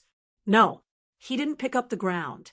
It was a stone slab that was spread on the ground. After throwing the stone slab in his hand into the bag, Felix laughed again. This time, it was an extremely sarcastic laugh. Burning this automaton should attract a lot of suspicion, right? The K-Balcony might very well be in cahoots with those institutions with real power in the academy. Or perhaps the K-Balcony was a part of those institutions. This was Wu Yan's declaration in front of all the students. Now that the automaton under the custody of the Discipline and Conduct Committee has disappeared, and it disappeared when Charlotte asked Felix to arrange it for her to take a look at it, be it Wu Yan or Charlotte, both of them would have their suspicions. But so what if they're suspicious? Felix sneered. Will Charles think I'm the one who did it? Will others think I did it? It had to be said that Felix had a good reputation in this academy. Even if burning the automaton at this juncture would attract unnecessary suspicion, it only made Wu Yan's declaration a little more convincing. No one would suspect him, Felix, of doing it. Crack. However, just as Felix was thinking that, a small sound came from behind him. Chapter 16:01. Who is it? Felix was shocked. He quickly turned his head and looked behind him, reading the latest novel. But when he did, he was dumbfounded. Sure enough, it's you, accompanied by a sorrowful voice. A young lady with long golden hair that was dazzling even in the night slowly walked out from the dark forest. She had a small dragon on her shoulder and was exposed under the moonlight. You. Felix's expression changed when he saw the young girl walking out of the forest. Charles. The person who had come was none other than Charlotte. Raising her head, Charlotte's gaze met Felix's handsome face. A miserable smile appeared on her face. How I wish it wasn't you, Felix reacted when he heard Charlotte's sorrowful words. He looked at Charlotte with sincere eyes. Charles, please calm down. This is a misunderstanding. Felix's voice became softer and softer. It was for no other reason than the tears that flowed from Charlotte's crystal-clear eyes. Why, is it you, Charles? Felix clenched his teeth and said with some pain, Don't tell me you don't believe me? Charlotte smiled. Charlotte laughed, and it was a masochistic laugh. Felix, do you still not understand? Understand. Felix's face was full of confusion. He had a bad feeling in his heart. Understand what? Seeing that Felix was still putting on an act, Charlotte wiped away the tears on her cheeks. With a trembling voice, she said something that made Felix's heart beat faster. What do you mean by being able to extract the scene that the automaton saw before it was destroyed? That's all fake from the moment you brought the automaton out to the moment you burned it. The entire process. I saw everything with my own eyes. Felix was speechless. You set a trap to lure me? No, you're the one who set a trap to frame me. Charlotte's eyes were wet once again, but she met Felix's gaze. It was as if she had forced the words out of her mouth. I said it. Am I right? Magic liquor, K-Balcony. This time, Felix didn't explain anymore. In the space that became deathly silent, all of Felix's expressions disappeared, and he stared at Charlotte. Then he stopped. He suddenly smiled. That really surprised me. With the same kind smile on his face, Felix nodded in admiration. I didn't expect you to suspect me and set a trap for me. I've said it before. You're the one who set the trap. Charlotte bit her lips as if she was holding back her tears. Her voice was hoarse. Felix, the reason why you're so close to me and try your best to invite me on a date every time is only because Sigmund's magic sword is very similar to the candy-melting scar you left behind when you committed the crime, isn't it? The reason Felix tried his best to get close to Charlotte wasn't because he had feelings for her. It was because the magic effects left behind by the two were too similar. In other words, Felix only got close to Charlotte after carefully preparing a trap. I often offended people in the academy and often attracted small tricks and pranks from others. But every time, it was you, the head of the discipline committee, who helped me deal with the aftermath and took care of me. Charlotte almost bit her lips until they bled, but she still raised her voice and shouted. But that was also to get close to me, right? In other words, everything Felix said to Charlotte, the care he showed her, the gentleness he showed her, everything was fake. Felix was only trying to pin his crimes on Charlotte, kill Charlotte as a magic liquor Cabalcandy, and deceive the world. I didn't set the trap for you. Charlotte finally couldn't help but cry again. It's you. You set the trap for me. You planned to frame me. Ha, ha, ha, ha, ha. Seeing Charlotte cry, Felix covered his face with one hand and laughed out loud, as if he couldn't hold it in any longer. Shocking, truly shocking. I didn't think that someone as naive as you would be able to see through my tricks. I thought you only knew how to daydream, wanting to become the Demon King by hook or by crook, while obediently accepting the hypocritical favors of the enemy. Enemy? Charlotte took a step back, as if she was hit by something. In other words, you framed me because you wanted to become the Demon King and eliminate an opponent. No. You've misunderstood me. I've never thought of becoming a magic candy just to eliminate an opponent. The smile on Felix's face was still as cordial as before, but in the eyes of others, that smile was even more terrifying than ferocious. My automaton is capable of transforming the magic circuits that I've eaten into my own and using the magic of other automatons that I've eaten, magic that allows you to use other automatons that you've eaten. Charlotte covered her mouth. Could it be that you're preparing for the night meeting? Correct. Felix's lips slowly curled up.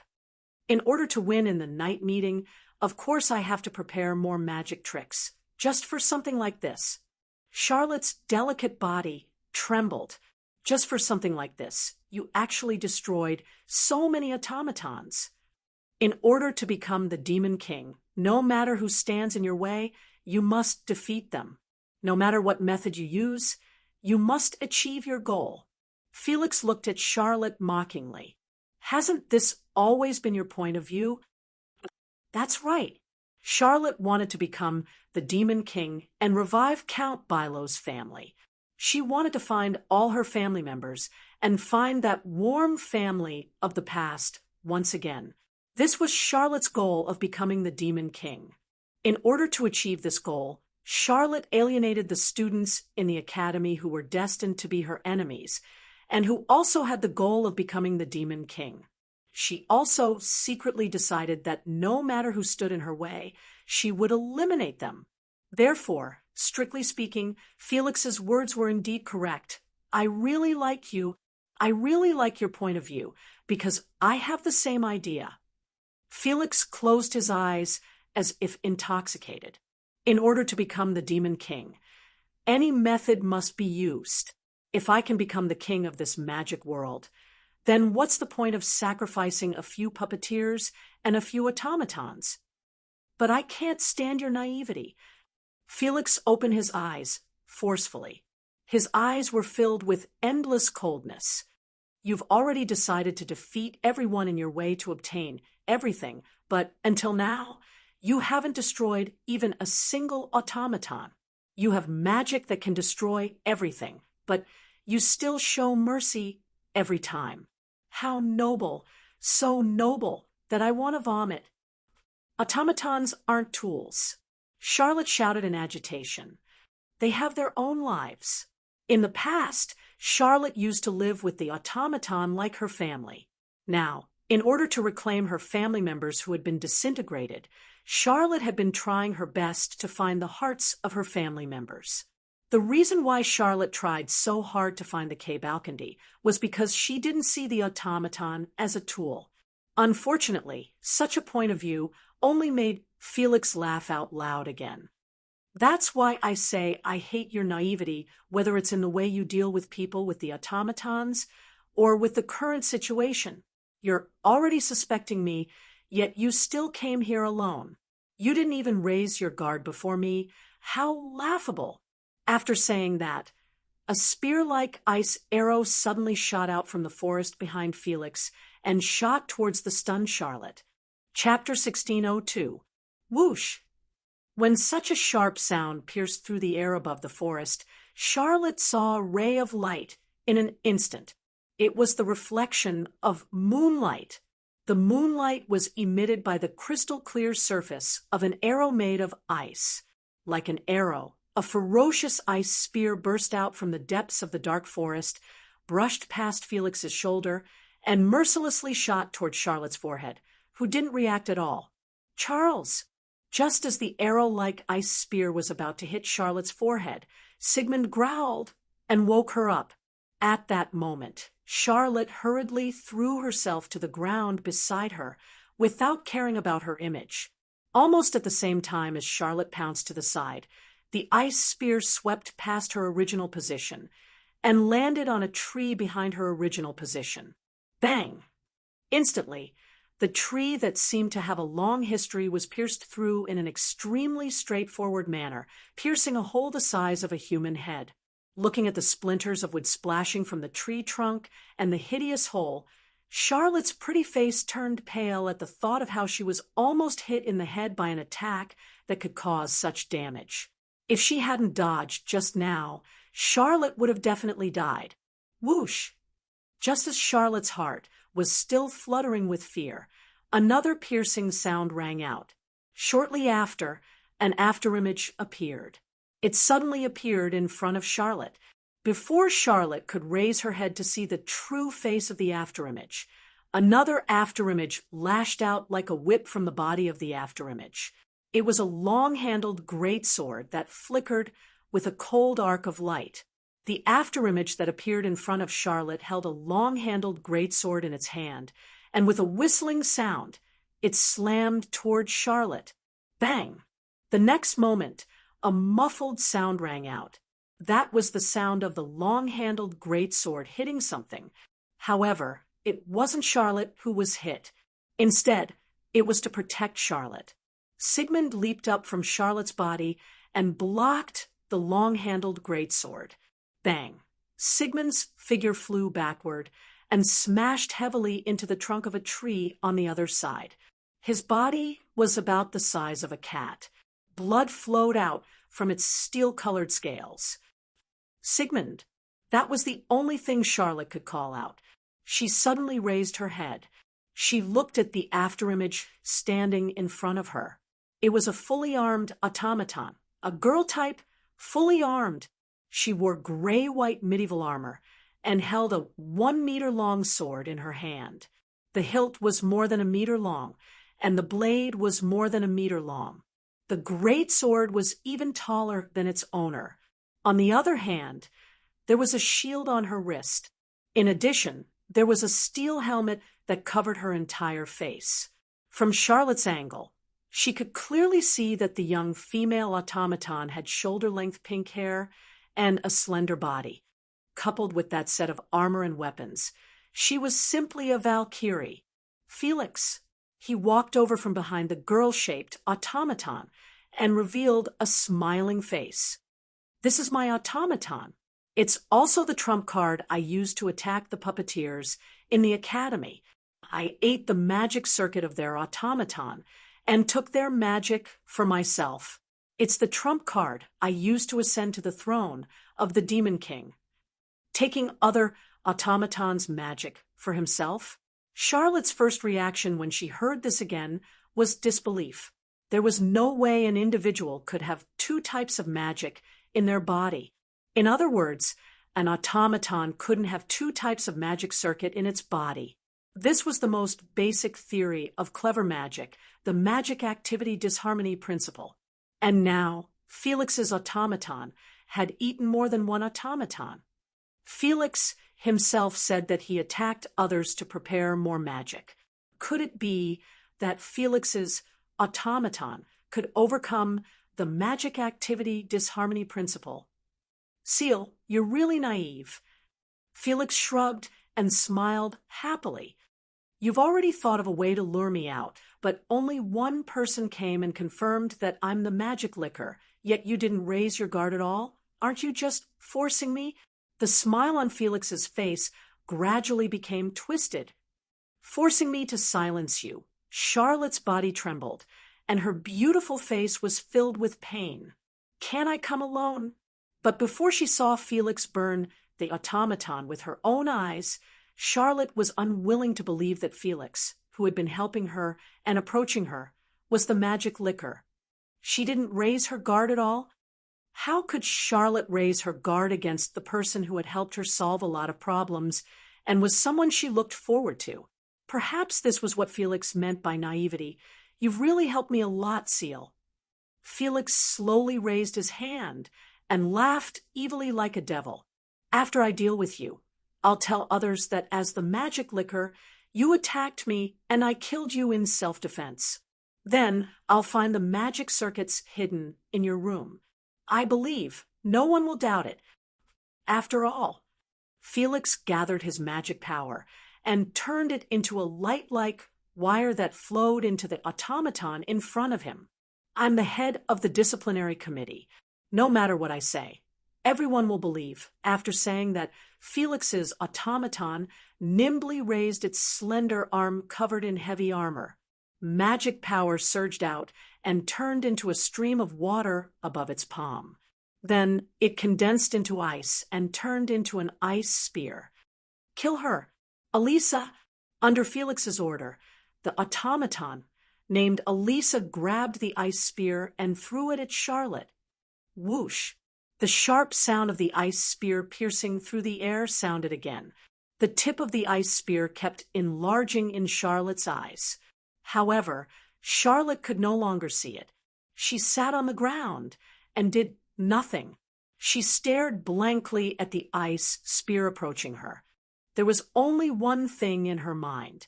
How should she apologize or thank that person?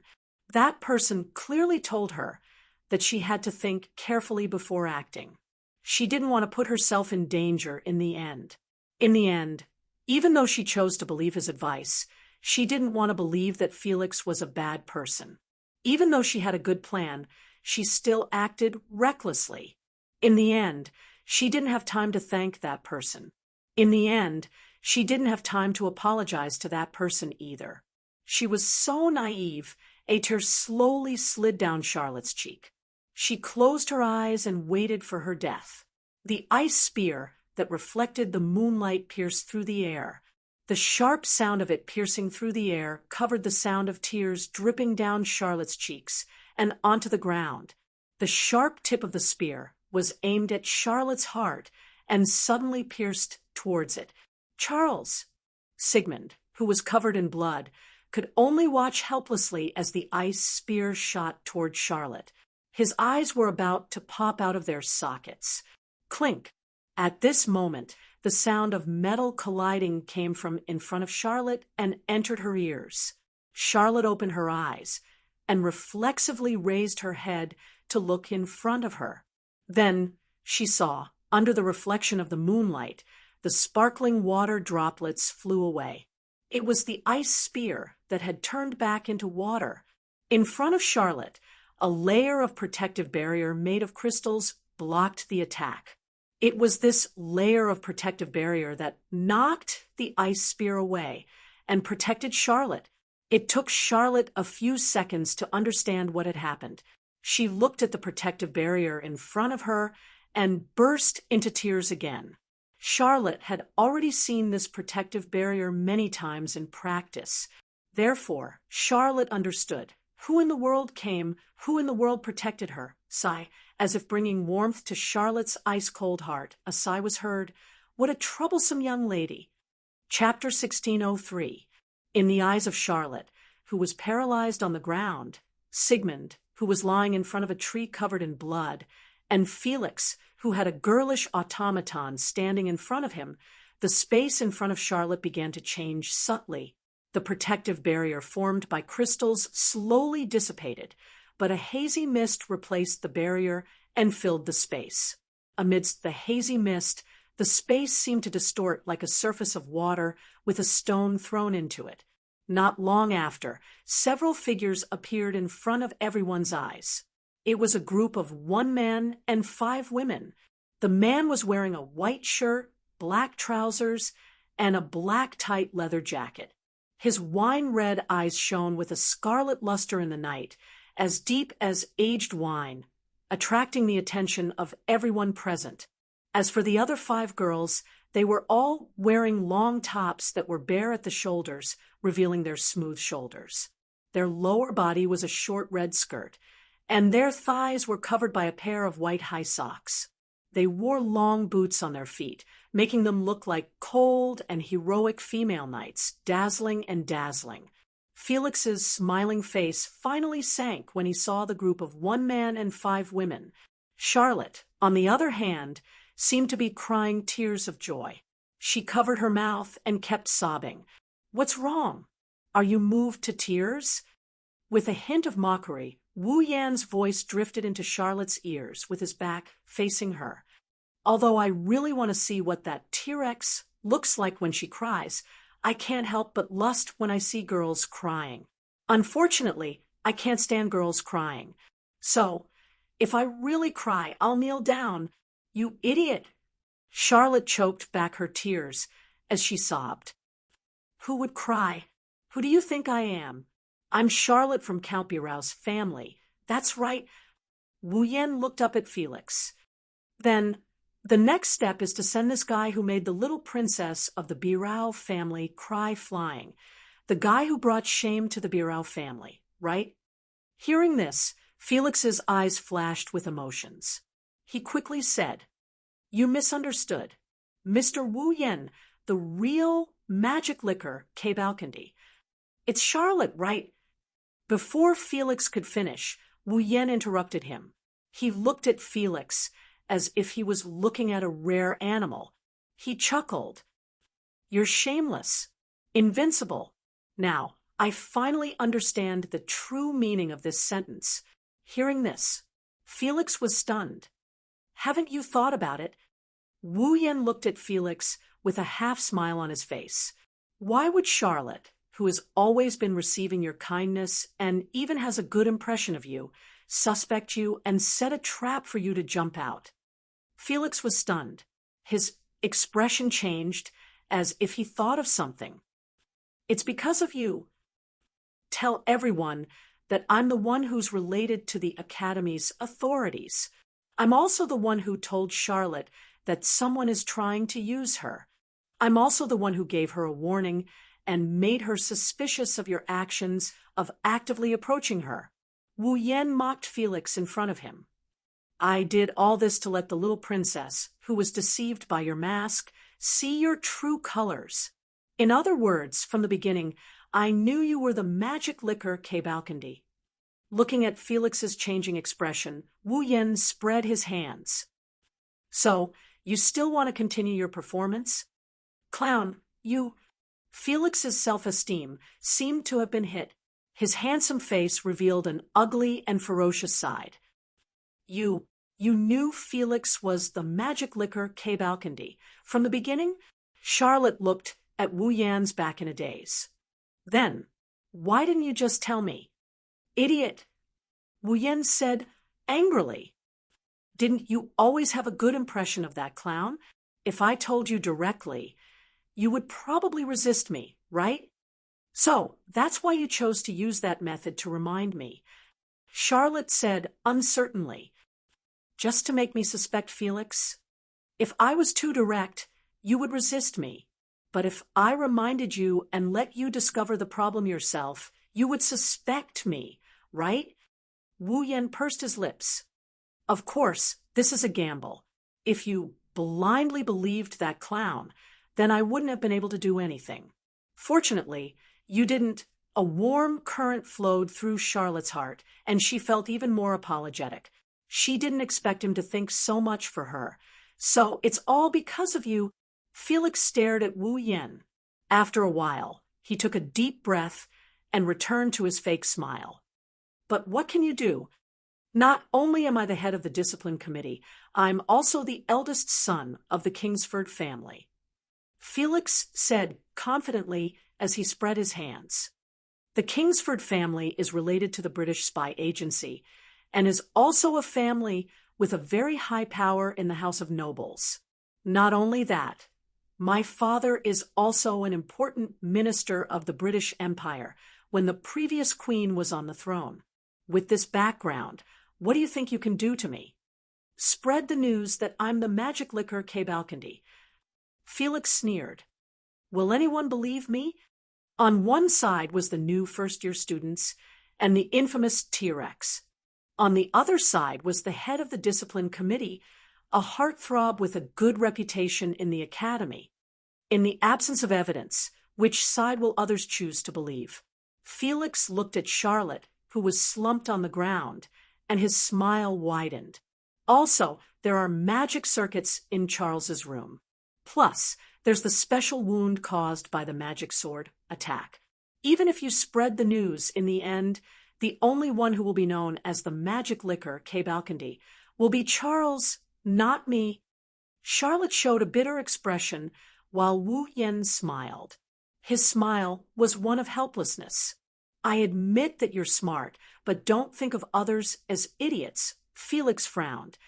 What do you mean by that? Didn't you just say that it's very naive of Charlotte to expose you on her own, even though she knows your true identity? Wu Yan's lips curled up. But you think I'm naive? Wu Yan snapped his fingers. The next moment, Felix was horrified to discover something. In the dark forest, one person after another slowly walked out. There were at least 30 people, and they surrounded Felix. That's... Charlotte cried out in shock. Guards. Discipline committee. That's right. It was the Academy's guards and the discipline committee that formed the encirclement. And at the head of the guards and the discipline committee was a woman with bright red hair, wearing glasses. Kimberly. Felix Kingsford. With a cold expression, Kimberly shouted as if she was making a declaration. As the Academy's representative, I represent the Academy, the guards, and the discipline committee to arrest you. Arrest, arrest. Felix stepped back involuntarily and looked around. A forced smile appeared on his face, as if he was struggling on the brink of death. WH, what are you talking about? It's useless to play dumb. Kimberly said coldly. You admitted to your crimes with your own mouth. Everyone here heard it with their own ears. There are as many witnesses as you want. You heard it all. Felix's eyes widened. He turned his head and looked at Wu Yen. You again. Like I said, I knew you were magic liquor Cabalcanti from the start. Wu Yen snickered with malicious intent. So, you think I'm not prepared? Felix Kingsford. Kimberly led the guards and the discipline committee and slowly approached Felix. Be a good boy and put on shackles. Go to jail. Jail. A vicious look appeared on Felix's face. Don't even think about it. The automaton, named Elisa, immediately picked up Felix and jumped into the dark forest. Stop. Seeing this scene, the surrounding guards and members of the discipline and conduct committee were in an uproar. You want to escape. Kimberly's eyes flashed with a cold light. Chase after him. With Kimberly's cold yell, the guards and members of the discipline committee all rushed into the forest with their automatons, following in Felix's direction. Charlotte, who was sitting on the ground, panicked at first. Then, she stood up and seemed to want to chase after Felix. However, before she could do anything, Wu Yen pressed her shoulder. Leave it to me. Charlotte looked at Wu Yen and met his wine-red eyes. After hesitating for a while, she nodded. Wu Yan smiled and looked at Natsuki. Natsuki understood and waved her hand. In the next second, the group of 1 man and 5 women all disappeared. Chapter 1604. Damn it! Damn it! Damn it! Damn it! Damn it! Driven by his automaton, Felix and Elisa leaped from tree to tree with great agility. They shuttled through the forest and rushed toward the entrance of the Walpurgis Royal Mechanic Academy. Now, the fact that Felix was a Kaibal candy had been exposed. Moreover, it had been exposed in front of the guards and the disciplinary committee. Under such circumstances, it didn't matter how famous Felix was in the past, how good his reputation was, or how powerful the faction behind him was. It was not enough to keep him safe. The Walpurgis Royal Mechanic Academy was the highest academy in the magic world, and it was also an academy with autonomy. If the academy convicted Felix, then even if he was a prince of the British royal family, he would not be able to escape the fate of being sent to court, let alone the eldest son of a mere noble. Without a doubt, there was no place for Felix in the academy.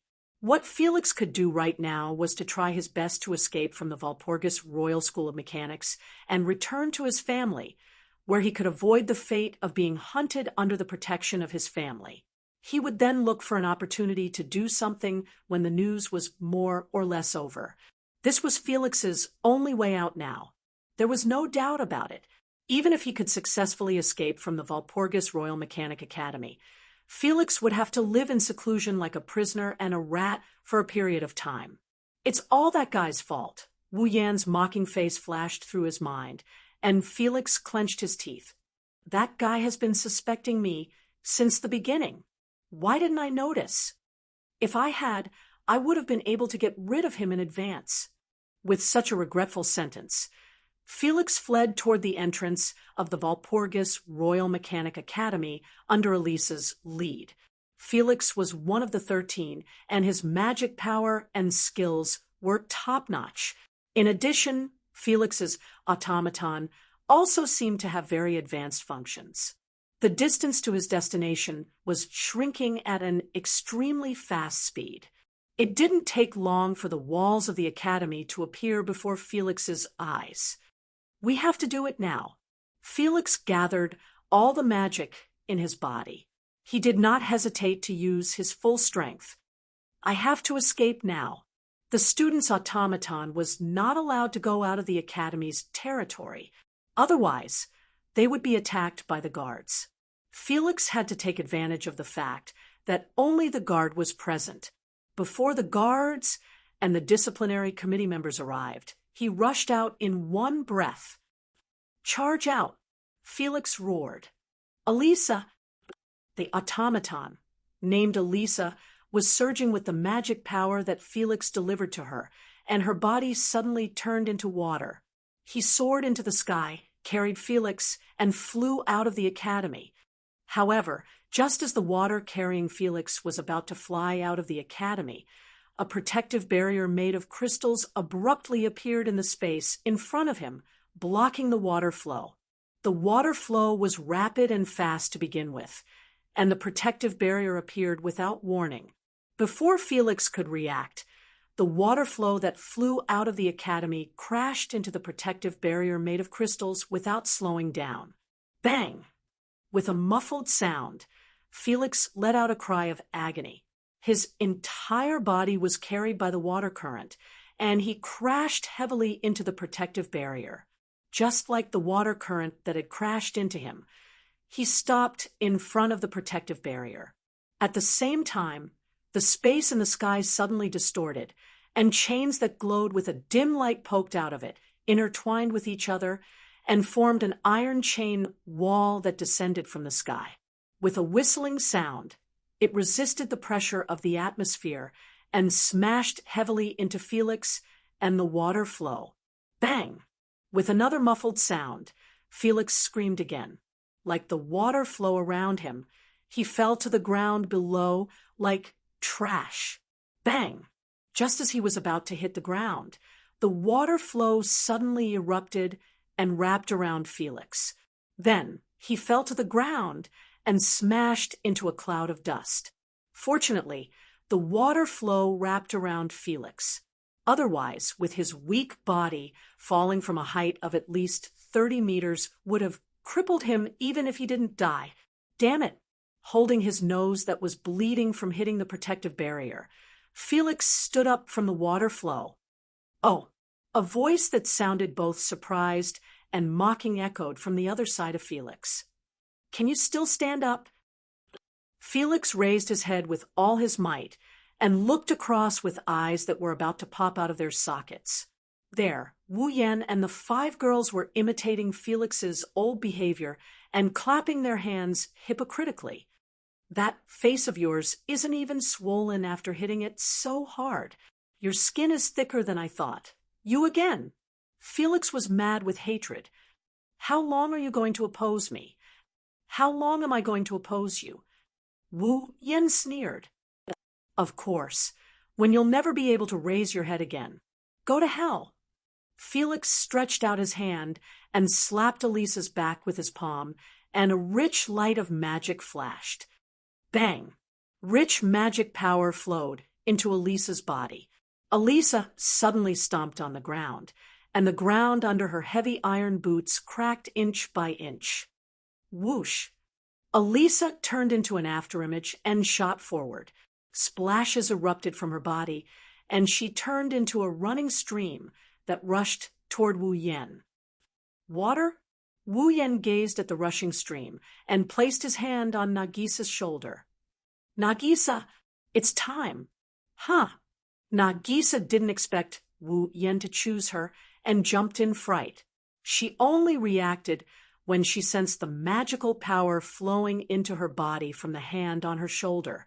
Nagisa hurriedly closed her eyes, clasped her hands, and placed them before her chest. She murmured as though she was praying. Please, Aurora. As soon as she finished speaking, a ball of blue light erupted from Nagisa's body. The surrounding space trembled slightly. The blue ball of light expanded, and a white mist rose abruptly, causing the temperature to drop by a few degrees. A layer of ice also formed on the ground. Under the effect of the white mist, the front of the water current that was shooting out also slowly froze, and its speed suddenly slowed down. What? Felix was shocked and withdrew all the magical power he was channeling. Bang! The slowly frozen water suddenly exploded, splashing water in all directions, dripping onto the ground drop by drop. Without the support of magical power, Felix's automaton couldn't activate the magic circuit and cast any magic spells. The stream returned to the form of a young lady clad in heavy armor and wielding a long sword. However, because Felix's mana recovery was too fast, and he didn't have time to control Elisa, who had recovered from the state of flowing water, fell to the ground with her back. After a while, she adjusted her body, stood up, and looked forward. The blue ball of light gradually dimmed, and an extremely beautiful figure appeared in the air. The owner of the figure had long, light golden hair. However, the light golden hair seemed to be able to change into other colors. It was like a raging flame. Every time it raged, the long, straight hair would change into a different color. It was like a rainbow. It was very beautiful. His eyes were dark blue, and like his hair, they would also flash with other kinds of luster. However, unlike his rainbow-like long and straight hair, his eyes only flashed with a flame-like flame. Her ears were obviously elongated like an elf's, and in front of the figure, there was also a dreamy and exquisite face. This was an extremely beautiful young lady. Moreover, she was a young girl who possessed beauty that surpassed the standards of a human. At that moment, on the extremely beautiful face that could make one lose themselves in a trance and was comparable to that of a fairy, there was an innocent, proud, and confident smile. Such a beautiful young lady left Felix subconsciously stunned. The magical power surging in his body also froze. Chapter 16:05.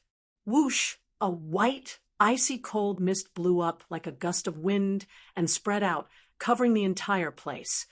Ding, ding, ding, ding. Light sounds like dewdrops falling into water echoed in the white, icy cold mist. Every light sound was accompanied by an icicle protruding from the ground. Even the ground was covered in a thick layer of ice. Not long after, the area within 100 meters of the ground was completely covered in icicles. The icicles were like a stone forest made of ice, reflecting the moonlight and emitting arcs of light. In this world of ice, Aurora was like an ice queen. Her long, light golden hair and eyes that were fluttering in the wind were flickering like flames, reflecting each other. It was hard to believe that there was such a spectacle in the world. Such a spectacle was the most realistic portrayal of the fourth true ancestor, Aurora, who was known as the Fiery Night Earl. He transformed. Felix stared blankly at Aurora, who had an innocent, proud, and confident smile on his face. An automaton that can transform into a human? Now is not the time for you to sigh. With such a sentence, the corner of Wu Yan's mouth curled up. His hand that was placed on Aurora's shoulder suddenly flashed with a burst of rich, flame-like magic power. Aurora! Oh! The sudden shout gave Aurora a fright, causing the innocent and proud smile on Aurora's face to completely disappear in an instant. It was replaced by a timid expression. This contrast almost made Felix think that the noble Aurora he just saw was an illusion. It also made Wu Yan smile wryly. Stop daydreaming. It's time to go. Do not order me. Aurora protested, but her voice was even softer than a mosquito. She even had an expression as if she was about to cry, as if she was being bullied. Felix immediately wanted to laugh out loud when he saw Aurora's appearance. However, Aurora's next action caused Felix's pupils to shrink to the limit. The white, cold mist in the surroundings suddenly rolled up like a whirlpool. Shortly after, the white, cold mist moved. It wasn't just a whirlpool. Within the whirlpool formed by the white, cold mist fluctuated and turned into sharp mist spears that shot out with a whistling sound. They filled Elisa's entire vision. Elisa, Felix immediately mobilized the magic power in his body. He poured all of it into Elisa's body as if it was free. Elisa was enveloped in a mist of magic power. Elisa raised the long sword in her hand and swung it down heavily. Swish! A dense splash of water erupted from the trajectory of the long-handled greatsword, exploding fiercely in the air. Then, with a spin, all of them turned into ice spears and shot out. In the next moment, the ice spear and the mist spear collided violently. Crack! But when the two spears collided, the spears. No, it wasn't the sound of something breaking. Instead, it was the rain of ice spears that was covered by the white, cold mist. The cold mist condensed the ice spears one by one, and in the blink of an eye, they turned into ice pillars thicker than pillars. Boom! With the sudden increase in weight, the ice spears couldn't keep shooting anymore. In a muffled sound, they smashed to the ground and stirred up a cloud of dust. Swish! The moment the dust filled the air, a tiny ice needle streaked across the air, piercing the smoke and opening up a hole the size of an eye socket. Before Felix and Elisa could react, the needle pierced into Elisa's glabella. Bam! The ice needle accurately hit Elisa's glabella, but a large amount of water droplets burst out from her glabella. On the other hand, the ice needle penetrated Elisa's head, which had turned into water droplets, and shot to the back without slowing down, disappearing into the night sky. It wasn't until the ice needle disappeared that the splashing water droplets gathered on Elisa's head. allowing the head covered by the steel helmet to return to her neck. "Oh." Looking at this scene, Wu Yan sneered. "Do you think you'll be fine after liquefying your body?" Agrora seemed to understand the meaning of Wu Yan's words, or perhaps she directly understood Wu Yan's thoughts. The blue radiance around her flickered like a dazzling glare. Shortly after, ice spikes emerged from beneath Elisa's feet and pierced her body. PSSH. The violent ice spikes mercilessly landed on Elisa's body one by one. In an extremely neat tearing sound, at least 20 ice spikes pierced her body from bottom to top. In an instant, crystal-clear water droplets scattered in all directions. The wounds on Elisa's body that should have been riddled with holes turned into water droplets one by one. The ice spikes pierced through her body as though they had pierced into water, piercing through her body and skewering her. Elisa looked miserable, but her body had already turned into a liquid state, so these attacks couldn't do any harm to her at all. However, the wounds that were pierced by the ice spikes and turned into water droplets suddenly froze one by one and spread to Elisa's body. Not good. Felix immediately used force domination, instantly controlling Elisa's body and activating the magic circuits inside her body. Bam! In a loud explosion, Elisa's body that was skewered by the ice spikes suddenly exploded into droplets of water droplets that swept through the air, arrived before Felix, and condensed into Elisa. But this time, Elisa's heavy armor was full of cracks, and shards were still falling from it. In the face of Agrora's ice, Elisa's water was completely restrained. Ice magic? Felix's handsome face turned gloomy. "I really don't know how you got to the position of Meat 13. Wu Yan mocked. "You clearly know that my Agrora's magic circuit is related to ice, yet you still use water magic. Isn't this telling others that you want to be beaten?" Upon hearing Wu Yan's sarcasm, Felix's face turned angry, but he immediately smiled. "Then, how about this?" After saying that, a wave of magic power emerged from Elisa's body. However, this wave of mana was completely different from the previous one. In the wave of magic power, Elisa fiercely swung the longsword in her hand. A shackle that was flashing with a silver-white luster suddenly shot out from the sword with the front end connected to an iron ball covered in spikes. Amidst the sound of the chain colliding and the vibration of the atmosphere, it ruthlessly smashed towards Agrora. To be more precise, it should be said that it was smashing towards Wu Yan. Felix directly attacked the puppeteer. Moreover, he even used a second magic trick. In the face of this situation that violated the magic activity disharmony principle, and the spiked iron ball that was shooting towards him amidst the chaotic atmosphere with a sharp whistling sound, Wu Yan pursed his lips. He actually did not transfer any magic power to Agrora. Instead, he withdrew his hand, opened it, and aimed it at the incoming spiked iron ball. In the next instant, the surface of the bramble iron ball was wrapped in a layer of faint light, as if it was pressuring it, causing the bramble iron ball to suddenly stop in midair. "Impossible!" Felix involuntarily cried out. He actually used telekinesis to control the iron ball. That's right. Relying on the boundless magic power in his body and the skills that he had recently trained, Wu Yan used telekinesis to directly control the spiked iron ball. When an ordinary puppeteer used telekinesis, even a lifeless puppet would find it difficult to control and raise its hand. Only those puppeteers with particularly high magic power, skills, and strength would be able to make a puppet move slightly. Among the students in the academy, only Magnus was able to make marionettes act as they wished and act like a normal person. In a situation where it was so difficult to control a puppet that did not have much weight and only needed to control its joints and not its entire body to use telekinesis to control an attacking spiked iron ball, what was the difference between that? and using a piece of paper to wrap a ball of fire.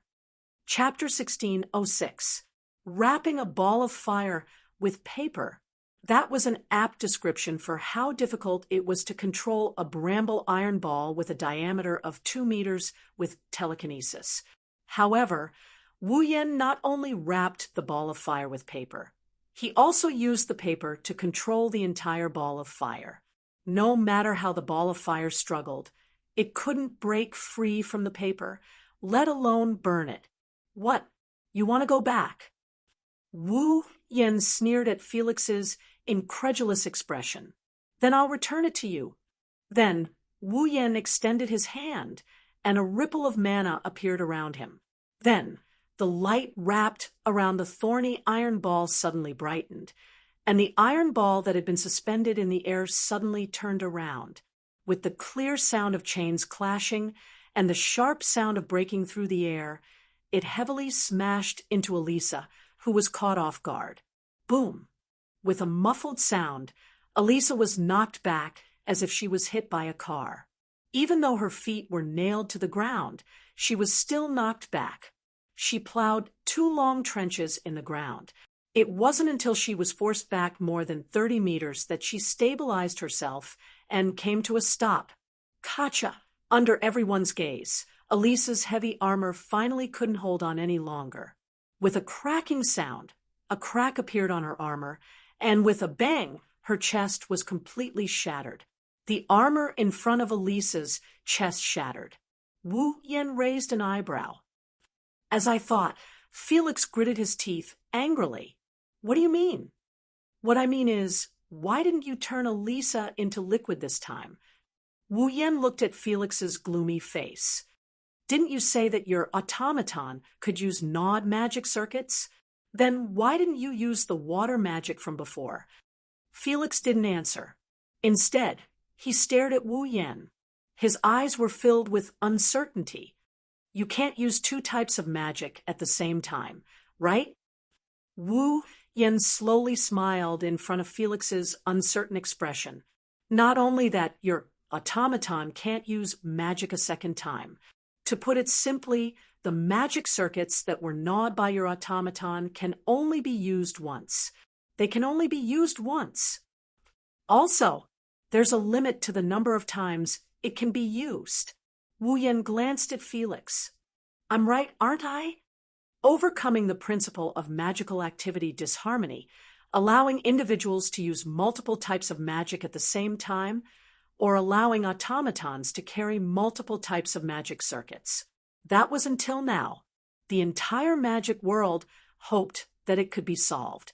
But it was the most basic and difficult problem that had never been solved.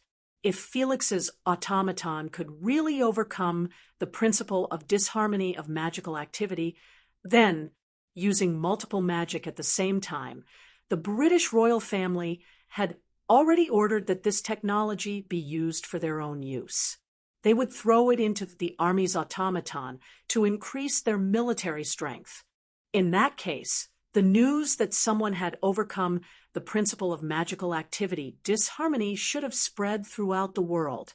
But the truth was that in England, no one had ever heard of anyone who had overcome the magical disharmony principle, nor had there ever been an automaton that carried more than 2 types of magic circuits. The reason was that Felix's automaton could use multiple types of magic was all because of opportunism.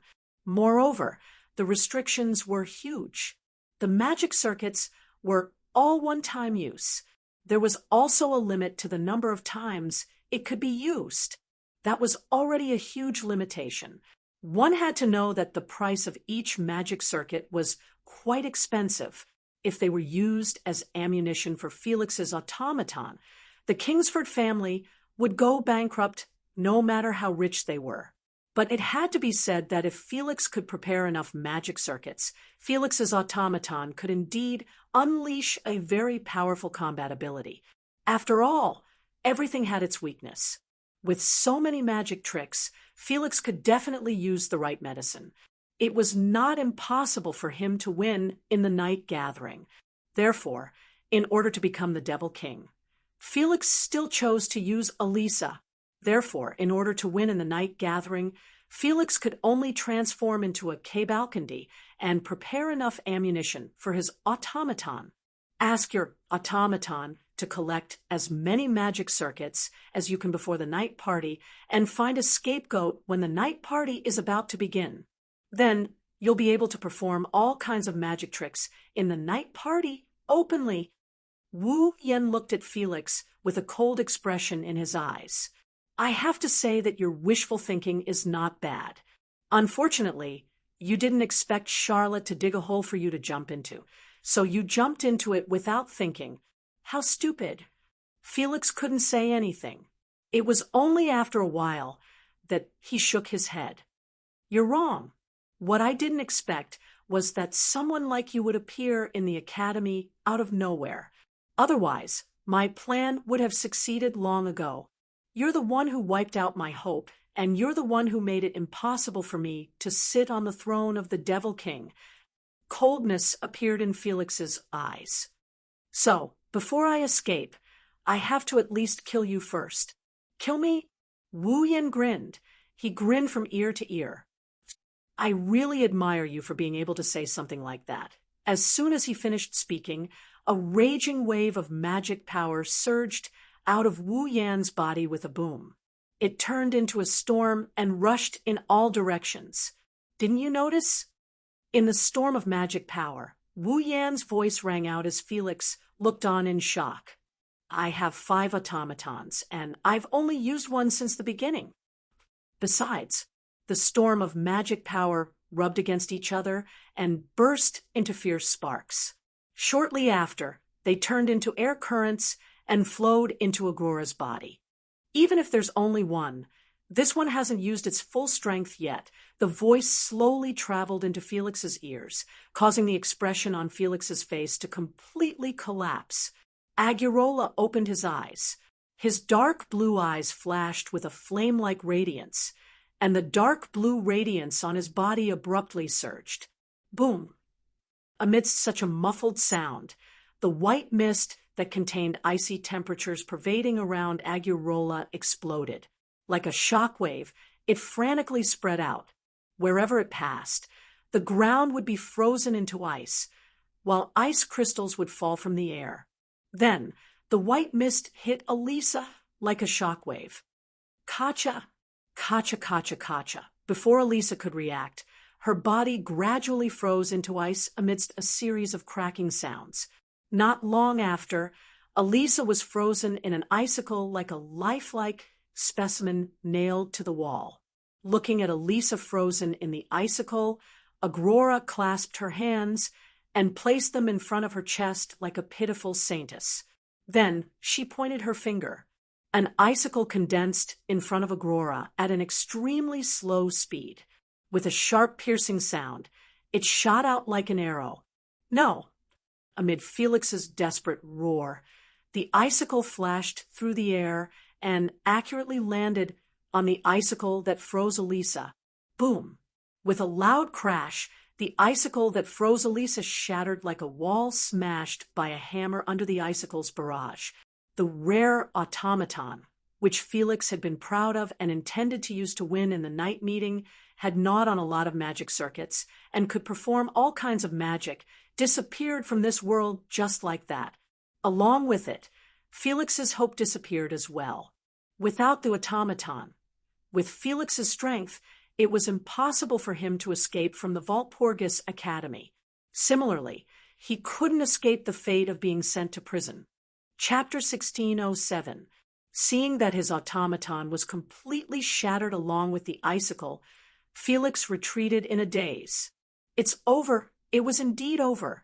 Without the automaton, there was no way that Felix would be able to escape from the Walpurgis Royal Mechanic Academy. Naturally, there was no way he could escape the arrest of the Academy's higher-ups, the guards, and the discipline committee. He was destined to be sent to prison. Despite knowing this fact, Felix still turned around in a panic, intending to escape toward the entrance of the Walpurgis Royal Machine Learning Academy. Whoosh!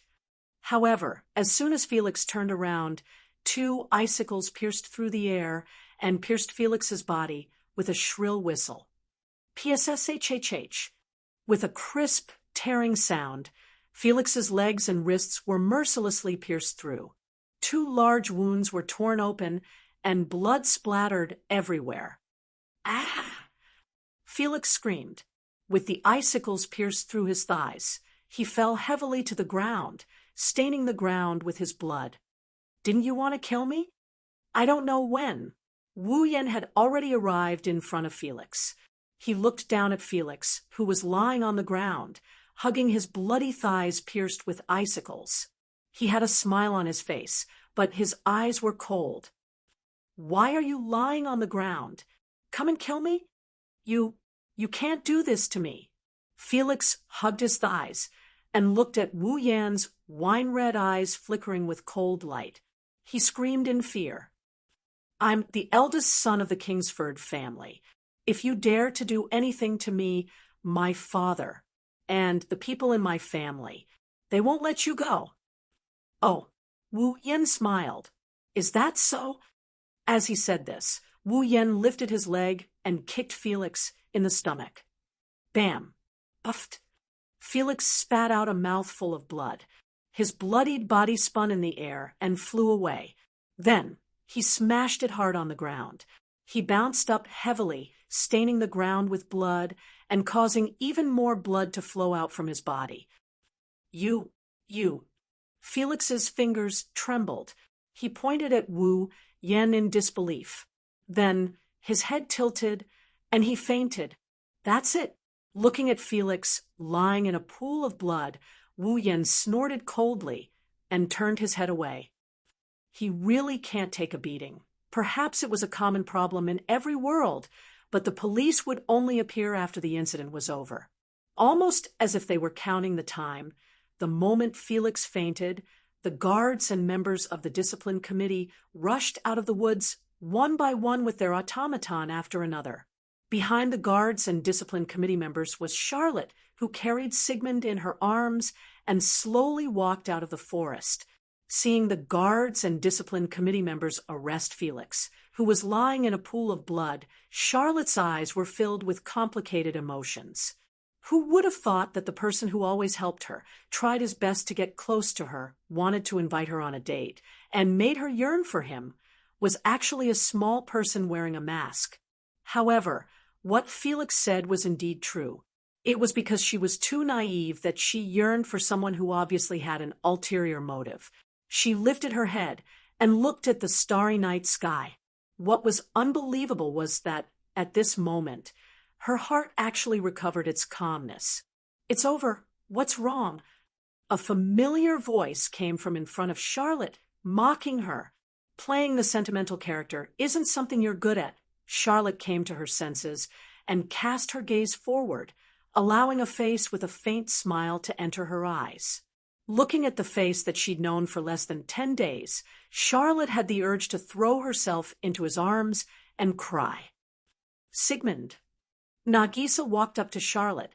She looked at the bloodied Sigmund and said worriedly, "Are you all right?" "I'm fine. It just looks serious." Sigmund's voice was a bit low, but still as calm as ever. Automaton lives on the magic power of its user. As long as Charles provides me with magic power and doesn't damage Eve's heart, I can heal all kinds of wounds. But it still needs time, right? Natsuki turned around and looked at Canon. "Canon, please heal Sigmund."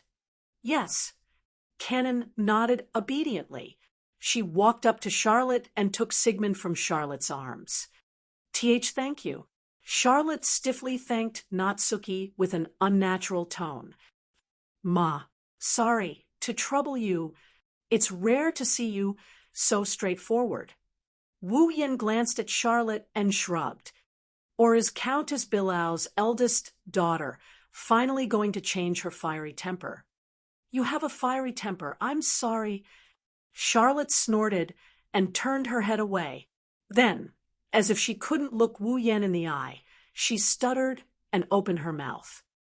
"Tomorrow, Wu Yan looked at Charlotte with a puzzled look. "Tomorrow." Charlotte's face stiffened as she shouted loudly. "Practice. Don't forget. Huh. Wu Yen is flabbergasted. You're still in the mood to practice after such a big thing happened?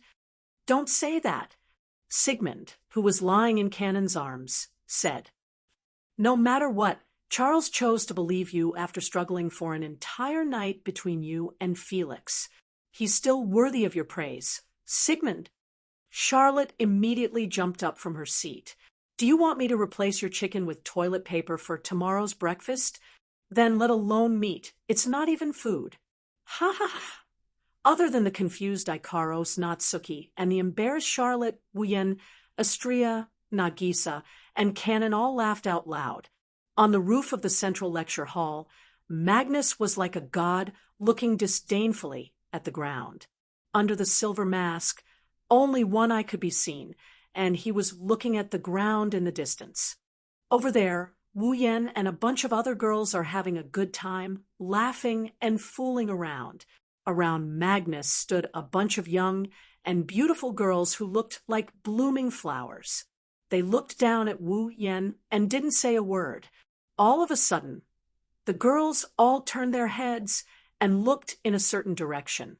How strange. There, Kimberly completely ignored the girls staring at her. She first glanced at the ground before looking at Magnus. We're famous for being cold, never interacting with anyone, and never showing any interest in anything. Magnus, the one with the best grades in the history of the Academy, the one closest to the position of Demon King, is actually interested in someone? Magnus didn't respond to Kimberly's question. He didn't show any respect to his teacher. However, Kimberly didn't lose interest and continued to ask, "What's wrong? Could it be that the previous encounter with the last place really made you feel that you can't beat him?" This time, Magnus finally had some reaction. Didn't he say the same thing? Magnus raised his head slightly and responded without turning his head. Both of us have been holding back. If we don't fight, we don't know who will win. Oh, Kimberly chuckled. You didn't deny your interest in him? Magnus fell silent. Kimberly seemed to have lost her motivation to continue asking. She turned around and looked at Wu Yen, who was talking to the girls. Actually, we are also interested in him. Kimberly's eyes flashed. He clearly has 5 automatons with such high performance and strength, but we can't find out his background at all. We can't even find out who made those automatons. However, after checking the information written on the admission application, the result is all true. This is just too strange. After saying that, Kimberly said to Magnus, "Don't worry. Just like a student in the academy who also has a powerful multiple automaton but can't find out anything about it." Magnus glanced at Kimberly, turned around, and walked down. Kimberly shook her head. What an uncouth student.